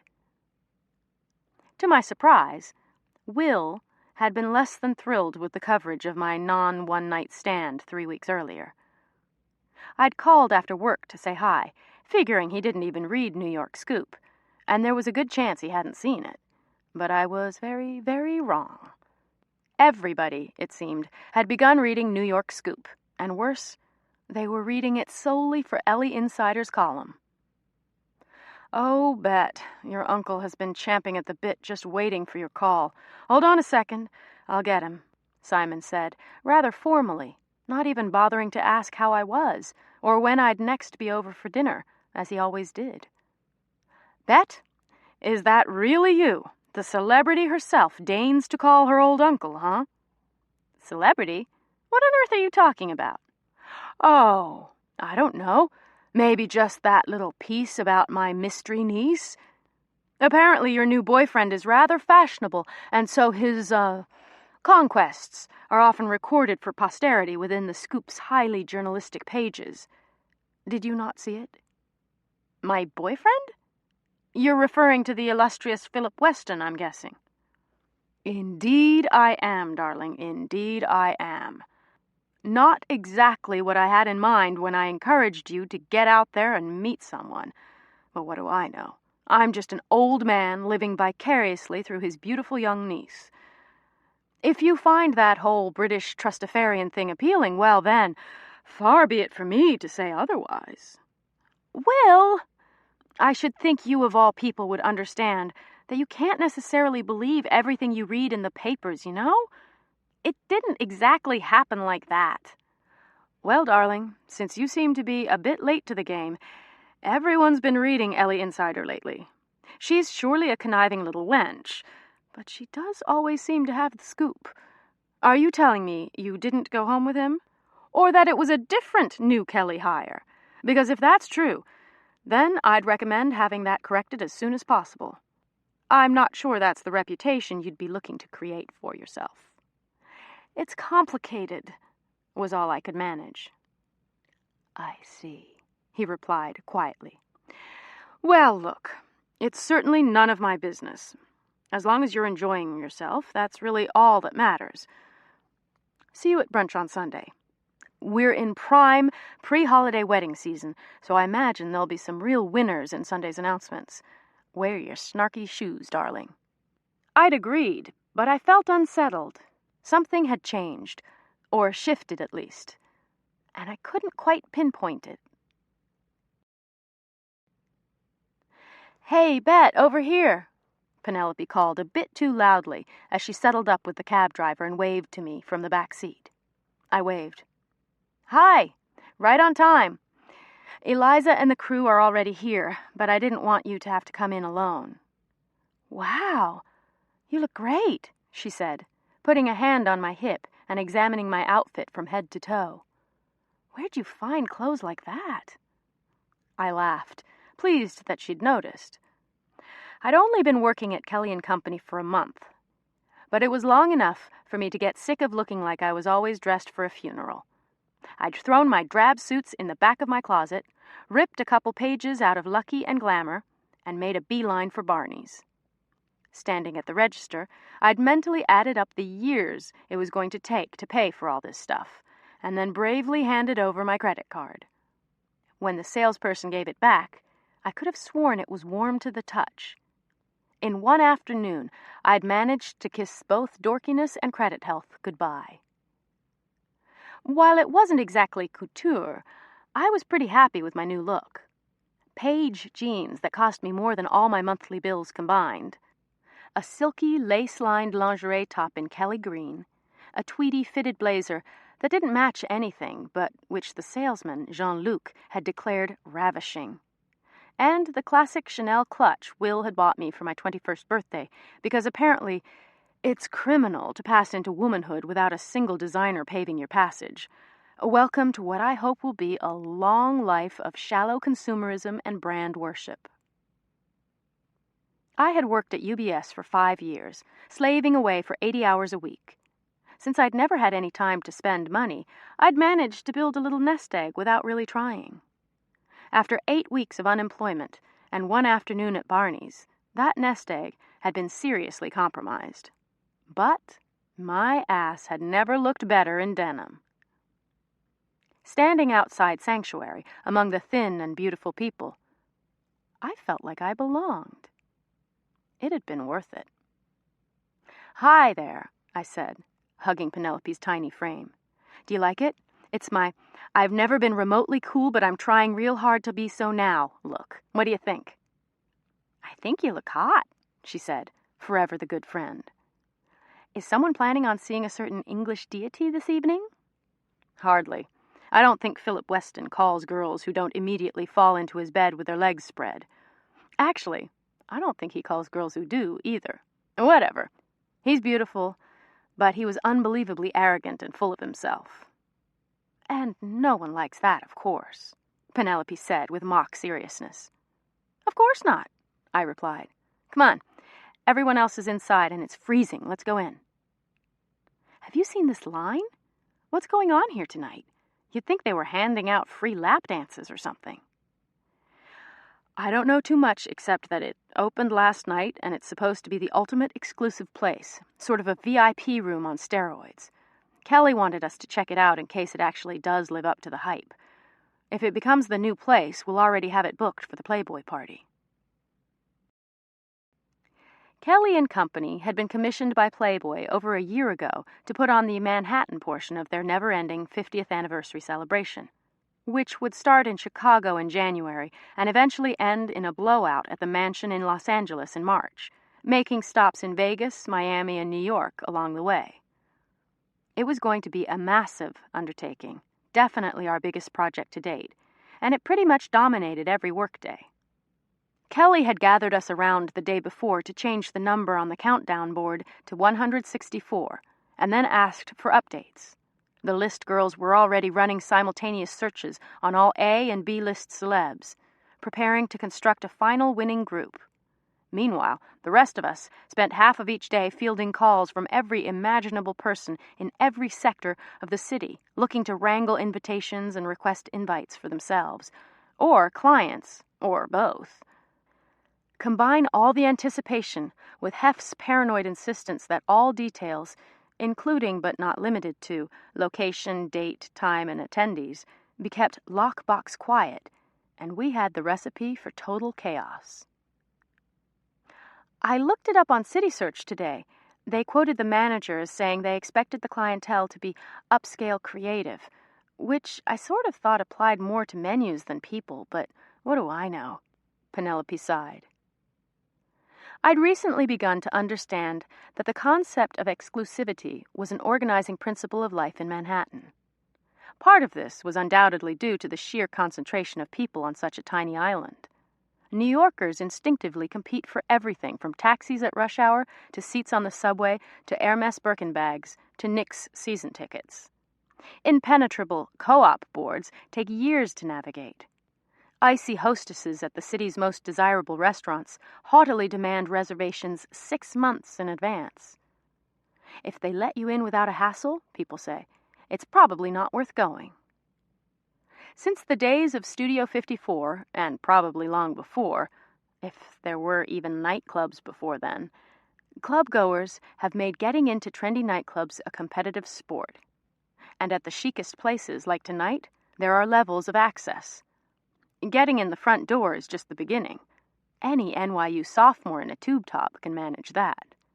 The main bar? I'd heard someone say in reference to Sanctuary. I'd rather be at TGI Fridays in Hoboken.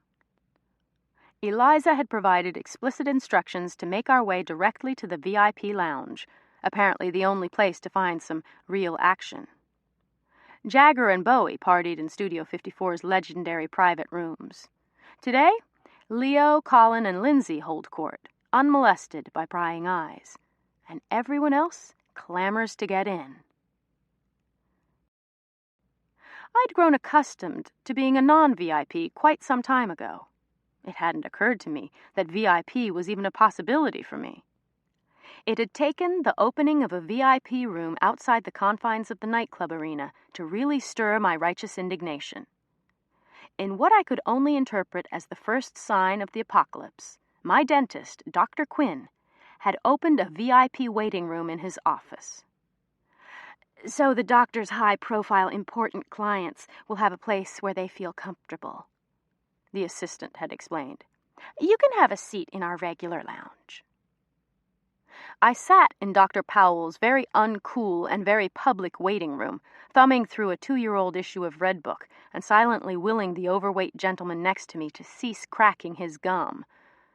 I gazed longingly at the door marked VIP and fantasized about the plush dental wonderland that surely lay beyond. I resigned myself to the fact that I would always be one of those people on the outside looking in.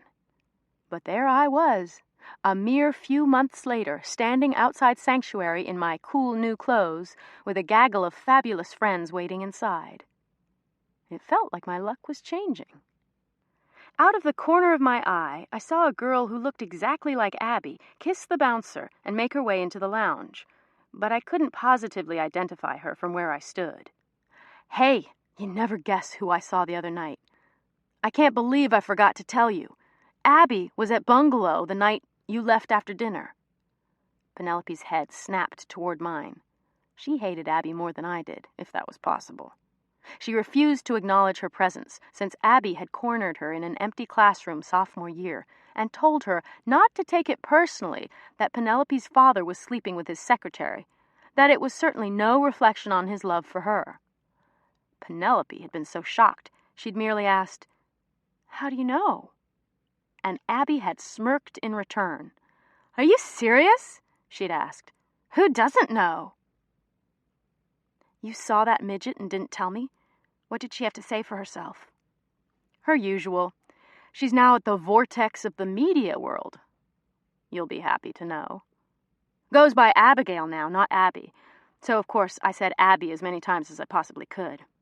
Had her boobs done and half her face rearranged, but she's still exactly the same. Girl would walk over her own mother in spike heels if it helped her get ahead," Penelope mumbled. "Sure would," I confirmed cheerfully. "And you just might have the pleasure of seeing her here tonight. I think she just walked in." "Great. That's just great. Lucky us." I linked arms with Penelope and boldly walked to the front of the line, hopefully projecting some level of confidence. A highly manorexic black guy sporting a giant fake afro wig and a long-sleeved mesh t-shirt over hot pink lycra tights peered at us through sparkle-encrusted eyelashes. "Are you on the list?" he asked, in a voice that was surprisingly gruff for someone who cross-dressed so expertly. "Yup, sure are," I said, casually. Silence. Yes, we're on the list. We're here with Kelly and Company." No response. He held the clipboard, but didn't consult it, and I decided he hadn't heard me. "I spoke with the manager earlier today to arrange a visit. We're actually here to check out the venue for a potential—" "Name," he barked, wholly disinterested in my explanation, but as I spelled out my last name, 4 guys in 70s leisure suits and a girl in something that looked an awful lot like a flapper outfit walked directly in front of me. "Romero, darling, move that silly rope aside so we can get out of the cold," the girl ordered, placing a hand gingerly on the bouncer's cheek. "Of course, Sophia. Come right in," he cooed deferentially, and I realized that the flapper was Sofia Coppola. The entourage followed her lead and nodded their respects to the bouncer, who was glowing with pride and happiness. It took him a full 3 minutes to regain his composure, and another 2 to remember that we were still there. "Robinson," I said, sounding definitely more irritated. R-O-B-I... "I can spell it," he snapped, apparently now in a full-fledged snit. "Yes, fortunately for you, I have you on the list. Absolutely no one is getting in tonight otherwise." Was about all I could manage in reply to this fascinating piece of information. He placed his hand on the velvet rope, but didn't lift it. He leaned over and addressed Penelope directly, and none too quietly. "Just FYI for next time, girls. You're really a bit more casual than we like to see here." Penelope giggled, obviously unaware that our new transvestite friend was not kidding. "Hey, I'm just giving it to you straight," he continued, his voice getting louder every second. A sort of silence had overtaken the previously fidgety and excited crowd, and I could feel 50 pairs of eyes staring at us from behind. "We prefer to see a little more style, a little more effort."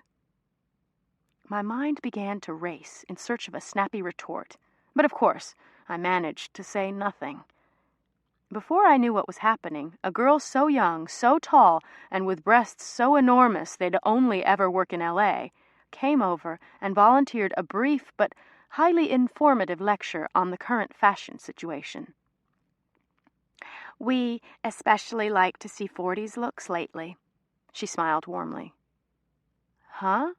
Penelope said, verbalizing exactly what I was thinking.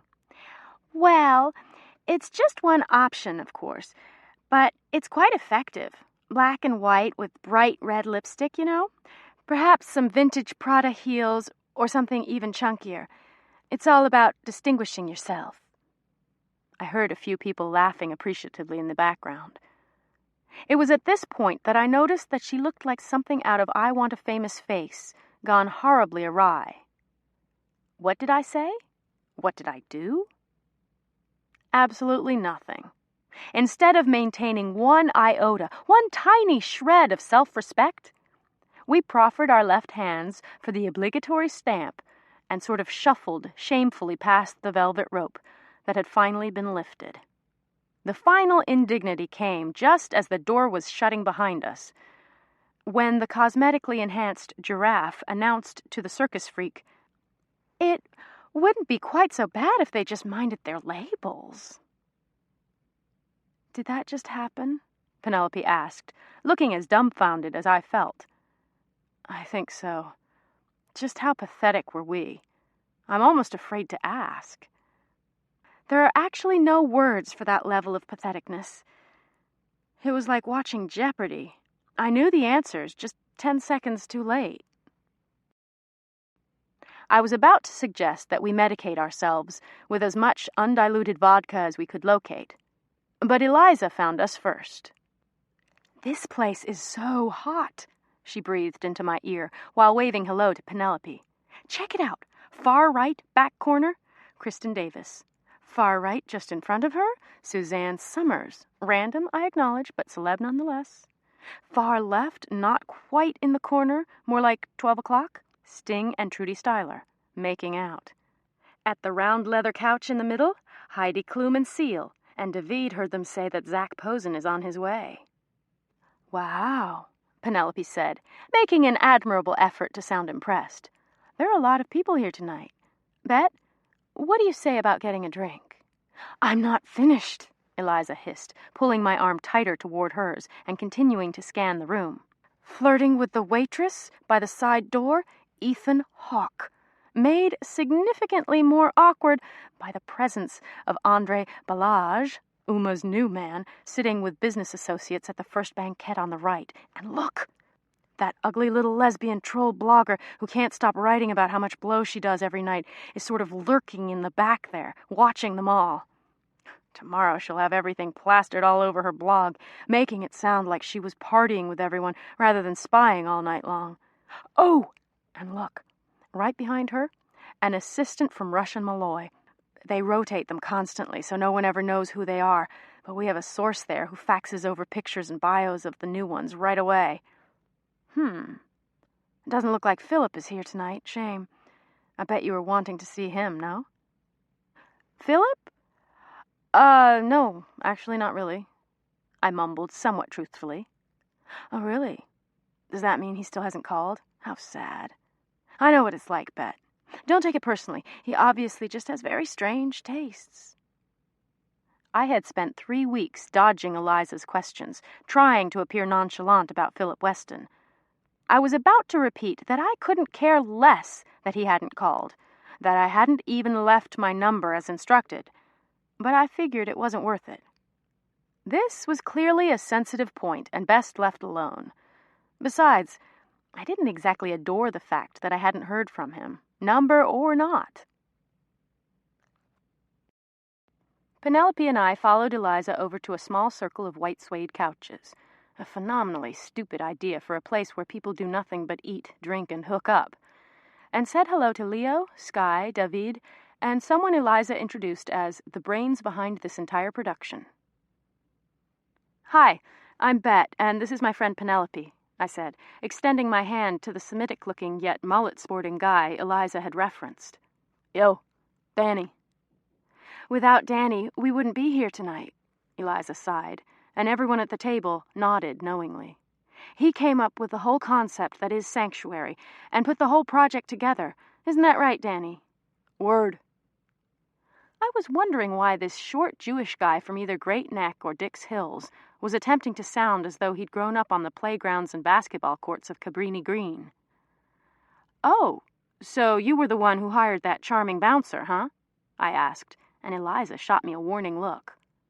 Danny apparently sensed nothing amiss. "Fag freak, but whatever. Gets his shit done. Keeps out the losers. All that matters to me. Penelope nodded seriously in agreement and simultaneously nudged me, and I gnawed on the inside of my cheeks to keep from laughing. Compared to 2 minutes ago, Danny was being downright verbose. "So, Danny, what gave you the idea for Sanctuary?" Penelope asked, staring at him with wide, fascinated eyes. He took a swig from his Stella Artois and peered at her as though he were trying to determine which language she'd just used. His eyes scrunched up in confusion, hand on his crinkled forehead, head shaking slightly from side to side.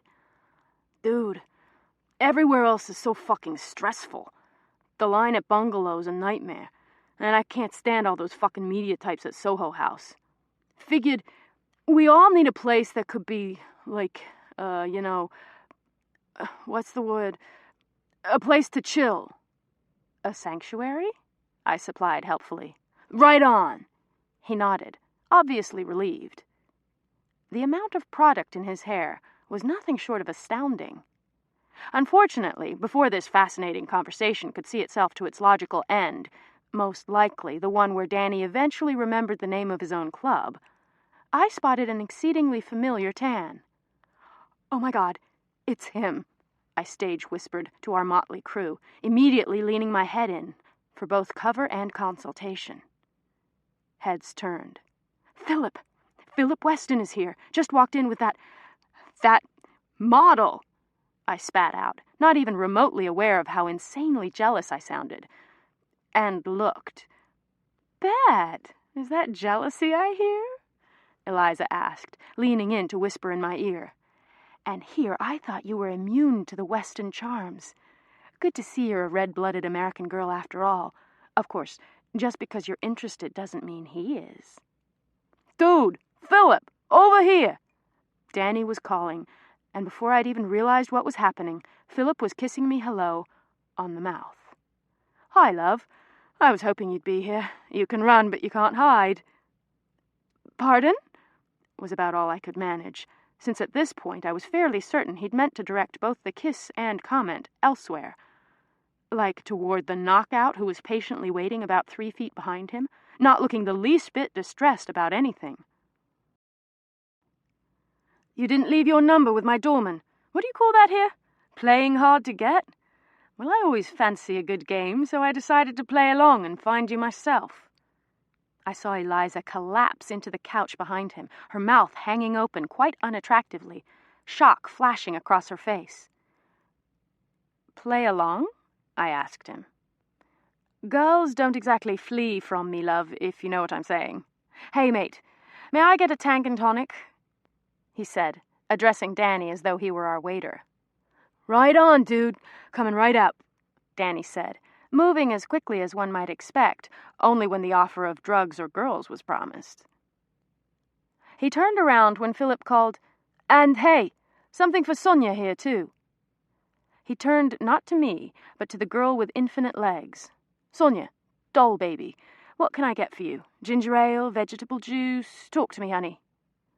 She stared back, uncomprehending, and I was almost amused by the idea that Philip had brought along one girl for accompaniment as he pursued another. He was pursuing me, wasn't he? Eliza had returned to David's lap, apparently recovered from Philip's unexpected arrival. I saw her very discreetly remove a small packet of white powder from her seafoam green Balenciaga bag and slip it to Skye, who immediately bolted in the direction of the ladies' room. Ever resourceful, Eliza then stuck a hand into the bag's side pocket and distributed a few tablets among the table's remaining people. Hands simultaneously found their way to mouths, and the mystery pills were quickly washed down with champagne and vodka, and what Skye, our very own drink critic, had described as the only decent cosmopolitan in this entire fucking city. "Ophélie, I think it will be nice to have the tomato juices, oui?" Sonia said, biting her lower lip seductively. "Hey, y'all, come and play. We've got more than enough to go around," Eliza called over the Hotel Coast CD that might have passed for relaxed lounge music had it not been pumped out at decibels capable of drowning out a 747.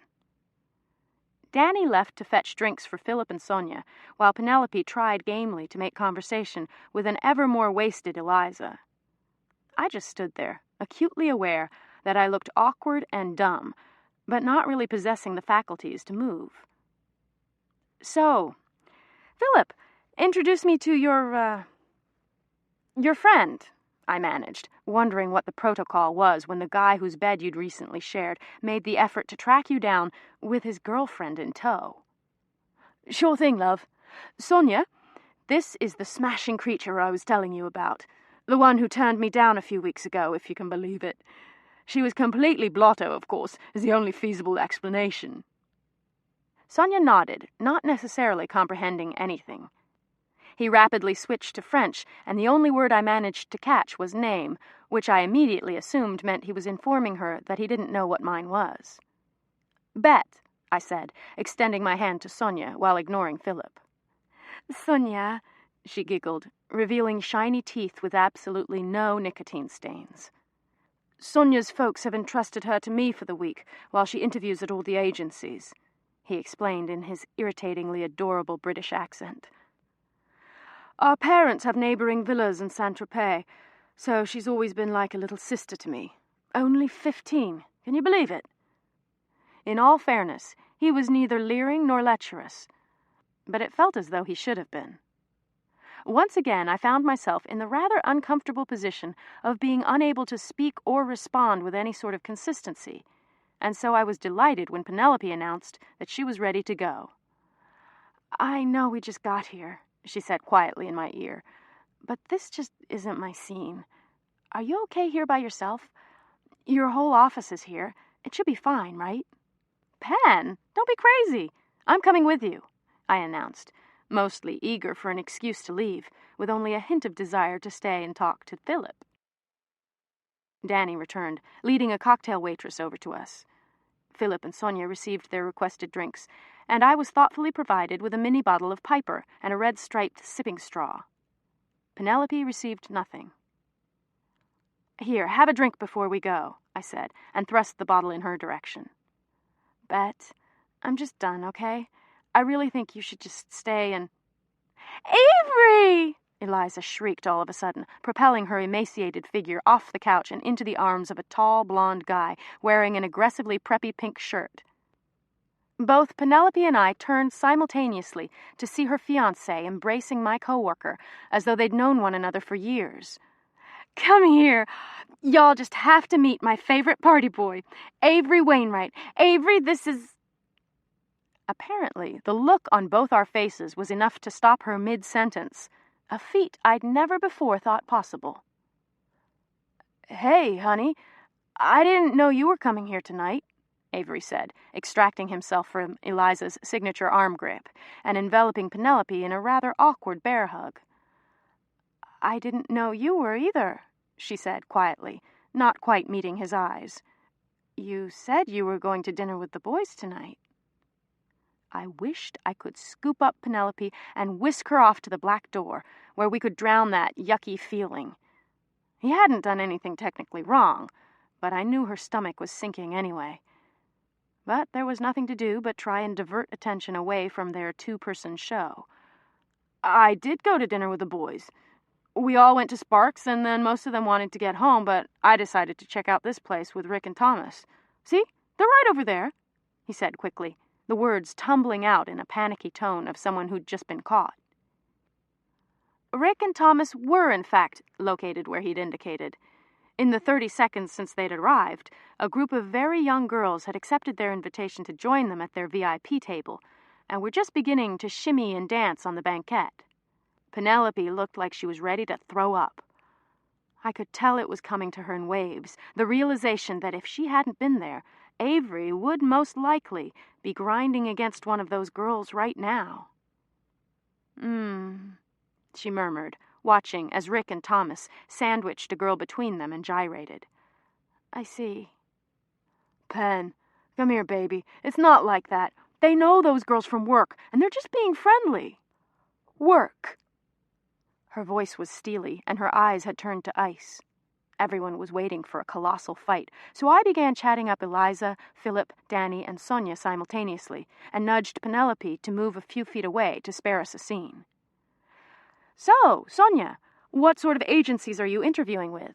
I asked, wondering if Philip had perhaps meant schools instead. She was really, really young. "Oh, you know, the common ones. Elite, Ford, Wilhelmina. Philly says I will make beautiful model." "Sure do, doll. Ever since this one was a mere tyke trolling around the villa in nappies, I thought she was splendid. Jailbait, but splendid." He was now officially leering. "Jalbet? What is jalbet?" she asked us both, her eyes crinkling adorably. "Nothing, doll. Why don't you sit right here and look ravishing and let me talk to Betty for a minute, okay?" "You know, Betty is really cute, but I prefer Bet," I said, as nicely as I could manage. "You are a randy one, aren't you?" He put his hands on my hips and pulled me close, but didn't make a move to kiss me. It was hard to concentrate on his flawlessly chiseled face when I could hear Avery pleading in the background. "Honey, I don't know why she called me a party boy. You know I like to go out. Hell, I wish you'd come with me more. Eliza's just a silly cokehead who happens to know where the good parties are, that's all." That bastard. He had the nerve to stand there and call Eliza a cokehead, through clenched teeth and a lower jaw so jittery it looked like it was hooked up to electrodes. Penelope knew a lot of things the rest of us didn't. How to wrap presents, when to write thank you notes, the best way to set a dinner table. But she was painfully clueless when it came to Avery, drugs, or Avery and drugs. Skye finally came back from the bathroom, her jaw all a-twitter as well.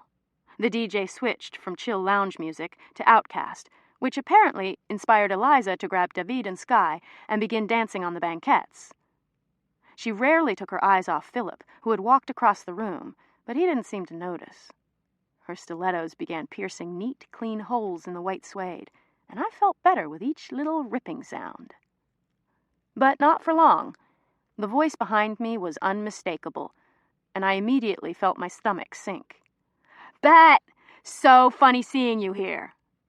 Abby tugged on my arm, causing my champagne to splash on the suede. "Hey, Abby," I said as flatly as possible, looking around for a possible escape before even making eye contact. "So, you and Philip are looking pretty hot and heavy, huh?" She winked, and I suppressed an urge to scratch the grin off her face. What brings you here?" She laughed and adjusted a 5-inch heel, which did little to disguise her height. "Does anyone need a reason to have a little fun? Oh my God, is that Avery Wainwright? We haven't had a chance to catch up recently. That boy grew into a very handsome man, don't you think?" "He's engaged," I snapped, to Penelope. "You remember Penelope, don't you?" She feigned cluelessness. Well, you know what they say." "No, what's that?" "Nothing's final until the vows are exchanged." She rubbed her hands together as though she was anticipating something very delicious or exciting. At my reaction, she said, "Oh, Bet, calm down. I was just kidding." A look of mock horror passed over her face. "You should really work on that sense of humor, you know. Speaking of which..." "Abby, it was really great bumping into you, but I've got to get back to my friends. Sort of a work night, you know?" I ducked out from behind her and began sliding away. "Sure, honey, but let's get that lunch sometime soon, okay? I'd love to hear all about Philip and the new job and everything. Everyone's still talking about that mansion in New York Scoop," she called after me. I wanted to make sure Penelope was holding up, but Avery had her cornered, and neither looked thrilled, so I made my way back to our table, where David handed me a drink. Penelope immediately walked over. "Bet, I think we're going to head out," she said, wearily, sounding as though she'd rather kill herself than either stay or leave. "You okay? Seriously, why doesn't Avery just stay here and hang out, and you and I can go get something to eat? I wouldn't mind leaving before I do something I'll seriously regret, like going home with Philip and making mad, passionate love to him, even though I think he's the most obnoxious guy I've ever met." She sighed. No, thanks. I think we really need to get home. I'll call you tomorrow. I wondered if they'd sleep at all that night. Avery was so amped up on coke that it would take a horse tranquilizer to put him to sleep. Or maybe he'd start having flashbacks from all the acid he did in college and try to eat a parakeet or fly out a window. Poor, sweet Penelope. Bet, love, are you ready to leave? Philip asked, draping his arms over my shoulders as though he were my long-term boyfriend, instead of the guy I didn't want to sleep with. Let's go back to my flat.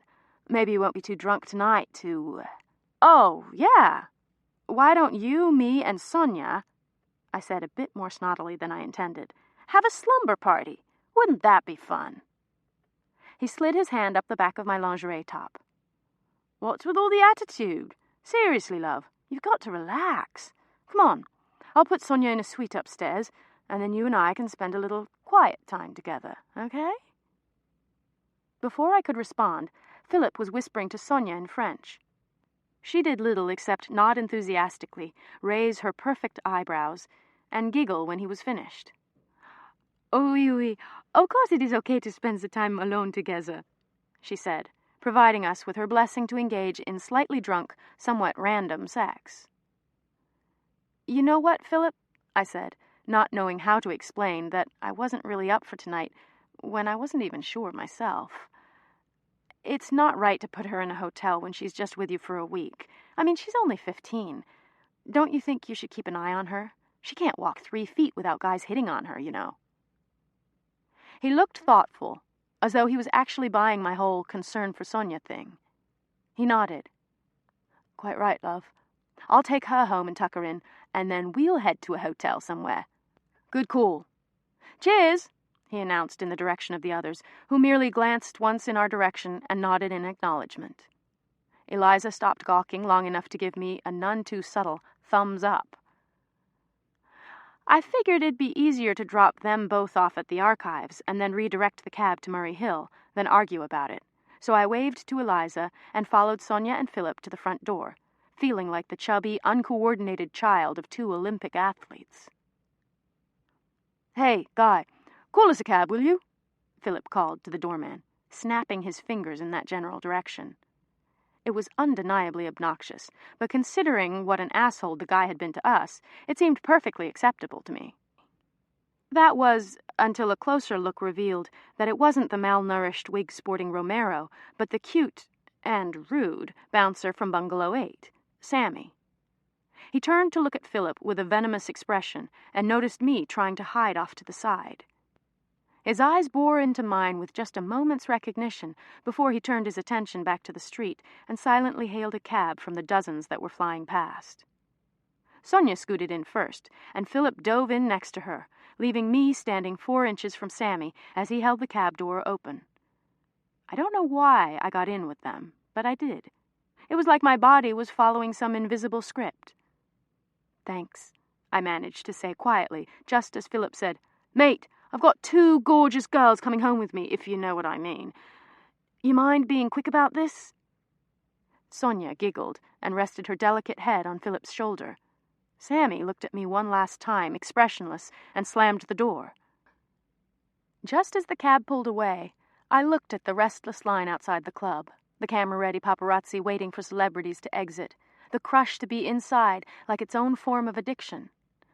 And even though I couldn't pinpoint why, I was quite sure I wanted to cry. Chapter 10. How do you eat like that and stay so tiny? I asked Penelope for the 1000th time since we'd met.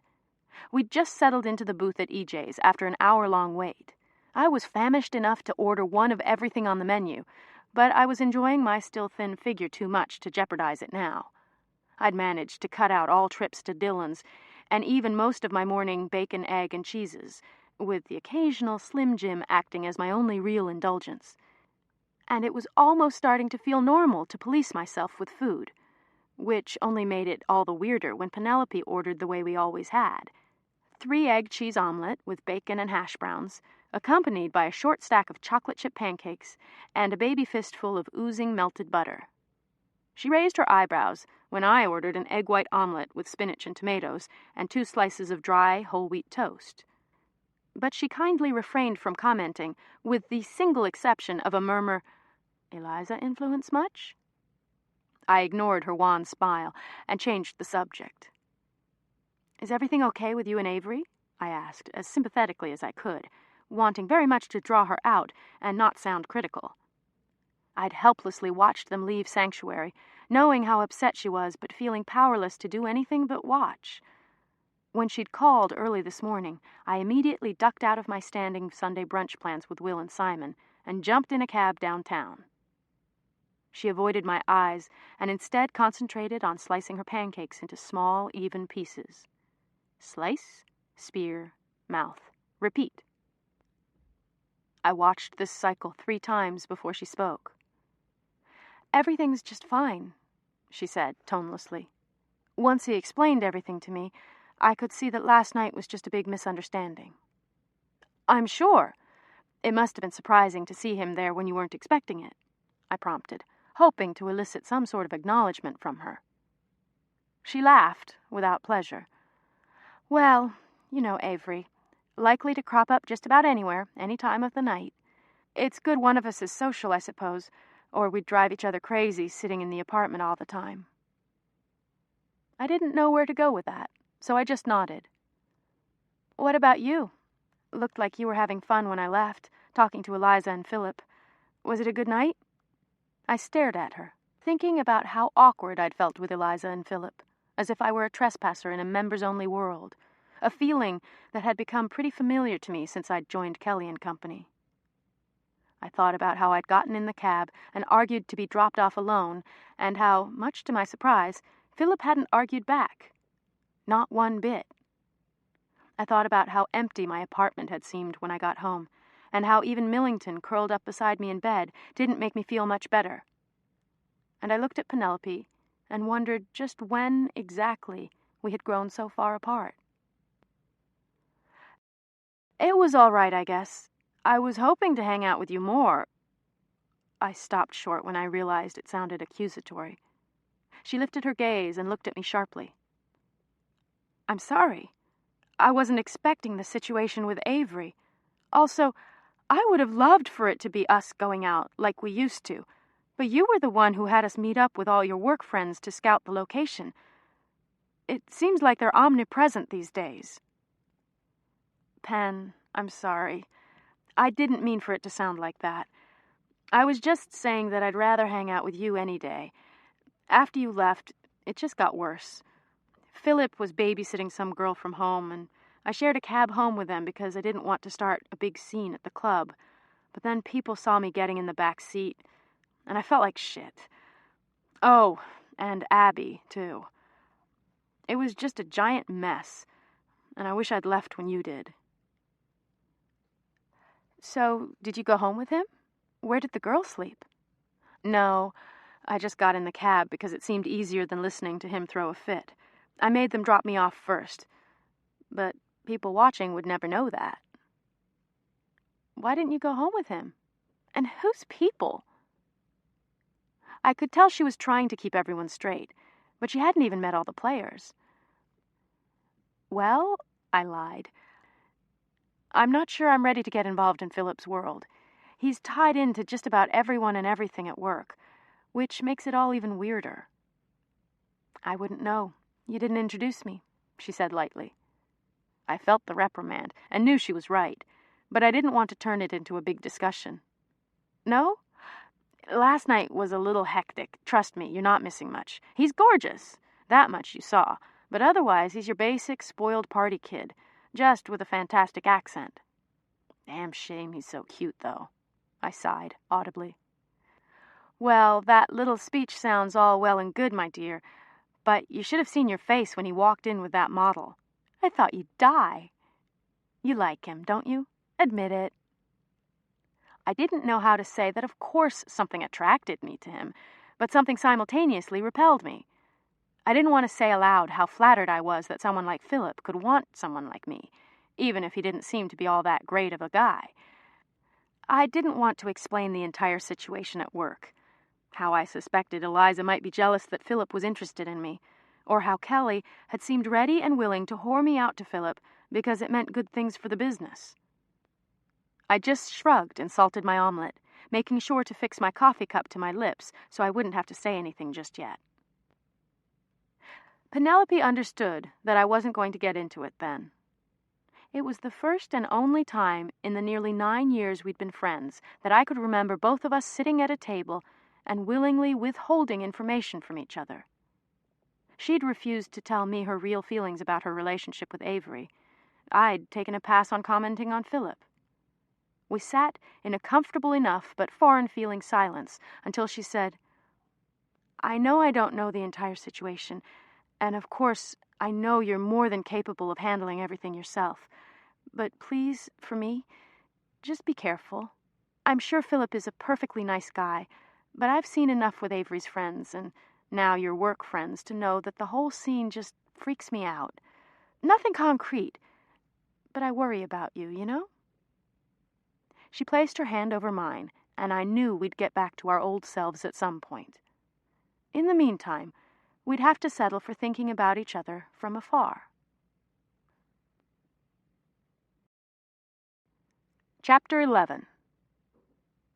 "Okay, kids, quiet down," Kelly announced as she tottered into the conference room in the high heels she wore every single day. "Did everyone have a chance to read their dirt alerts already?" "Sure did," piped up Leo from the other end of the glass table that looked like it belonged more in a W hotel than in an office. "Seems like our favorite new staffer got herself another mention." I felt the familiar loopiness in my stomach begin its rounds. I'd been 10 minutes late this morning and hadn't yet read the dirt alert, obviously a major misstep on my part. One of the assistants specifically got in every morning by 6 a.m. to create the day's dirt alert for all of us. A sort of survey of all the columns, papers, and stories that might in some way be related to our clients or industry, and placed them on our desks by 9 a.m. But everyone generally scanned all the websites when they first got up in the morning, skimming quickly between Drudge, Page 6, Liz Smith, Rush and Malloy, USA Today, Variety, New York Scoop, an assortment of blogs and columns, and a few of the bigger trade headlines. It's best to know early if something bad happened and your phone was going to ring off the hook, so the dirt alert was more of a formality than any sort of breaking news. The only really relevant information we got each morning was the celeb alert, which included information on who's in town, why they're here, where they're staying, and under what name, and how best to contact them to bribe or beg them to attend an event. 4 straight weeks of logging on to analyze every imaginable website within 5 seconds of waking up, supplemented by a professional report a few hours later, and the one day I wasn't fully informed of all the late-breaking gossip, of course, was the only one that mattered. I haven't had a chance to see it yet this morning, and besides, I can't imagine what could be in there, considering I was checking out Sanctuary this weekend, with all of you, right up until I went home. Alone, I added quickly, as though I owed my coworkers this explanation. "Well, let's see here," Kelly said, picking up a printout of the online column. "New Kelly and Company employee seems determined to fit in with her hard-partying coworkers.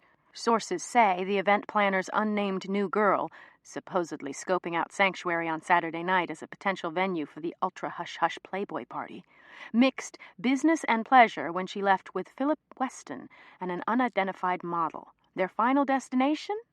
We have our ideas."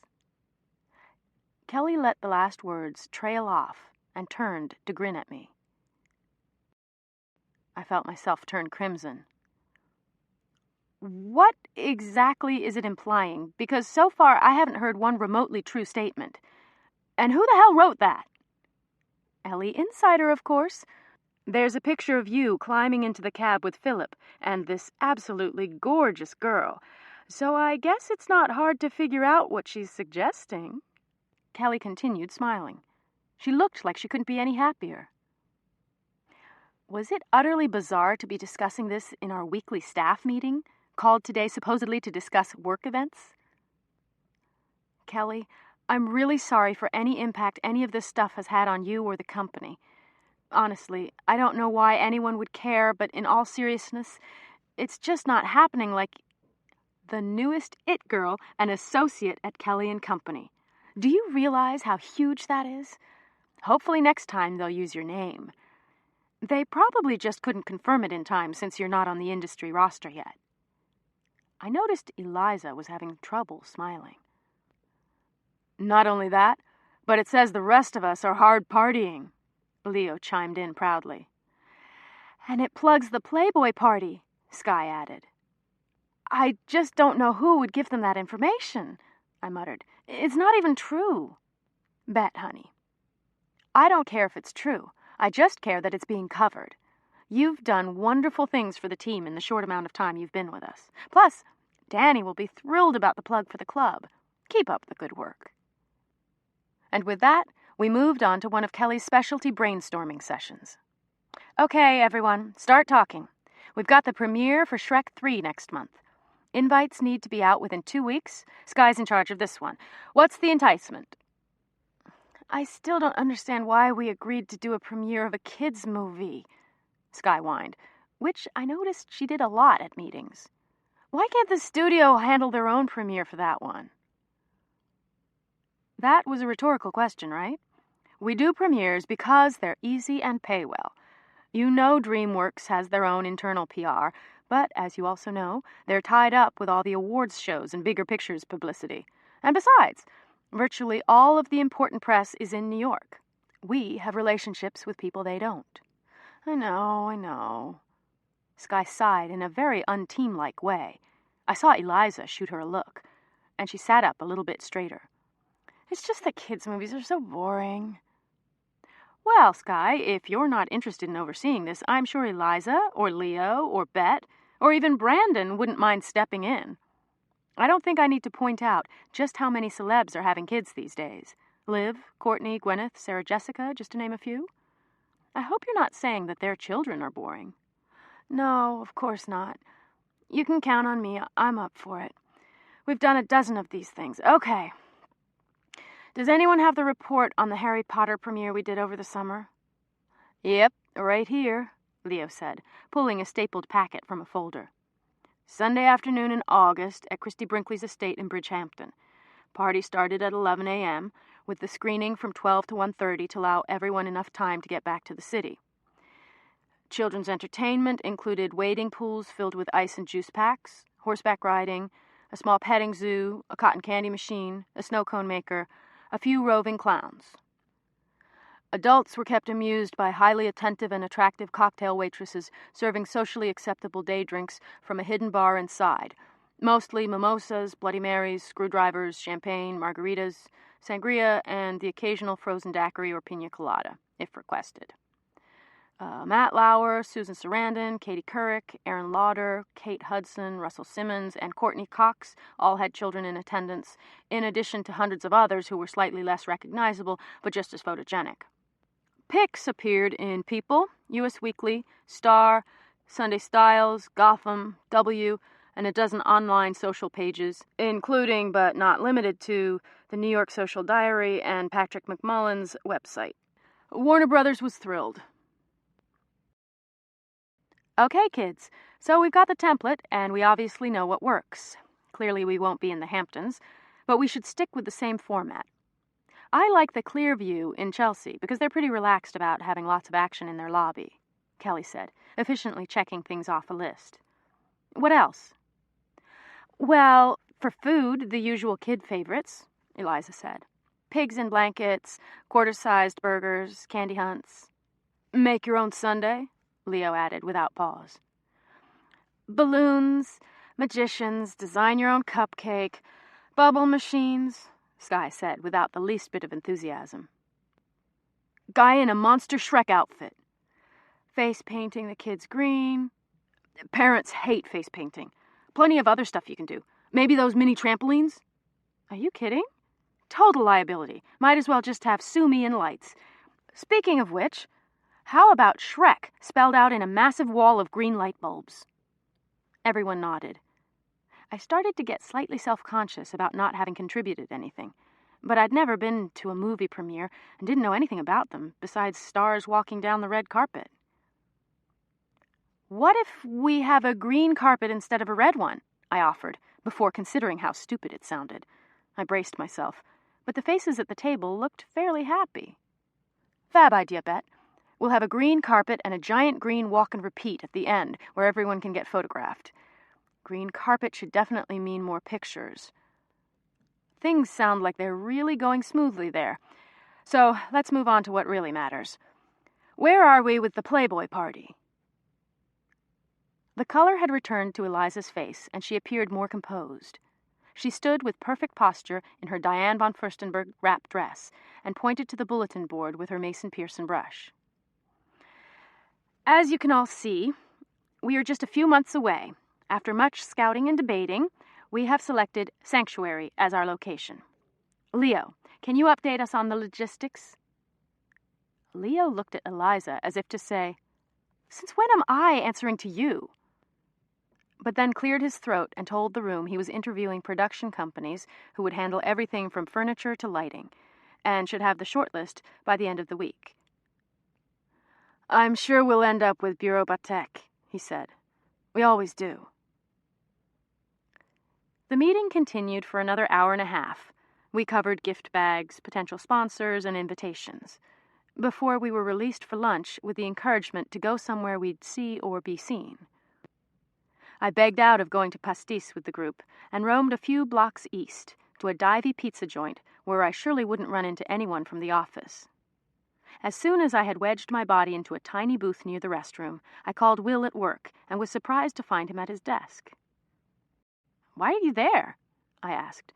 "It's not even deadline day." Will only went to his office at the paper once or twice a week, less if he could help it. "Hello, darling. I'm struggling a bit with this week's column." He was quiet for a split second before adding, "Lately, it seems I'm struggling a bit with every week's column." He sounded frustrated and resigned at the same time, two sentiments I wasn't accustomed to hearing from Will. "Are you okay, Will? What's going on there?" I asked, forcing myself to forget my own problems for just a few seconds. He sighed heavily. "Nothing interesting, darling, that's for sure. Readership of Will of the People is way down this year. Another few papers dropped it from syndication. My new 31-year-old editor has no sense of humor. Keeps telling me that today's readers are more socially sensitive, and that therefore I should strive to be more politically correct. Naturally, I told him to fuck off, but he won't stay quiet for long. Then again, why would anyone want to read my column when they can read about pretty young party planners gallivanting about with rich, famous, pretty boys?" I felt like I'd been punched. "You saw." "Naturally. Am I to assume there was any truth to that tawdry little write-up?" he asked. "Of course not," I wailed, loud enough to cause the cashier to turn and glare at me. "I saw Philip at Sanctuary this weekend when I was there for work. We shared a cab home because it was less complicated. The other girl was his family friend, childhood family friend. The whole thing could not have been less scandalous." "Well then, it seems this Ellie Insider character is doing her job splendidly. Take comfort in the fact that they didn't use your name, darling, but don't think for a minute that it won't come soon." "Do you know who she is, Will? I mean, you must have met her somewhere along the line, don't you think?" I heard Will chuckle and imagined the worst. "Well, I've certainly heard lots of names bandied about, but there are no solid leads. Some people insist it's some socialite ratting out all her friends.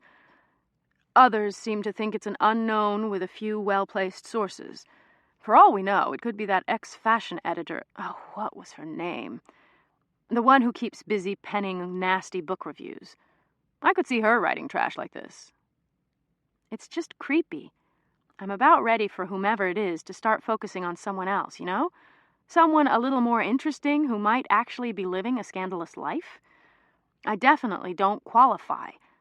I bit into a piece of pizza, possibly the most perfect slice in the world. "I understand, darling. Truly I do.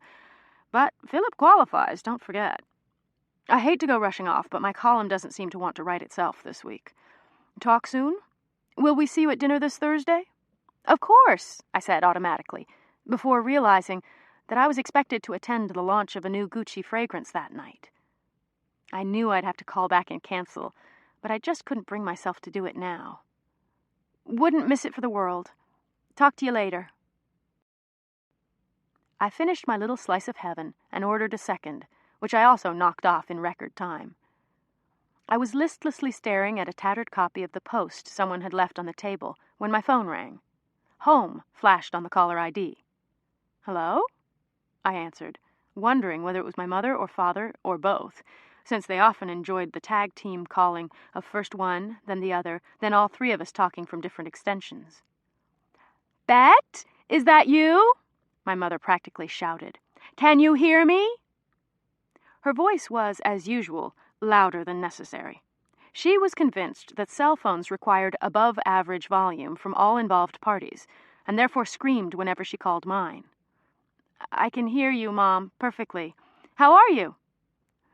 I can't really talk since I'm running into a scheduling meeting, but one of the girls at the clinic today said she saw your picture on some website. A picture of you and a famous boy and another girl, or something to that effect. Impossible. My mother, who had only recently registered for her own email address, was now receiving information about the content of online gossip columns? I was quick to deny it. It was nothing, Mom. Just a little photo of me at a work event. Bet that's wonderful. Congratulations. I can't wait to see it. I asked Dad to get online and print it out, but he couldn't seem to open the page or something. Save us a copy? Of course, I said meekly.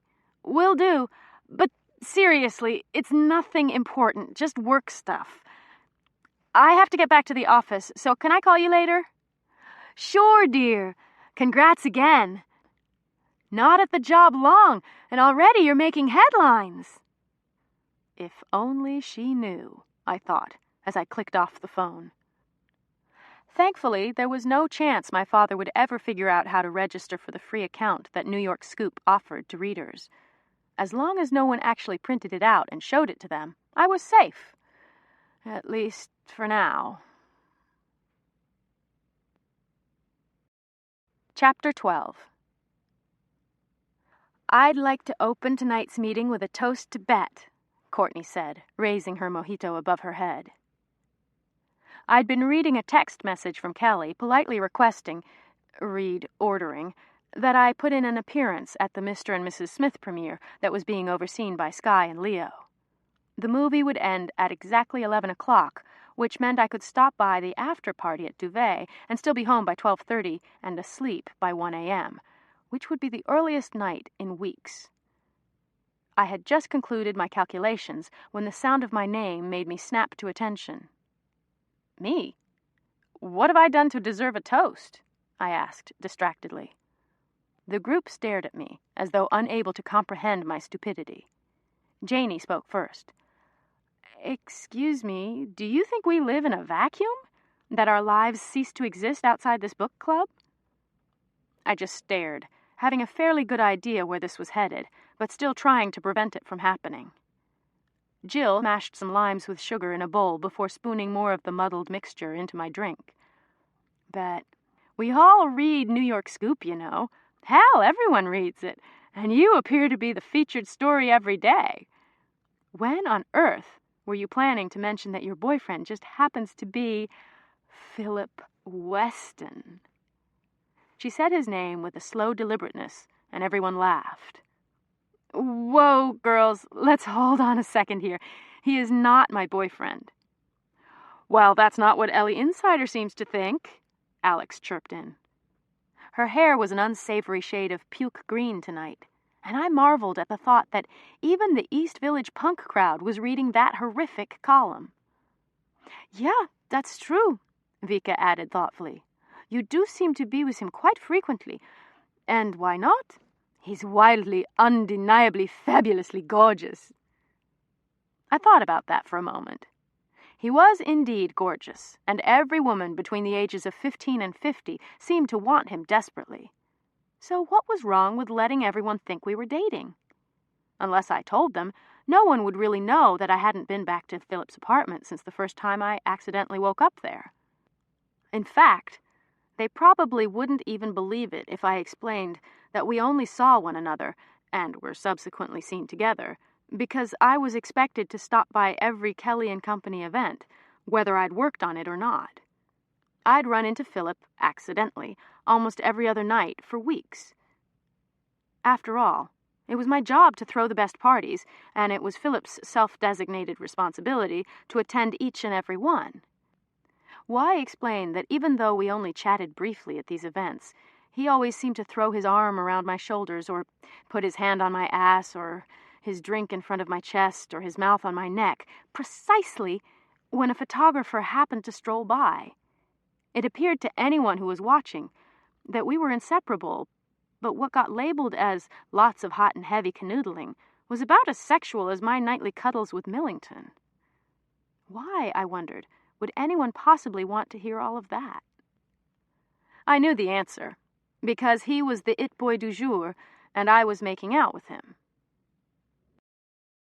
"He is cute, isn't he?" I asked. Philip Weston might be one of the more arrogant guys I'd ever met, but it was ridiculous to deny that I was absurdly attracted to him. Yeah, and let's not overlook the fact that he's the most perfect Harlequin guy you could imagine existing in real life," Courtney sighed. "I think I'm going to model the hero of my next novel after him." After Philip? It was difficult to envision any leading Harlequin man whining and bitching about his thread count, but I supposed the genre could use some updating for the new millennium. "Bet, he's tall, handsome, and powerful. He's even foreign, for Christ's sake," she pointed out, while waving a copy of Sweet Savage Love and pointing to the hulking man in a loincloth on the cover.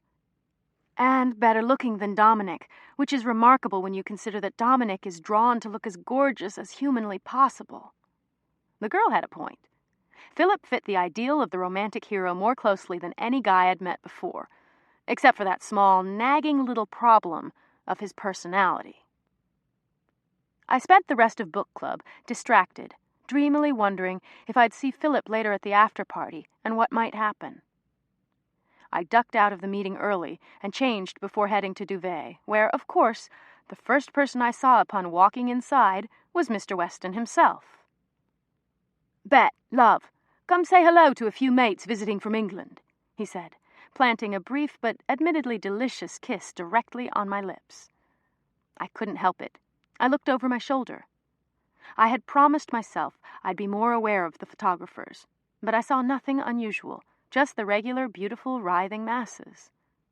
"Hi," I said, noticing, A, he looked even more like fictional Dominic when he was standing in front of me, and B, Courtney was right. Philip was better looking. "Can I meet you over there in a minute? I've got to find Kelly and make sure everything's okay." "Sure, love. Will you bring me a cocktail when you come back? That'd be smashing." And he scampered off to play with his friends, as happy as a little boy at the playground. I managed to check in with Kelly, ask Leo and Skye if they needed anything, wave to Eliza as she made out with David, introduce myself to 2 potential clients, the much-worshipped designer Alvin Valley, and someone who Kelly described to me as the most sought-after stylist in Hollywood, and bring Philip a gin and tonic, all in less than an hour. So much for what might happen with Philip. He was busy entertaining his blokes. The dull headache I'd managed to ignore since morning had suddenly become sharper, and I knew it couldn't be another late night. I slipped out the door shortly thereafter and was home by 12:15, a solid 15 minutes ahead of schedule, and unconscious by 12:30, after deciding that silly nighttime rituals like teeth brushing and face washing could easily be neglected. When my alarm went off 6.5 hours later, I was not looking good. I grabbed the Dirt Alert before rushing out and read it as I inhaled a large coffee and a buttered cinnamon raisin bagel on the subway. Unsurprisingly, New York Scoop was the first clipping of the day's packet, and again, there was a huge picture, a close-up actually, of Philip kissing me the night before. Only the back of his head was visible, but somehow the camera had zoomed in on my face and caught me with some sort of faraway, dreamy look caused by my eyes being only partially open while they gazed adoringly at him. or drunkenly, depending on how one might interpret my half-blink.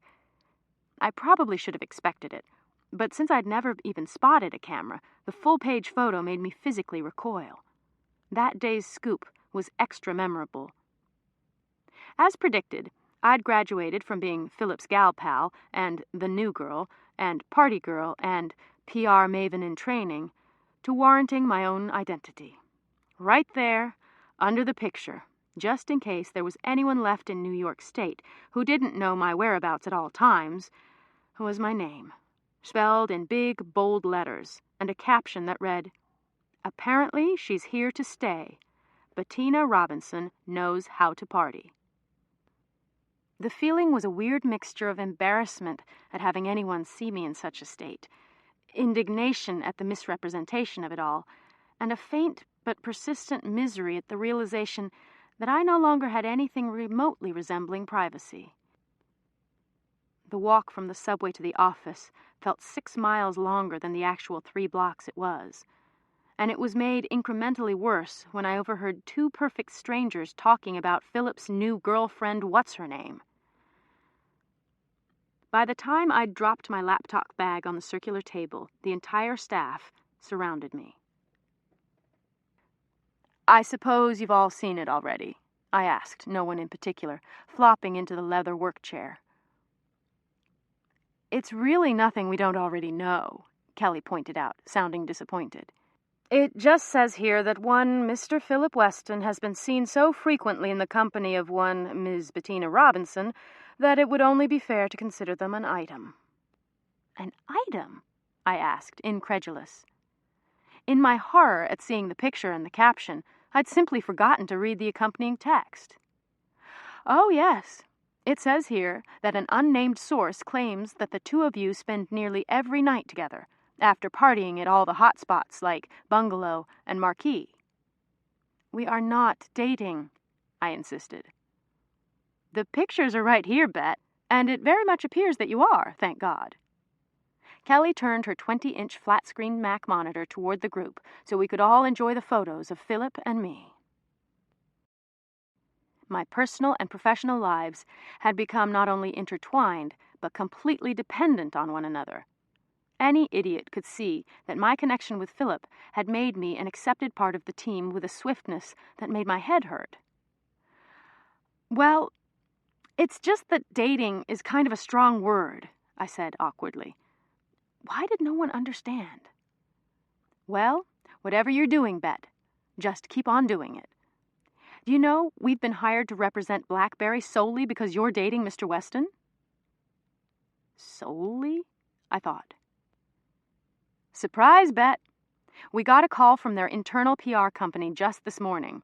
They want us to introduce their new BlackBerry to New York's younger set, and picked us because we clearly have access to that world.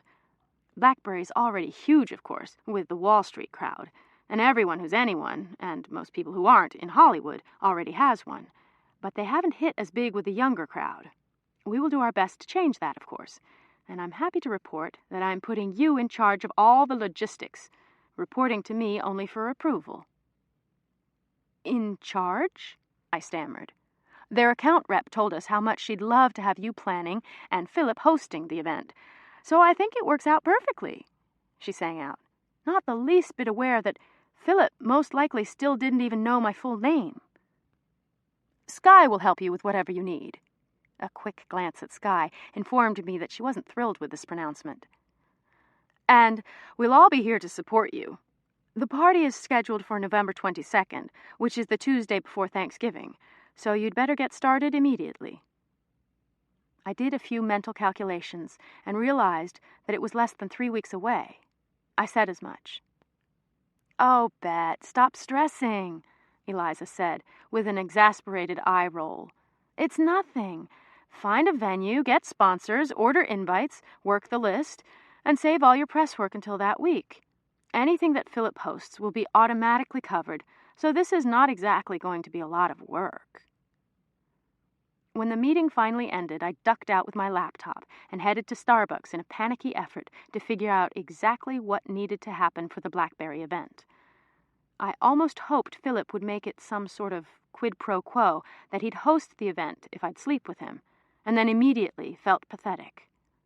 Everyone assumed we'd already consummated our relationship, but the reality was that we both seemed to avoid the situation entirely, which wasn't difficult, considering he only seemed to want to mug for the cameras. He was great with the suggestive remarks, but he never really followed up on any of them. And he seemed almost relieved when I brushed him off and left alone each night. There hadn't been much time to think about it, but I figured he had some sort of top-secret girlfriend, or 5, that he kept sequestered away and was content to let the general public think we were dating. It was vaguely insulting. I still wanted him to want to have sex with me. But we seemed to have an unspoken agreement to maintain the present arrangement. I left a message with Amy Sacco's office, asking if we could reserve bungalow for the Blackberry event, just as Penelope called on the other line. "Hey, what's going on? What warrants the middle-of-the-day call? How's Aaron? Have you seen him lately?" "Do you know how much the quality of my work life has improved since you left?" Penelope asked. "No offense, but it's almost worth not having you around, never to have him utter the word powwow. How's Loverboy?" "Oh, you mean my boyfriend? He's dreamy," I said. "Tell me," Penelope said, trying to sound enthusiastic. I know she couldn't stand the thought of Philip, but she'd been kind enough not to say that outright. Yet. "Let's see. Things are, so amazing. We go to these wonderful parties where he spends at least a few minutes talking to me before flirting with every other girl there. Often, I'm allowed to bring him his favorite cocktail, gin and tonic for the record. I let him kiss me for the photographers, and then we go our separate ways. No sex, by the way. We haven't even spent the night together since I passed out there the first time I met him. Maybe he's just so overwhelmed by the amount of sex he's having with every model, actress, and socialite in London, Los Angeles, and New York that he's just physically exhausted. It's possible, you know." "Did I ever tell you what a good friend you are, Pen? Seriously, you always know exactly what to say." She laughed. "Yeah, well, I don't have to spell out that I think you're not doing yourself justice. But enough. Let's talk about me for a second. I have something to tell you. You're knocked up and feel guilty about getting rid of it because you're engaged and old enough to take responsibility for your own actions?" I asked, eagerly, leaning in closer to the phone as though she could see me. She sighed, and I knew she was rolling her eyes. "You're knocked up and it's not Avery's baby." When this elicited nothing but another exasperated sound, I decided on just one more. "You're knocked up and bet." Her voice tightened, and I could tell she wasn't enjoying this nearly as much as I was. "Sorry, what's up?" "I'm leaving." "You're what?" "I'm leaving. Done. I'm finished." "Oh my God, no!" "Yes," she said. "It's definite?" "Yes." "Are you serious? Just like that? Over? Are you okay with it?" I was doing everything possible to contain my glee at the idea that she wouldn't be going through with the wedding, but it was difficult, especially since I knew she'd probably had to walk in on Avery and some girl, a scenario I'd already decided was the only way she'd ever believe it. That aside, she sounded good. Maybe it was the best thing, and she knew it. Honestly, I didn't expect this, but I couldn't be happier. I've wanted to do it for a long time, and, well, I'm just so excited about what's next. I slowly took a sip of my coffee and contemplated this new information. "You wouldn't be this excited if you hadn't met someone else. Who is he? I had no idea you and Avery were having trouble. How could you not tell me?" I choked out. "What about the ring? You know, etiquette dictates that if you're the one to break off the engagement, you've got to give it back. Oh my God, he isn't cheating on you, is he?" I pretended to be horrified at even the idea of it, as though it were just too impossible to even imagine. "Is that bastard—" "Bet, stop! I'm not leaving Avery. I'm leaving this job," she hissed, trying not to be overheard by her cubicle mates. Serious 180, and a major disappointment. You're leaving UBS? Really? What happened? Well, I kind of had no choice. Avery got accepted to UCLA for law school, so we're moving there. He doesn't start until January, but we figured we'd go now to get settled and learn our way around. UCLA? Uh-huh. So you're not leaving Avery, you're leaving me, I wail-whispered. The juicy story of my best friend cheating on her fiancé had become the story of my best friend moving to another coast. I'm not leaving you, she said, sighing. I'm leaving this job and this city and going to California, probably just for the 3 years, and then I'll be back. And we'll visit, of course. You'll love coming out there when it's February and you haven't left your apartment in 12 days because the temperature hasn't hit the double digits. There aren't law schools on the East Coast? Avery really has to be so selfish as to drag you all the way out there? Oh, Bet, shut up and be happy for me. UCLA is a great school, and besides, I could use a change. I've lived in the city for 5 years since graduation, and 18 before it. I'll be back. There's no getting around that. But for now, I think it could be nice to do something different. It occurred to me right then that as a friend I was required to express some sort of support, however lame it might come across. Honey, I'm sorry. This is just all so surprising. You didn't even mention he was applying out west. If this is what you want to do, then I'm excited for you. And I promise to try very, very hard to stop only thinking about how it will affect me, okay? Yeah. He did the UCLA application at the last second, and I never thought he'd want to go there, but seriously, I'm not too worried about you. You've got a whole new crew now, and I have a feeling you'll be just fine without me. She let the words trail off, trying to sound casual, but we both knew this was the closest she'd ever get to saying something more important. Well, we'll have to have a great big going-away dinner for you guys, I said with forced cheer, not quite acknowledging my opportunity to disagree. As you can imagine, our mothers are already on that. We're leaving sort of soon, so they planned a joint dinner at the Four Seasons on Saturday. You'll be there, right? It'll be dreadful, but you're obligated to attend nonetheless. She cleared her throat. And, of course, Philip is always invited. Pen? Of course I'll be there. And I'll certainly spare all of you Philip's company. My call waiting beeped with a 917 number I didn't recognize. I decided to answer it in case it was related to the Blackberry party. I'm sorry, Pen. I've got to take this call. Can I call you later? Sure, no worries. Okay, I'll talk to you in a few. And congratulations. If you're happy, then so am I. Grudgingly, of course, but happy for you. We hung up, and I clicked over right before the phone went to voicemail. May I speak with Bet? I heard a gravelly male voice asking. Speaking. Bet, this is Sammy calling from Amy Sacco's office. You called about a date you wanted to reserve the club? Sammy? Wasn't that the name of the Bungalow 8 bouncer? Could there be more than one Sammy in her employ? I didn't know that bouncers did office work. Yes, hi, how are you? I said as professionally as possible, although he certainly didn't know my name or remember me as the cranky girl with no umbrella.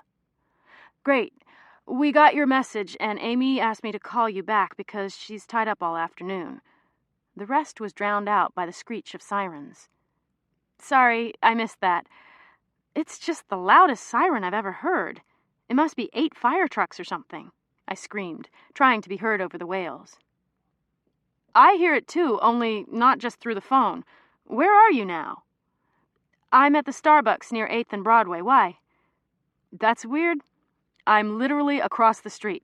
I was just leaving class when I got the message from Amy to call you back. Hold on, I'm coming over. He hung up, and I stared at the phone for a second before frantically yanking a lip gloss and brush out of my bag and sprinting for the bathroom, which, naturally, was occupied. I watched as he approached the front door, then bolted back to my table in a side nook, falling back into my seat before he even saw me. There was no subtle way to fix anything right now, since I needed to focus my energy on pretending to look both busy and indifferent, which was impossible. I knew I'd choke if I tried to drink, or drop my phone if I pretended to be talking, and so I just sat, staring at my filofax with such determined interest that I briefly wondered if it might just up and ignite from the intensity of my gaze. A quick mental survey of my physical state revealed a list of cliched reactions: shaking hands, pounding heart, dry mouth, that could indicate only one thing. My body was telling me that I liked Sammy, or, quite possibly, that I worshipped him. Which, if one cared to draw a parallel, was exactly how Lucinda felt right before her first one-on-one meeting with Marcello in The Magnate's Tender Touch. This was the first time I could ever remember feeling all tingly with nervous anticipation, just like the women in my books always did.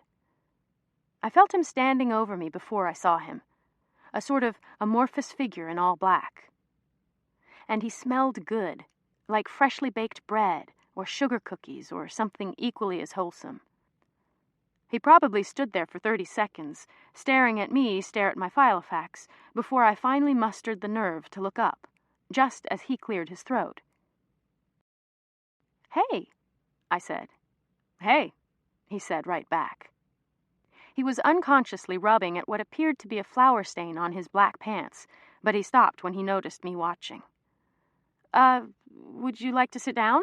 I stammered, wondering why it was utterly impossible for me to make one intelligible or coherent statement.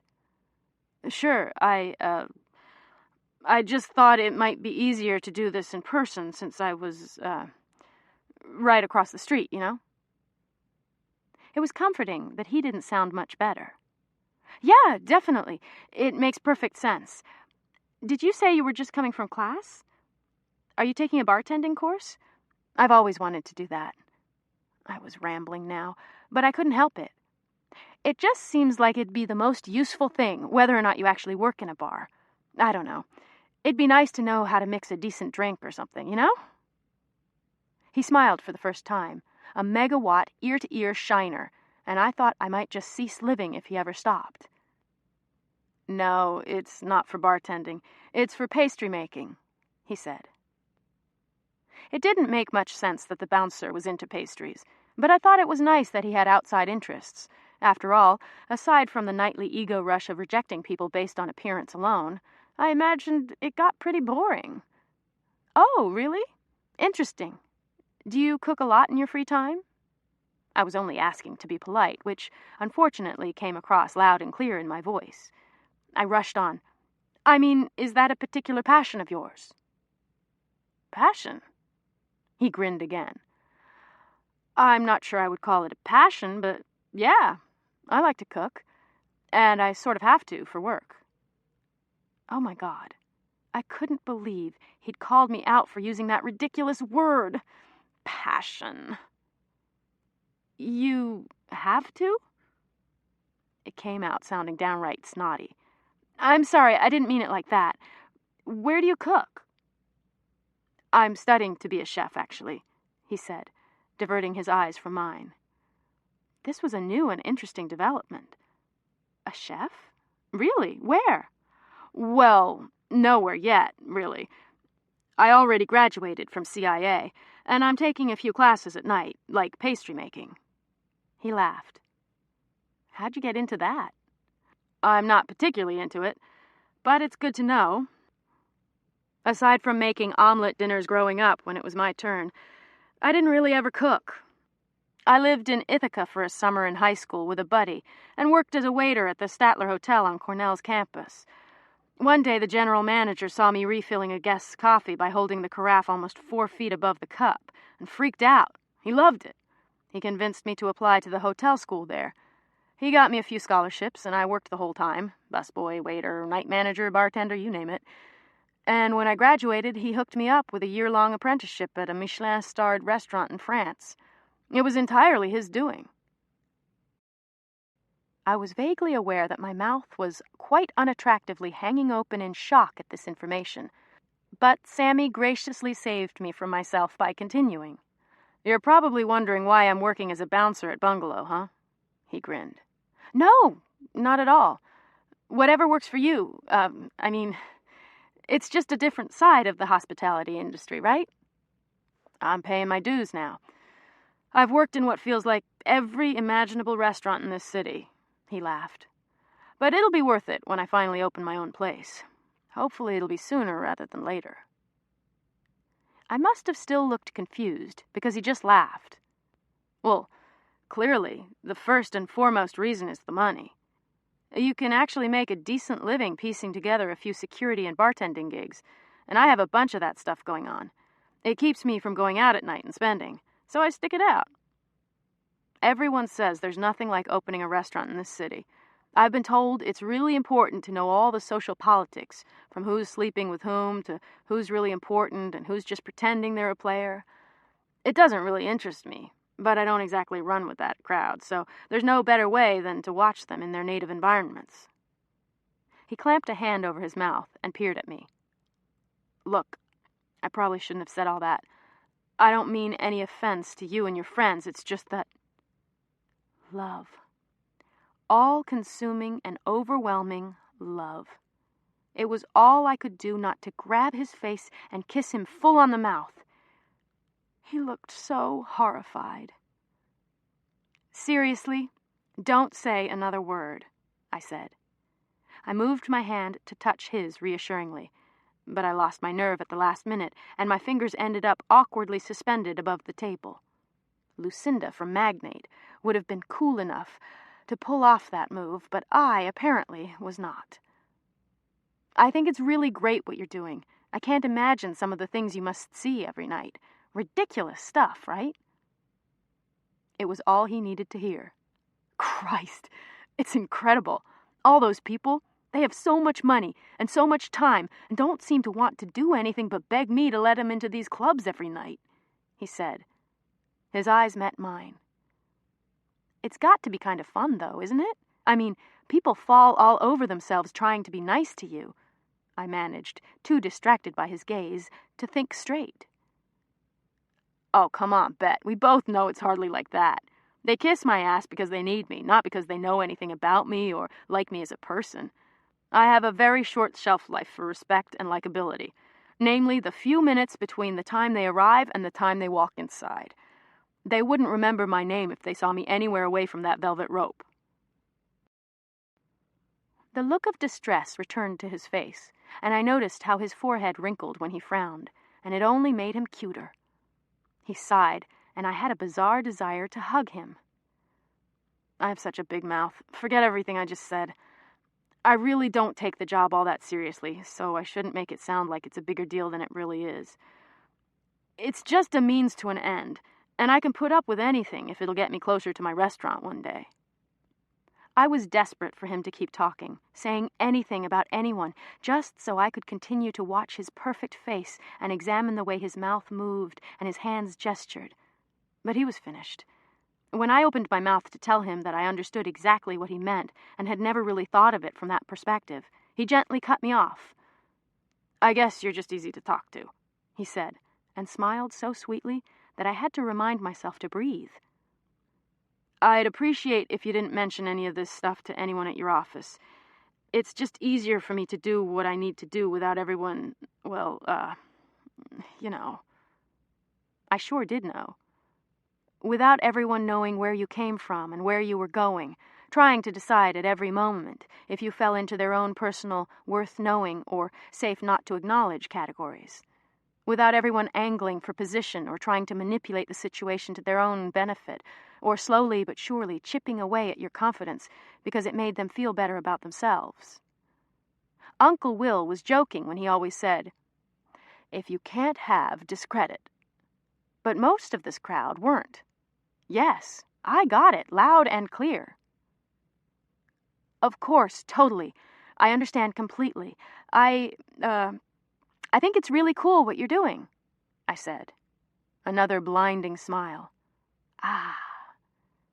I tried to think of something, anything I could say that would elicit another smile, but one of us finally remembered that we were there on business. He seemed completely recovered from any moment of vulnerability when he said, "I'm getting a coffee, and then we can figure out the event details.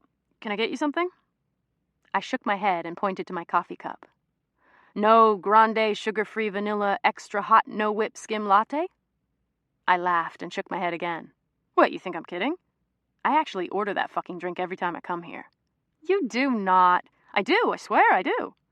I made it through 20-some years of life being perfectly fine with a cup of regular coffee. Sometimes I had it light and sweet, and sometimes late at night I asked for it decaf. But it was definitely just coffee. Then a friend mentioned how good lattes were. Soon after that, a girl from school announced that adding flavoring made it even better. The rest of it just followed, and it's gotten totally out of hand. I wish, just once, they'd refuse to make the damn thing. Just say, 'Get a hold of yourself, Sammy. Be a man and drink a goddamn cup of regular coffee.' But they never do, and, alas, neither do I." And with that, he was off. I watched as the barista flashed him an undeniable "I'm yours for the taking" smile. I don't think I blinked the entire time he was gone, and I audibly exhaled when he reclaimed his seat next to me. "Okay, enough confessional for one day. Should we get this party worked out?" He brushed the back of his head, and I couldn't help thinking that I'd seen him do that 1,000,000 times before. "Sure, what first?" I sipped my coffee and concentrated on looking cool and professional. "How many did you say the event was for?" "I'm not exactly sure, since I haven't put together a finalized list yet. Or any list, for that matter, but he didn't need to know that. But I'm thinking it'll be in the area of a couple hundred. And will Kelly and Company be bringing its own people for everything, or using ours?" Again, not something I'd considered yet, but I tried to think back to past meetings and cobble together a semi-reasonable answer. "Well, I'll definitely be securing some sponsors, so I think we'll do alcohol but use your bartenders.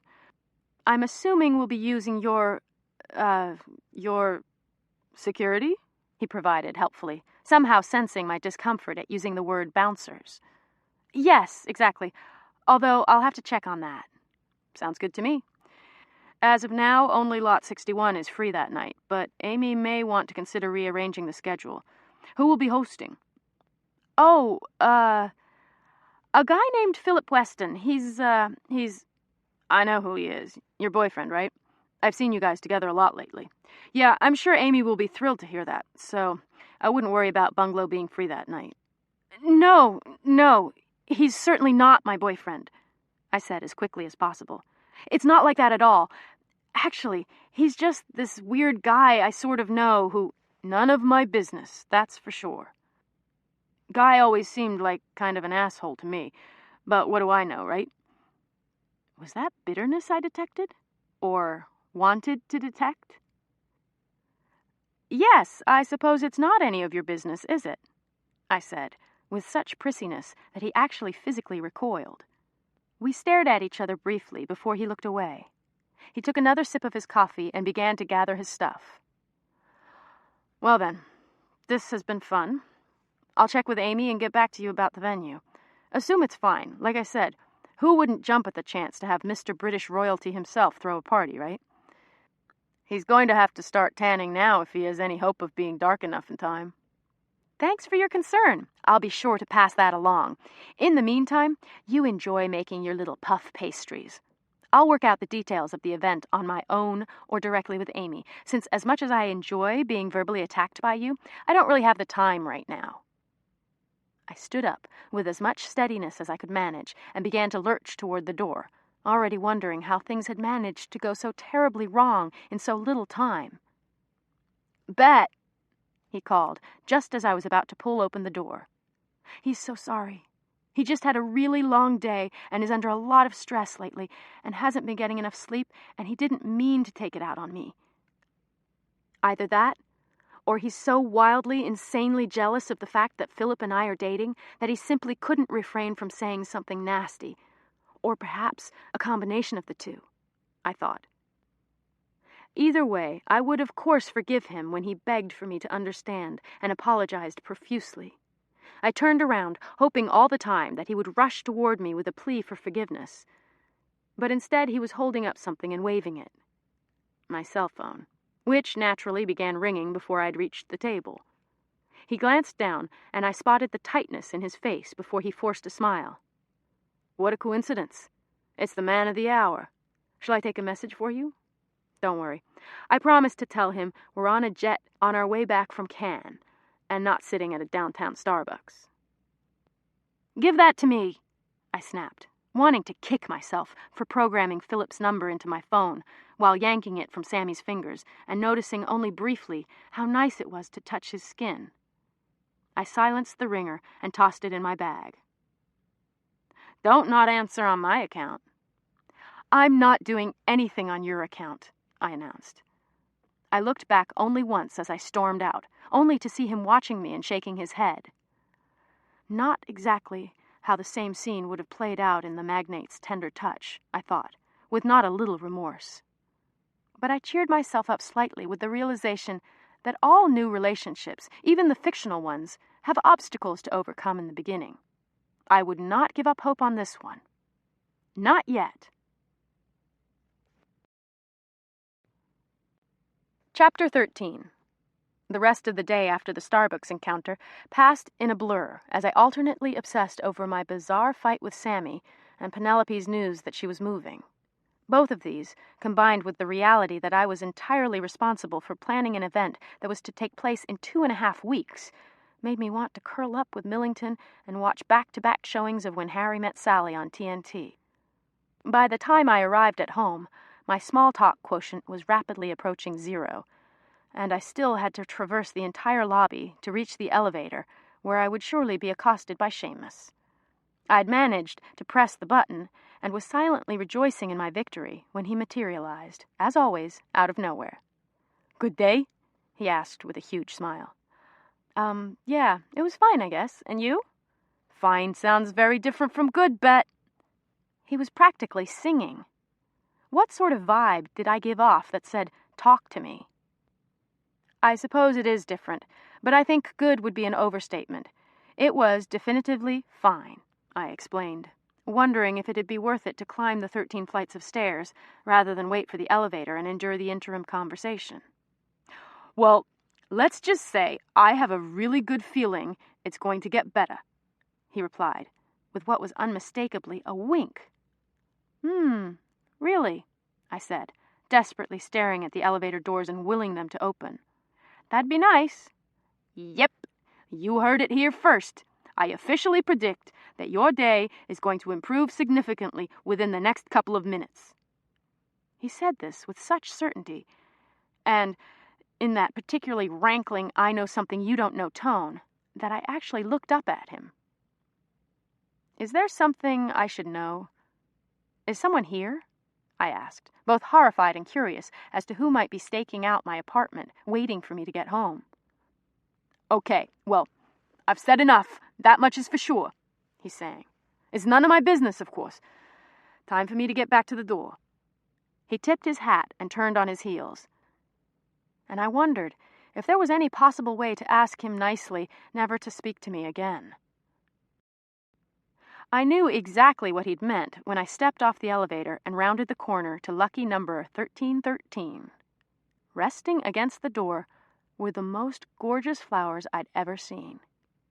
My first thought was that they'd been mistakenly left in front of my door and were actually for someone else. But as I got closer, I could see my name written in black marker on the outside of the envelope that was nestled behind the cellophane wrapping. After accepting that it wasn't a delivery glitch, a second thought popped into my head immediately. They were from Sammy, who'd thought over everything that had happened earlier and wanted to apologize for his behavior. Yes! I knew he wasn't such a bad guy, and flowers were such a sweet, gentlemanly way of getting in touch to say he's sorry. "I'm sorry, too," I mentally directed toward the flowers.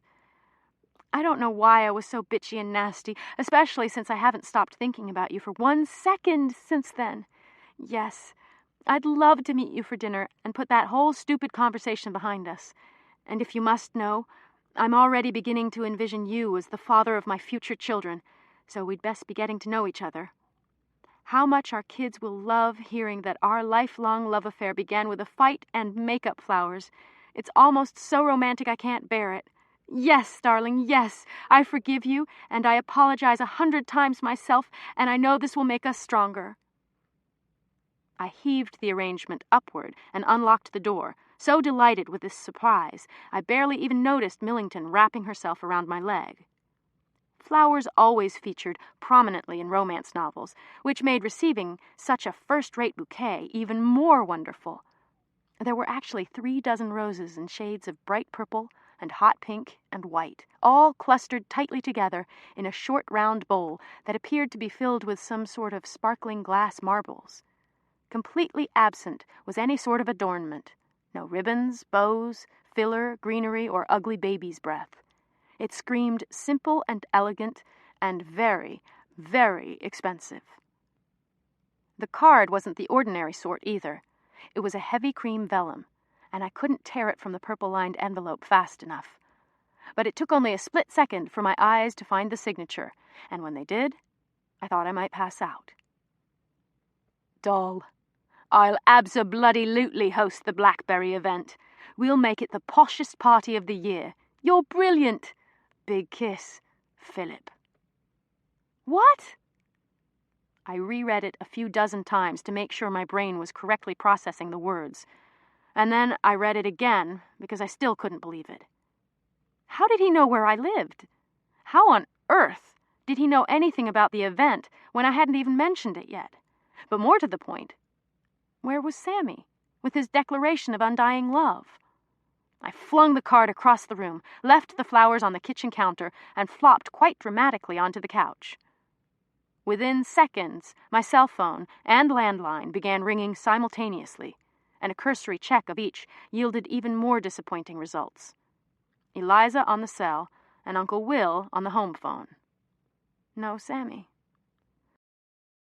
I flipped open my cell and told Eliza to hold on before she could even speak, and then clicked the portable on and said hi to Will. Darling, is everything all right? You're late. And Simon and I are worried that you're drowning your public humiliation sorrows all alone. We both thought you looked great in that last New York scoop photo. Let's get sloshed together. Are you on your way? Damn it! I'd forgotten all about dinner, even though Thursday nights had been the standing plan since the day I graduated from college. I'd missed the last few weeks for Kelly events, and had obviously completely flaked on tonight. Will, I'm sorry I'm late, but I was at the office until 2 minutes ago, and I just ran home to feed Millington. I'm literally walking out the door this minute. Sure, darling, of course. I'll buy that story if it's the best you're offering, but I'm not letting you out of tonight. We will see you soon, yes? Of course, in just a few minutes. I hung up without saying goodbye and turned back to my cell phone. Hey, sorry about that. My uncle just called and Bet, you'll never guess what. I have the best news in the whole world. Are you sitting down? Oh my God, I'm just so excited. I didn't think I could handle another engagement announcement, so I just leaned back into the cushions and waited patiently, knowing that Eliza wouldn't be able to hold out for long. Well, you'll never imagine who I just spoke to. Her silence indicated I was supposed to respond, but I couldn't muster the energy to ask. None other than our favorite gorgeous and no longer eligible bachelor, Mr. Philip Weston. He was calling to invite the whole crew to a party, and I just happened to answer and, oh, Bet, don't be mad. I just couldn't hold out. I asked him if he'd host your Blackberry event, and he said he'd love to. At this point, she actually squealed. Really? I asked, feigning surprise. That's great. Of course I'm not mad. That saves me from having to ask him. Did he sound excited about it or just willing? I didn't really care, but I couldn't think of anything else to say. Well, I didn't technically speak to him, but I'm sure he's totally thrilled. What do you mean by technically? You just said that he called and... Oh, did I say that? Oops, she giggled. What I meant to say was that his assistant called, and I ran the whole thing by her, and she said of course Philip would be delighted. It's totally the same thing, Bet, so I wouldn't worry about it for a second. How great is that? Well, I guess you're right, because I just got flowers from him with a card saying that he's going to do it, so it seems like everything worked out. Oh, my God! Philip Weston is sending you flowers? Bet he must be in love. That boy is just so amazing. Long sigh on her part.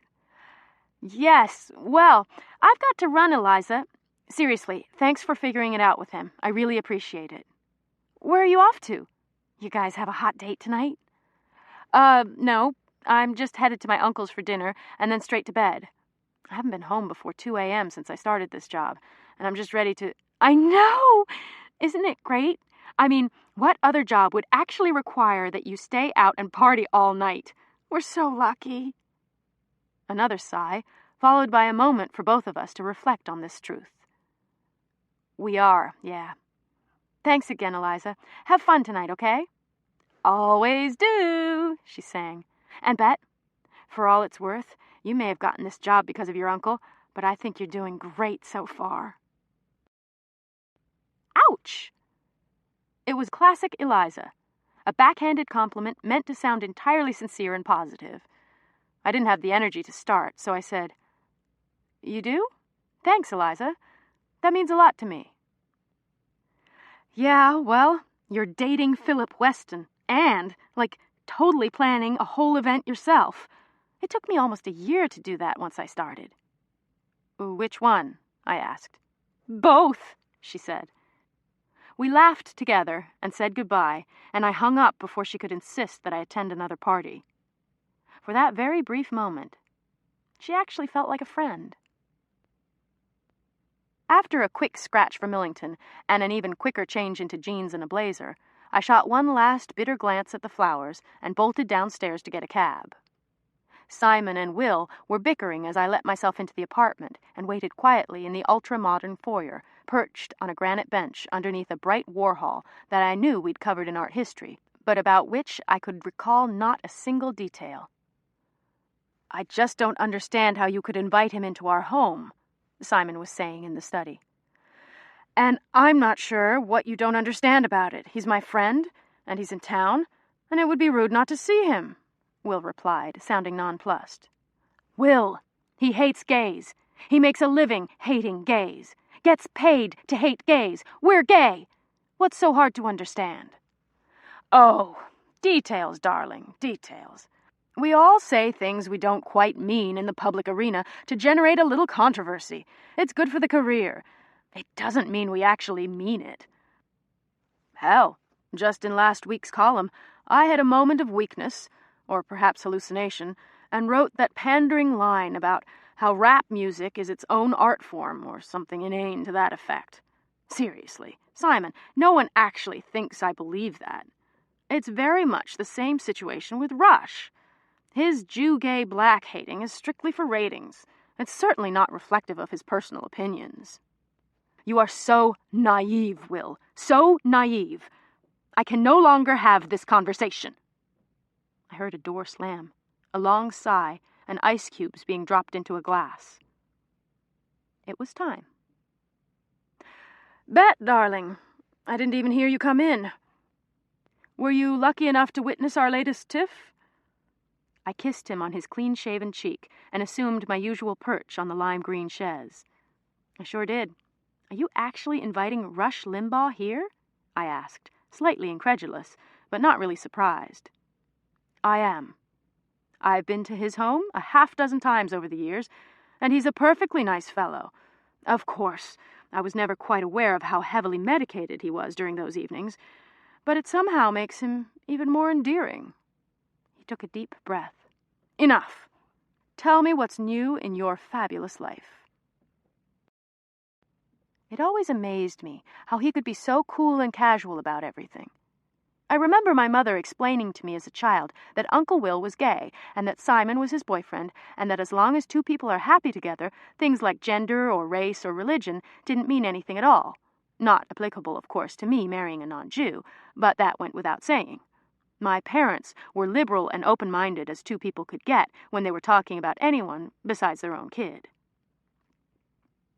Will and Simon visited Poughkeepsie a few weeks later, and as we sat at the dinner table trying to choke down fistfuls of sprouts and what felt like never-ending rations of vegetarian dal, I had asked in my sweet 10-year-old voice, Uncle Will, what's it like to be gay? He'd raised his eyebrows at my parents, glanced at Simon, and looked me straight in the eye. "Well, dear, it's quite nice, if I do say so myself. I've been with girls, of course, but you do soon realize that they just don't, work for you, if you know what I mean." I didn't know, but I was certainly enjoying the pained faces my parents were making. "Do you and Simon sleep in the same bed like Mommy and Daddy?" I'd continued, sounding as sweet and innocent as I possibly could. "We do, darling. We're exactly like your parents, only different." He took a swig of the scotch my parents kept on hand for his visits and smiled at Simon. "Just like a regular married couple, we fight and we make up, and I'm not afraid to tell him that even he can't pull off white linen pants before Memorial Day. Nothing's different." "Well, then, that was an illuminating conversation, wasn't it?" My father cleared his throat. "The important thing to remember, Bet, is that you always treat everyone the same, regardless of how they might be different from you." Boring. I had no interest in another love-in lecture, so I settled on one last question. "When did you find out you were gay, Uncle Will?" He took another sip of scotch and said, "Oh, it was probably when I was in the Army. I sort of woke up one day and realized I'd been sleeping with my commanding officer for some time," he replied casually. He nodded, more sure now. "Yes, come to think of it, that was rather telling for me." It didn't matter that I was slightly unclear on the terms sleeping with and commanding officer. My father's sharp inhalation and the look my mother shot Will across the table were perfectly sufficient. When I'd asked him years later if that was actually when he realized he preferred men, he laughed and said, "Well, I'm not sure that was the first time, darling, but it was certainly the only one that was appropriate for the dinner table." Now he sat calmly sipping his martini and waiting for me to tell him all about my new and improved life. But before I could come up with something to offer, he said, "I assume you've gotten the invitation to your parents for the Harvest Festival." "Yes, I have," I sighed. Every year my parents threw their Harvest Festival party in the backyard to celebrate Thanksgiving with all their friends. It was always on Thursday, and they never served turkey. My mother had called a few days earlier, and after listening politely to the details of my new job, which to my parents was only slightly preferable to padding the coffers of a huge corporate bank, she reminded me yet again that the party was coming up and that my presence was expected. Will and Simon always RSVP'd yes, only to cancel at the last moment. "I suppose I'll drive us all up there Wednesday when you're done with work," Will said now, and I barely managed to keep from rolling my eyes. "How's everything going, by the way? Judging from everything I'm reading, you seem to have, embraced the job." He didn't smile, but his eyes sparkled, and I swatted him on the shoulder. Yes. You must mean the new little write-up in New York Scoop," I sighed. "Why are they after me?" "They're after everyone, darling. When your sole mission as a columnist, online or otherwise, is to cover what's being consumed in the Condé Nast cafeteria, well, nothing should really surprise you. Have you read the latest?" "This isn't the latest?" I felt the familiar dread begin to build. "Oh, no, darling. I'm afraid to say it isn't. My assistant faxed it here an hour ago." "Is it awful?" I asked, not really wanting an answer. "It's less than complimentary. For both of us." I felt my stomach flip. Oh, Christ. I can understand Philip, but for whatever reason they've made me their project, and there's not a damn thing I can do about it. Now they're including you? "I can hold my own, darling. I'm not thrilled, but I can handle it. As far as you're concerned, you're right. There's not much you can do. But I would certainly advise you not to do anything exceptionally stupid in public, or at least while you're in the company of this certain gentleman. But I'm not telling you anything you don't already know." I nodded. "I just don't think my life is interesting enough to chronicle, you know? I mean, I'm no one. I go to work. I go out because I have to, and all of a sudden my activities are fair game for public consumption." Not yours, his, Will pointed out, absent-mindedly fingering the platinum ring that Simon called a wedding band and Will referred to as Simon's security blanket. You're right. I just can't seem to extricate myself. He's omnipresent, and it's such a weird situation. How so? We both smiled when Simon swooshed by in an angry huff of ivory linen, and Will mouthed the word snit. Well, I don't actually like Philip as a person, but, darling, don't let that stop you from dating someone. If liking the person was a requirement for having sex with them, well then, we'd all be in trouble. See, that's the other thing. I'm not actually sleeping with him, or rather, he's not sleeping with me. Will raised an eyebrow. I have to admit, that one puzzles me. Well, at first it was because I didn't want to. Or at least that's what I thought. I just thought he was kind of a jerk, and even though I'm sure of it now, there's something that attracts me to him. Not in any kind of redeeming quality way whatsoever, but he's certainly different from everyone else I know, and he's just not interested. Will was about to say something, but stopped himself just as his mouth opened. He appeared to regroup for a minute, and then said, I see. Well, I have to say, I'm not actually surprised. Will, am I that much of a cow? Darling, I have neither the time nor the inclination to spoon-feed you compliments right now. You know that's precisely not how I meant it. I just find it unsurprising, since it's the men who talk about sex the most, the ones who make it such a crucial element of their identities, who actually define themselves by it, are usually the ones not performing up to par. With most people, when they're happy with that area of their lives, they're also happy to keep it private. All of this is by way of saying that I think you have the best situation possible right now. Oh, really? Why's that? Because, from what you've mentioned before, it's important to your boss and colleagues that the Brits stay in the picture, right? Correct. Your niece is a glorified prostitute, and it's all your fault. He ignored that comment.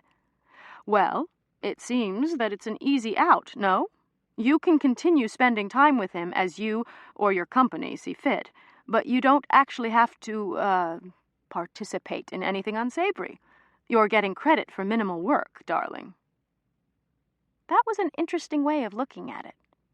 I wanted to tell him about Sammy, maybe even ask his advice, but I realized it was ridiculous to talk about my unrequited crush. And before I could broach the subject either way, my cell phone rang. Philip, I announced, wondering as usual whether to answer it. He seems to instinctively call at the most inopportune times. Answer it, darling. I'm going to find Simon and soothe his jangled nerves.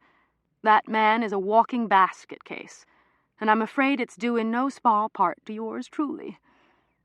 With that, he strolled out. Hello? I said, pretending, as everyone does, that I had no idea who was calling. Please hold for Philip Weston, a hollow voice replied. A moment later, Philip came on.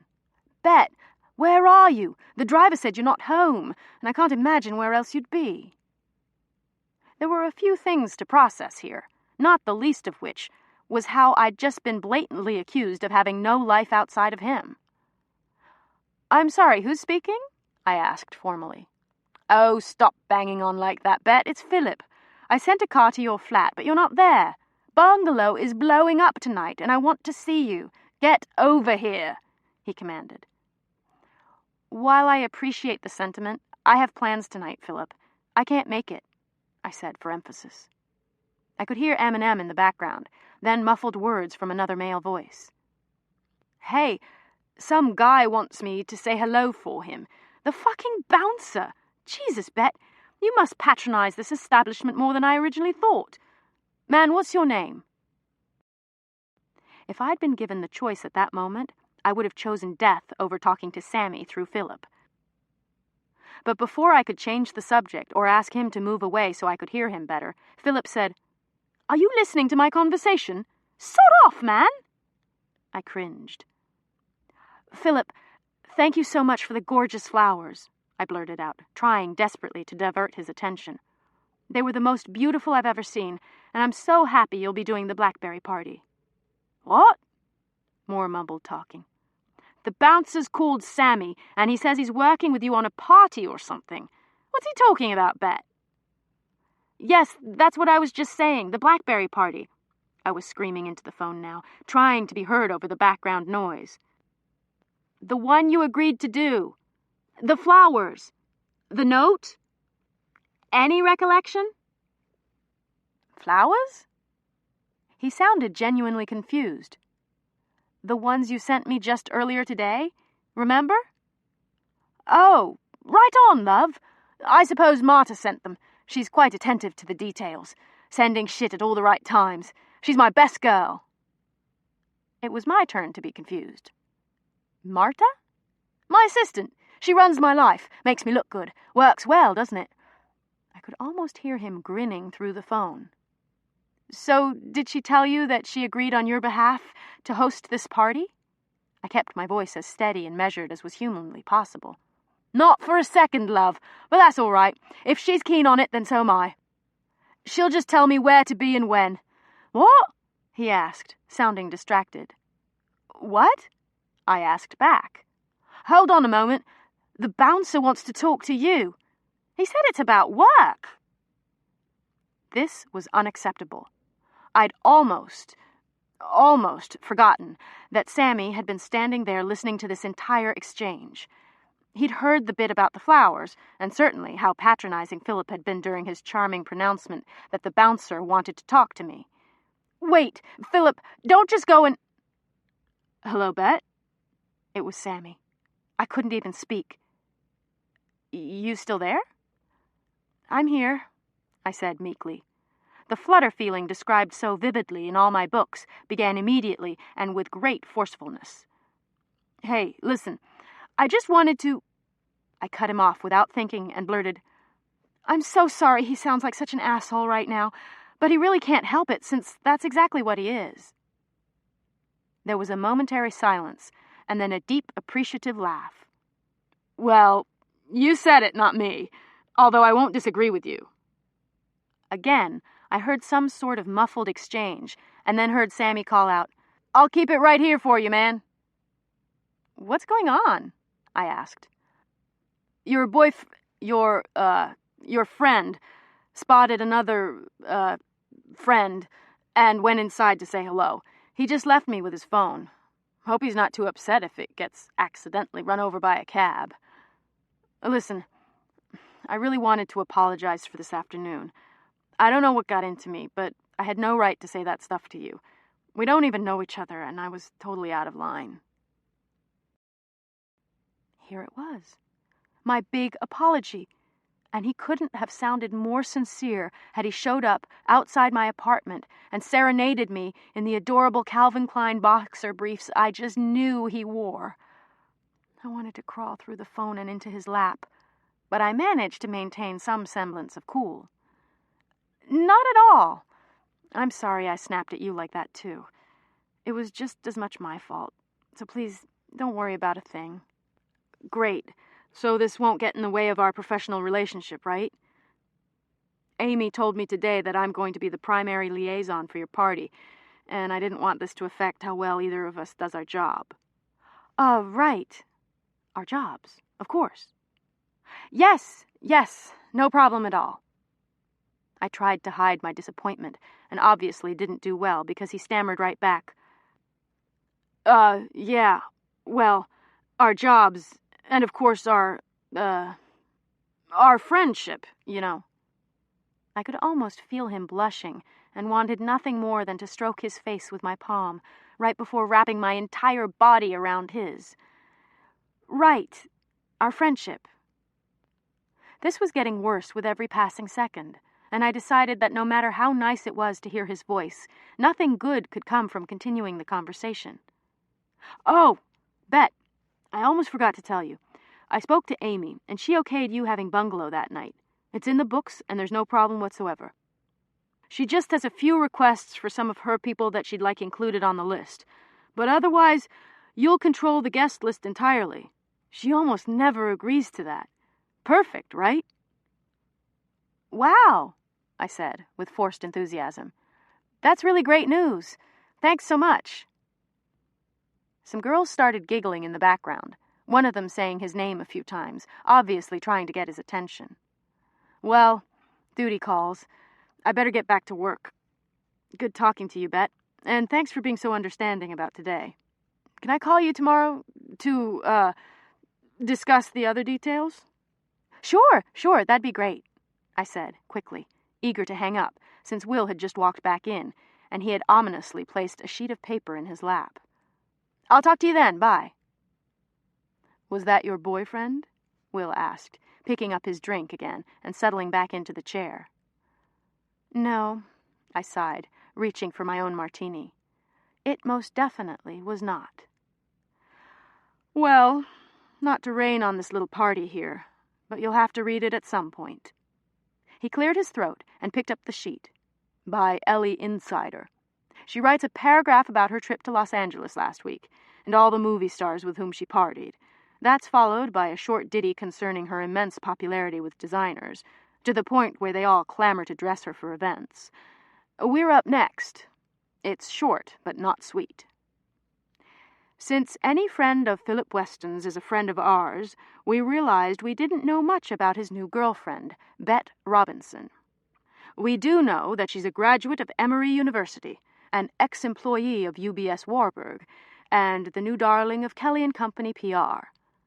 But did you know that she's also the niece of columnist Will Davis? The once favored arbiter of all things Manhattan has, admittedly, become a bit passé, but what must he think of his niece's very public antics? We're willing to guess he's less than pleased. That's all she wrote, Will said softly, calmly tossing the paper aside. I instantly had a queasy feeling, as though I'd just awakened from a nude in the high school cafeteria dream. Oh my God, Will, I'm so sorry. The last thing I ever wanted was to drag you into this. And what she said about your column is patently untrue, I lied. Oh, Bet, darling, do shut up. We both know she's exactly right, but you can't control what these people write, so let's not worry about it for another moment. Come, let's dine. He said all the right words, but the tension in his face said something else, and I was left with an odd feeling of sadness and nostalgia for the way things had been before my new and improved life. Chapter 14. Tell me again why your mother is throwing you a going-away dinner when she's so pissed you're moving? I asked Penelope. After a full day of list checking and sponsor calling for the Blackberry party, which was now only 4 days away, it seemed like everything was shaping up nicely, and I'd retreated to Penelope's in the hope of discussing anything that wasn't related to publicity. I was flopped on the floor of the bedroom that Avery and Penelope now shared, although it didn't appear that Avery had compromised much on combining their stuff. The king-sized waterbed rested on an imposing black platform. A frat boy-style black leather couch ate up what little room remained, and the only item that could qualify as decor was an oversized and slightly discolored lava lamp. The apartment's pièce de résistance, however, was a 55-inch plasma screen that hung from the living room wall. According to Penelope, Avery didn't know how to wash a dish or launder a pair of socks, but he carefully detailed his flat screen with special non-abrasive cleaning solution every weekend. The last time I'd been over, I'd heard Avery instruct Penelope to tell the maid to keep that surface cleaner away from my flatty. That shit fucks up the screen. I swear to God, if I see her go near my TV with that can of Lysol, she's going to be looking for a new job. Penelope had smiled indulgently, as if to say, boys will be boys. She was currently packing Avery's clothes in the Louis Vuitton suitcases his parents had bought them for their engagement party trip to Paris, while simultaneously bitching about the dinner that was to be held in their honor that night. I didn't inquire why Avery couldn't pack his own clothes. You're asking me? She said something asinine about keeping up appearances or something like that. Honestly, I think she didn't have anything else scheduled for tonight and couldn't bear the thought of staying home. That's a really positive way of looking at it. The empty bag in my hand reminded me that I'd just plowed through 16 ounces of Red Hots in 12 minutes flat. My mouth alternated between numb and tingly, but that never slowed me down. It's going to suck, and you know it. The best I'm hoping for right now is tolerable. What the hell is this? She mumbled, holding up a bright blue t-shirt with yellow lettering that read, "I do my own nude scenes." Ew. Do you think he's ever worn this? Probably. Toss it. She threw it in the garbage. Are you sure you don't hate me for making you come tonight? Pen, I hate you for moving, not for inviting me to your going-away dinner. I mean, I'm not exactly complaining about your parents picking up the tab for dinner at the grill room. What time should I get there? Whenever. It starts at 8:30 or so. Come a few minutes early, maybe, so we can do shots in the bathroom. She smiled wickedly. I'm seriously considering bringing a flask. Is that bad? Ick! Not as bad as these. This time she held up a pair of faded, well-worn boxers with a none too subtle arrow in fluorescent pink pointing directly to the crotch. A flask is definitely in order. What am I going to do without you? I moaned pathetically. I had not yet come to terms with the idea that Penelope, who'd been my best and only girlfriend for the past 10 years, was moving across the country. You'll be fine, she said, sounding more certain than I would have liked. You've got Michael and Megu and your whole new crew at work, and you've got a boyfriend now. It sounded weird for her to mention Michael, considering we almost never saw him anymore. Please. Michael has Megu. The crew at work is precisely that. A bunch of people with mysterious access to huge piles of cash and a penchant for spending it on lots and lots of alcohol. As for the boyfriend remark, well, I'm not even going to dignify that. Where's my favorite girl? Avery called, right after the front door slammed. I've been waiting all day to get home and get that cute ass of yours into bed. Avery, shut up, she called, appearing only slightly embarrassed. Bet's here. But it was too late. He'd already shown up in the doorway, shirtless, with his jeans unbuttoned and unzipped, to reveal lime green seersucker boxers. Oh, hey, Bet. He nodded in my direction, looking not the least bit distraught that I'd been witness to his seduction scene. Hey, Avery, I said, diverting my eyes to my sneakers and wondering for the umpteenth time what, besides his admittedly flat stomach, Penelope saw in him. I was just heading out. Gotta get home and get ready for the big dinner tonight. Speaking of which, what does one wear to the Four Seasons? Whatever you'd normally wear to dinner with your parents, Penelope said, as a very ADHD Avery started shooting hoops with his balled-up pairs of socks. You might want to reconsider that. Unless, of course, you want me showing up in palazzo pants with a matching Give Peace a Chance t-shirt. I'll see you both there tonight. Right on, Avery said, holding up 2 fingers in a sort of combination peace gangster sign. Later, B. I hugged Penelope and let myself out, trying not to envision what would inevitably take place the moment I left. If I hurried home, there'd be time to drag Millington out for a quick walk and maybe even take a bath before dinner. I cabbed it home and chased Millington around the apartment for a few minutes as she made a concerted effort to duck me. She instinctively knew when I was planning to take her outside, and unlike any dog I'd ever met, she hated it. All that dust and pollen and ragweed, she'd be incapacitated for hours afterward. But I thought it was important for her to get out every now and then. Otherwise, it was around the block and back. I marveled at her metabolism. We'd just made it to Madison Square Park and managed to dodge the crazy guy who usually chased Millington with his grocery cart when I heard my name. Bet. Hey, Bet! Over here! I turned to see Sammy sitting on a bench drinking coffee, his breath visible in the icy air, with what appeared to be an absolute knockout of a woman sitting right next to him. Damn it! There was no escape. He'd obviously seen me, and then watched as I looked right at him, so there was no conceivable way to pretend the whole thing had never happened. Plus, Millington decided to be social for the first time in her entire short life, and took off toward them, yanking her extend-a-leash to its maximum capacity and hurling herself into his lap. "Hey there, puppy. How are you? Bet, who is this cutie?" "Charming," said the brunette, eyeing Millington coolly. "Of course, I prefer the Cavalier King Charles, but Yorkies can be appealing as well." Meow. "Hi, I'm Bet," I managed to say, extending my hand to the girl. I'd tried to smile warmly at Sammy, but I imagined that it looked like a grimace. "Oh, formal are we?" she said with a little laugh. She gave me her hand after making me wait 3 seconds longer than was comfortable. "Isabel." Isabel was no less attractive up close, but she was older than I'd originally figured. She was tall and thin, in the way that only the truly hungry can be, but she lacked that certain freshness of youth, that dewy-faced contentment that said, "I haven't gotten too beat up by the Manhattan dating scene.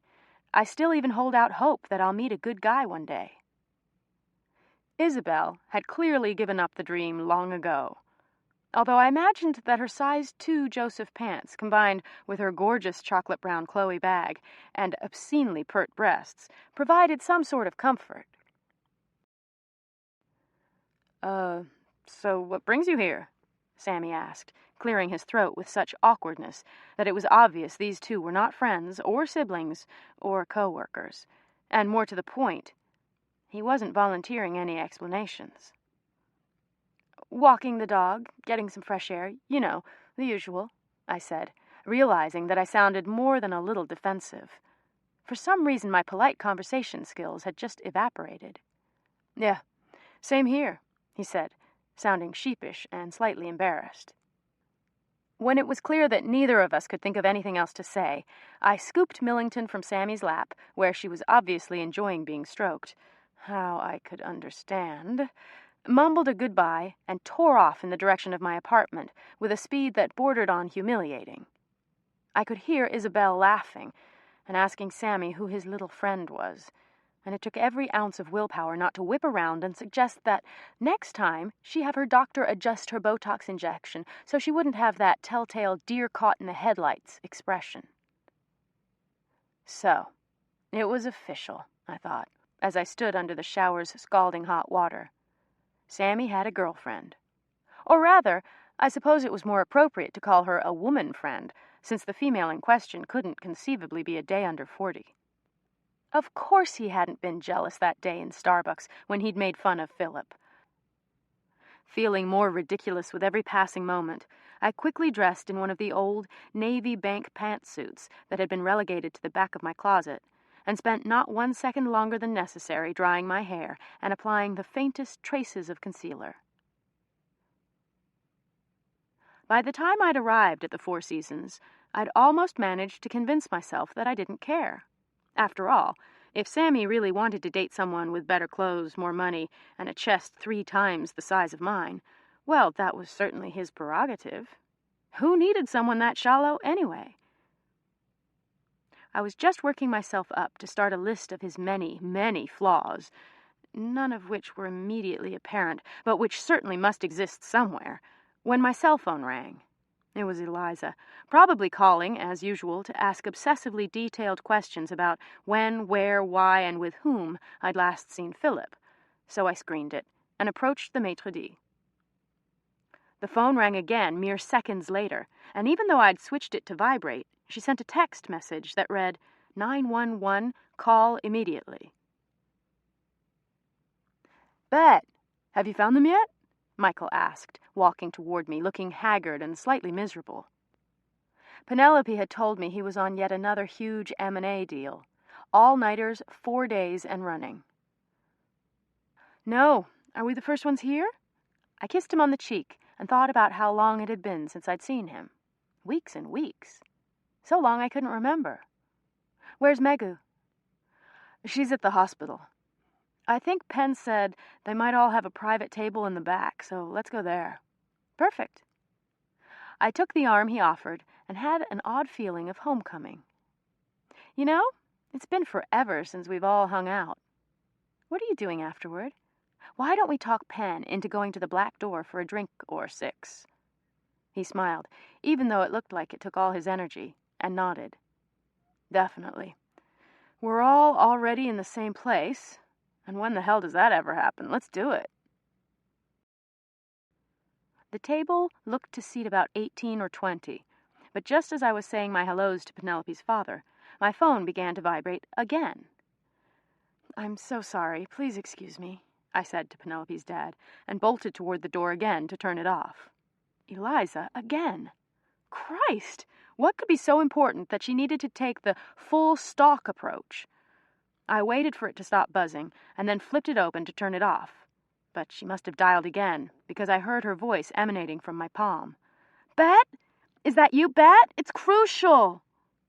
"Hey, listen, this really isn't a good time for me. I'm at my friend's. You've got to get down here right away. Kelly's freaking out because—" "Eliza, you didn't even let me finish.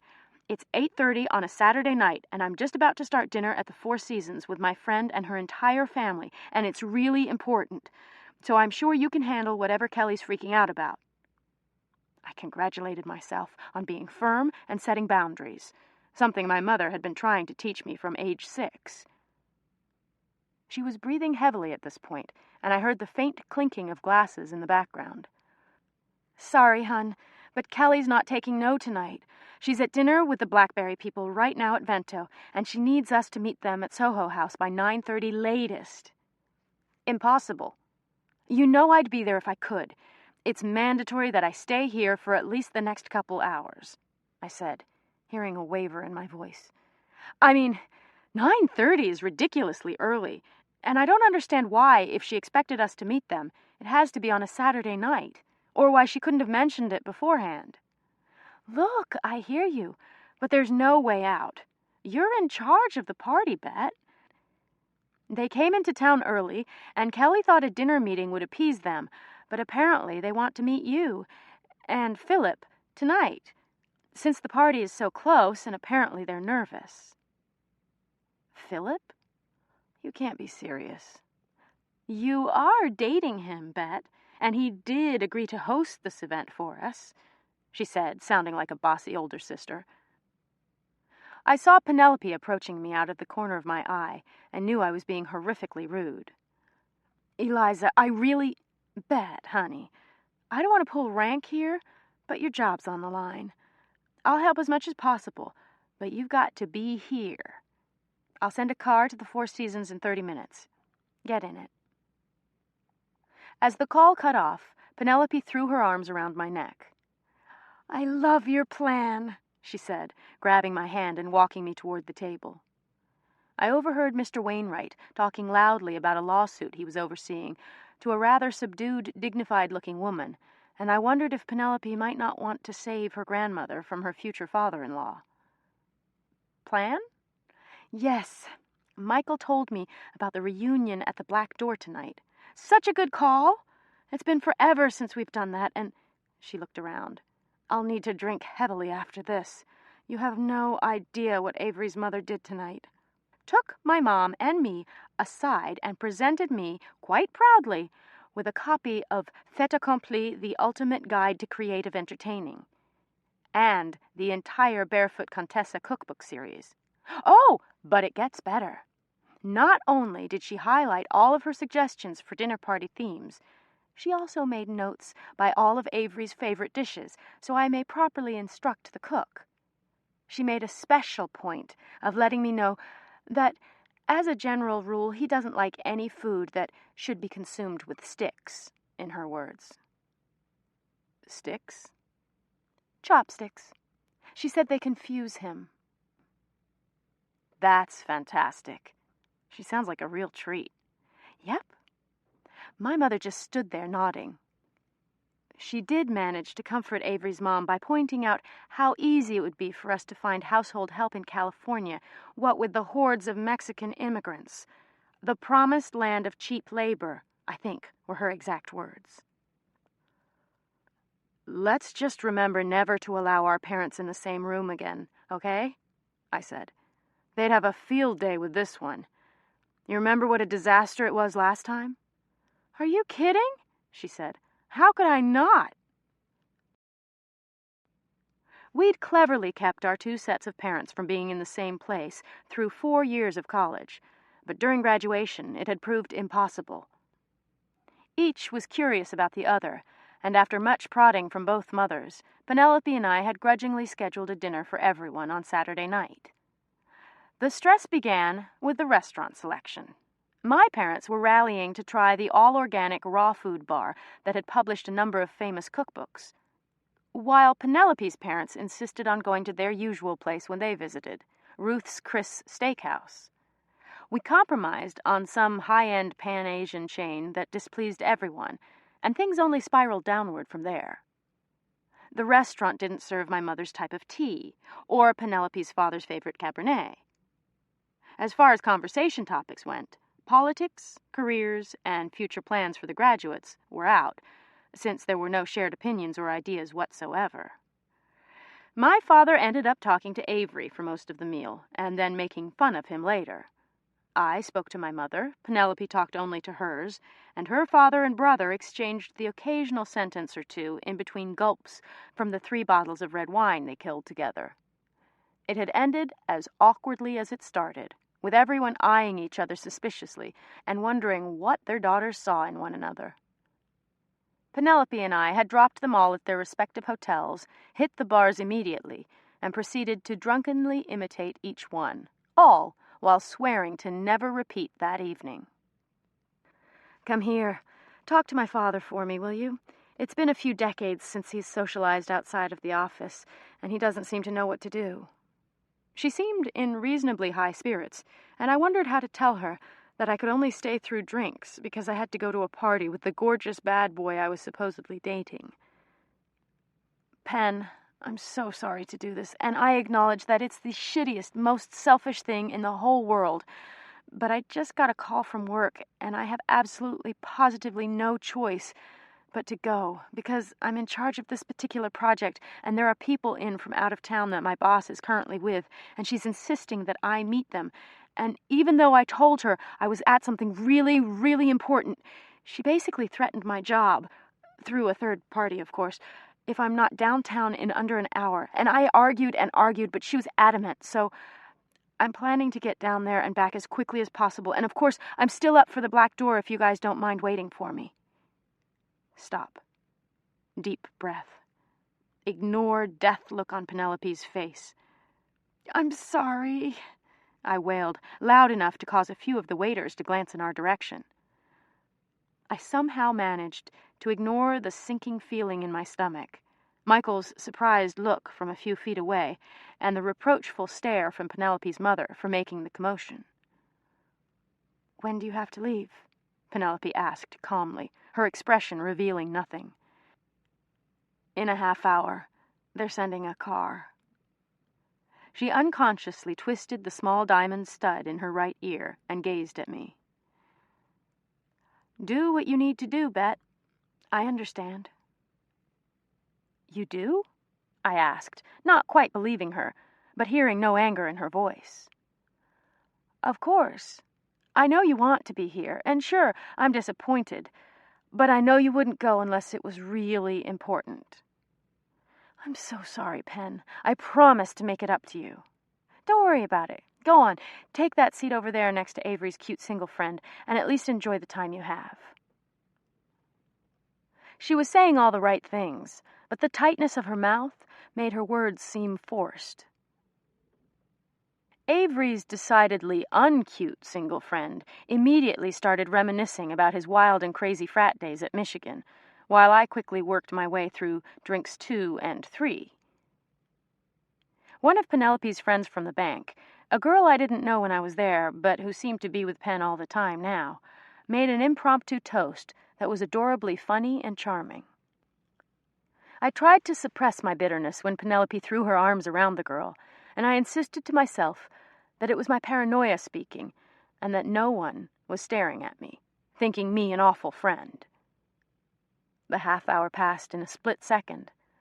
I thought it better to steal away than make a big production and explain myself to everyone, so I tried to catch Penelope's eye, but simply left when it seemed like she was deliberately avoiding me.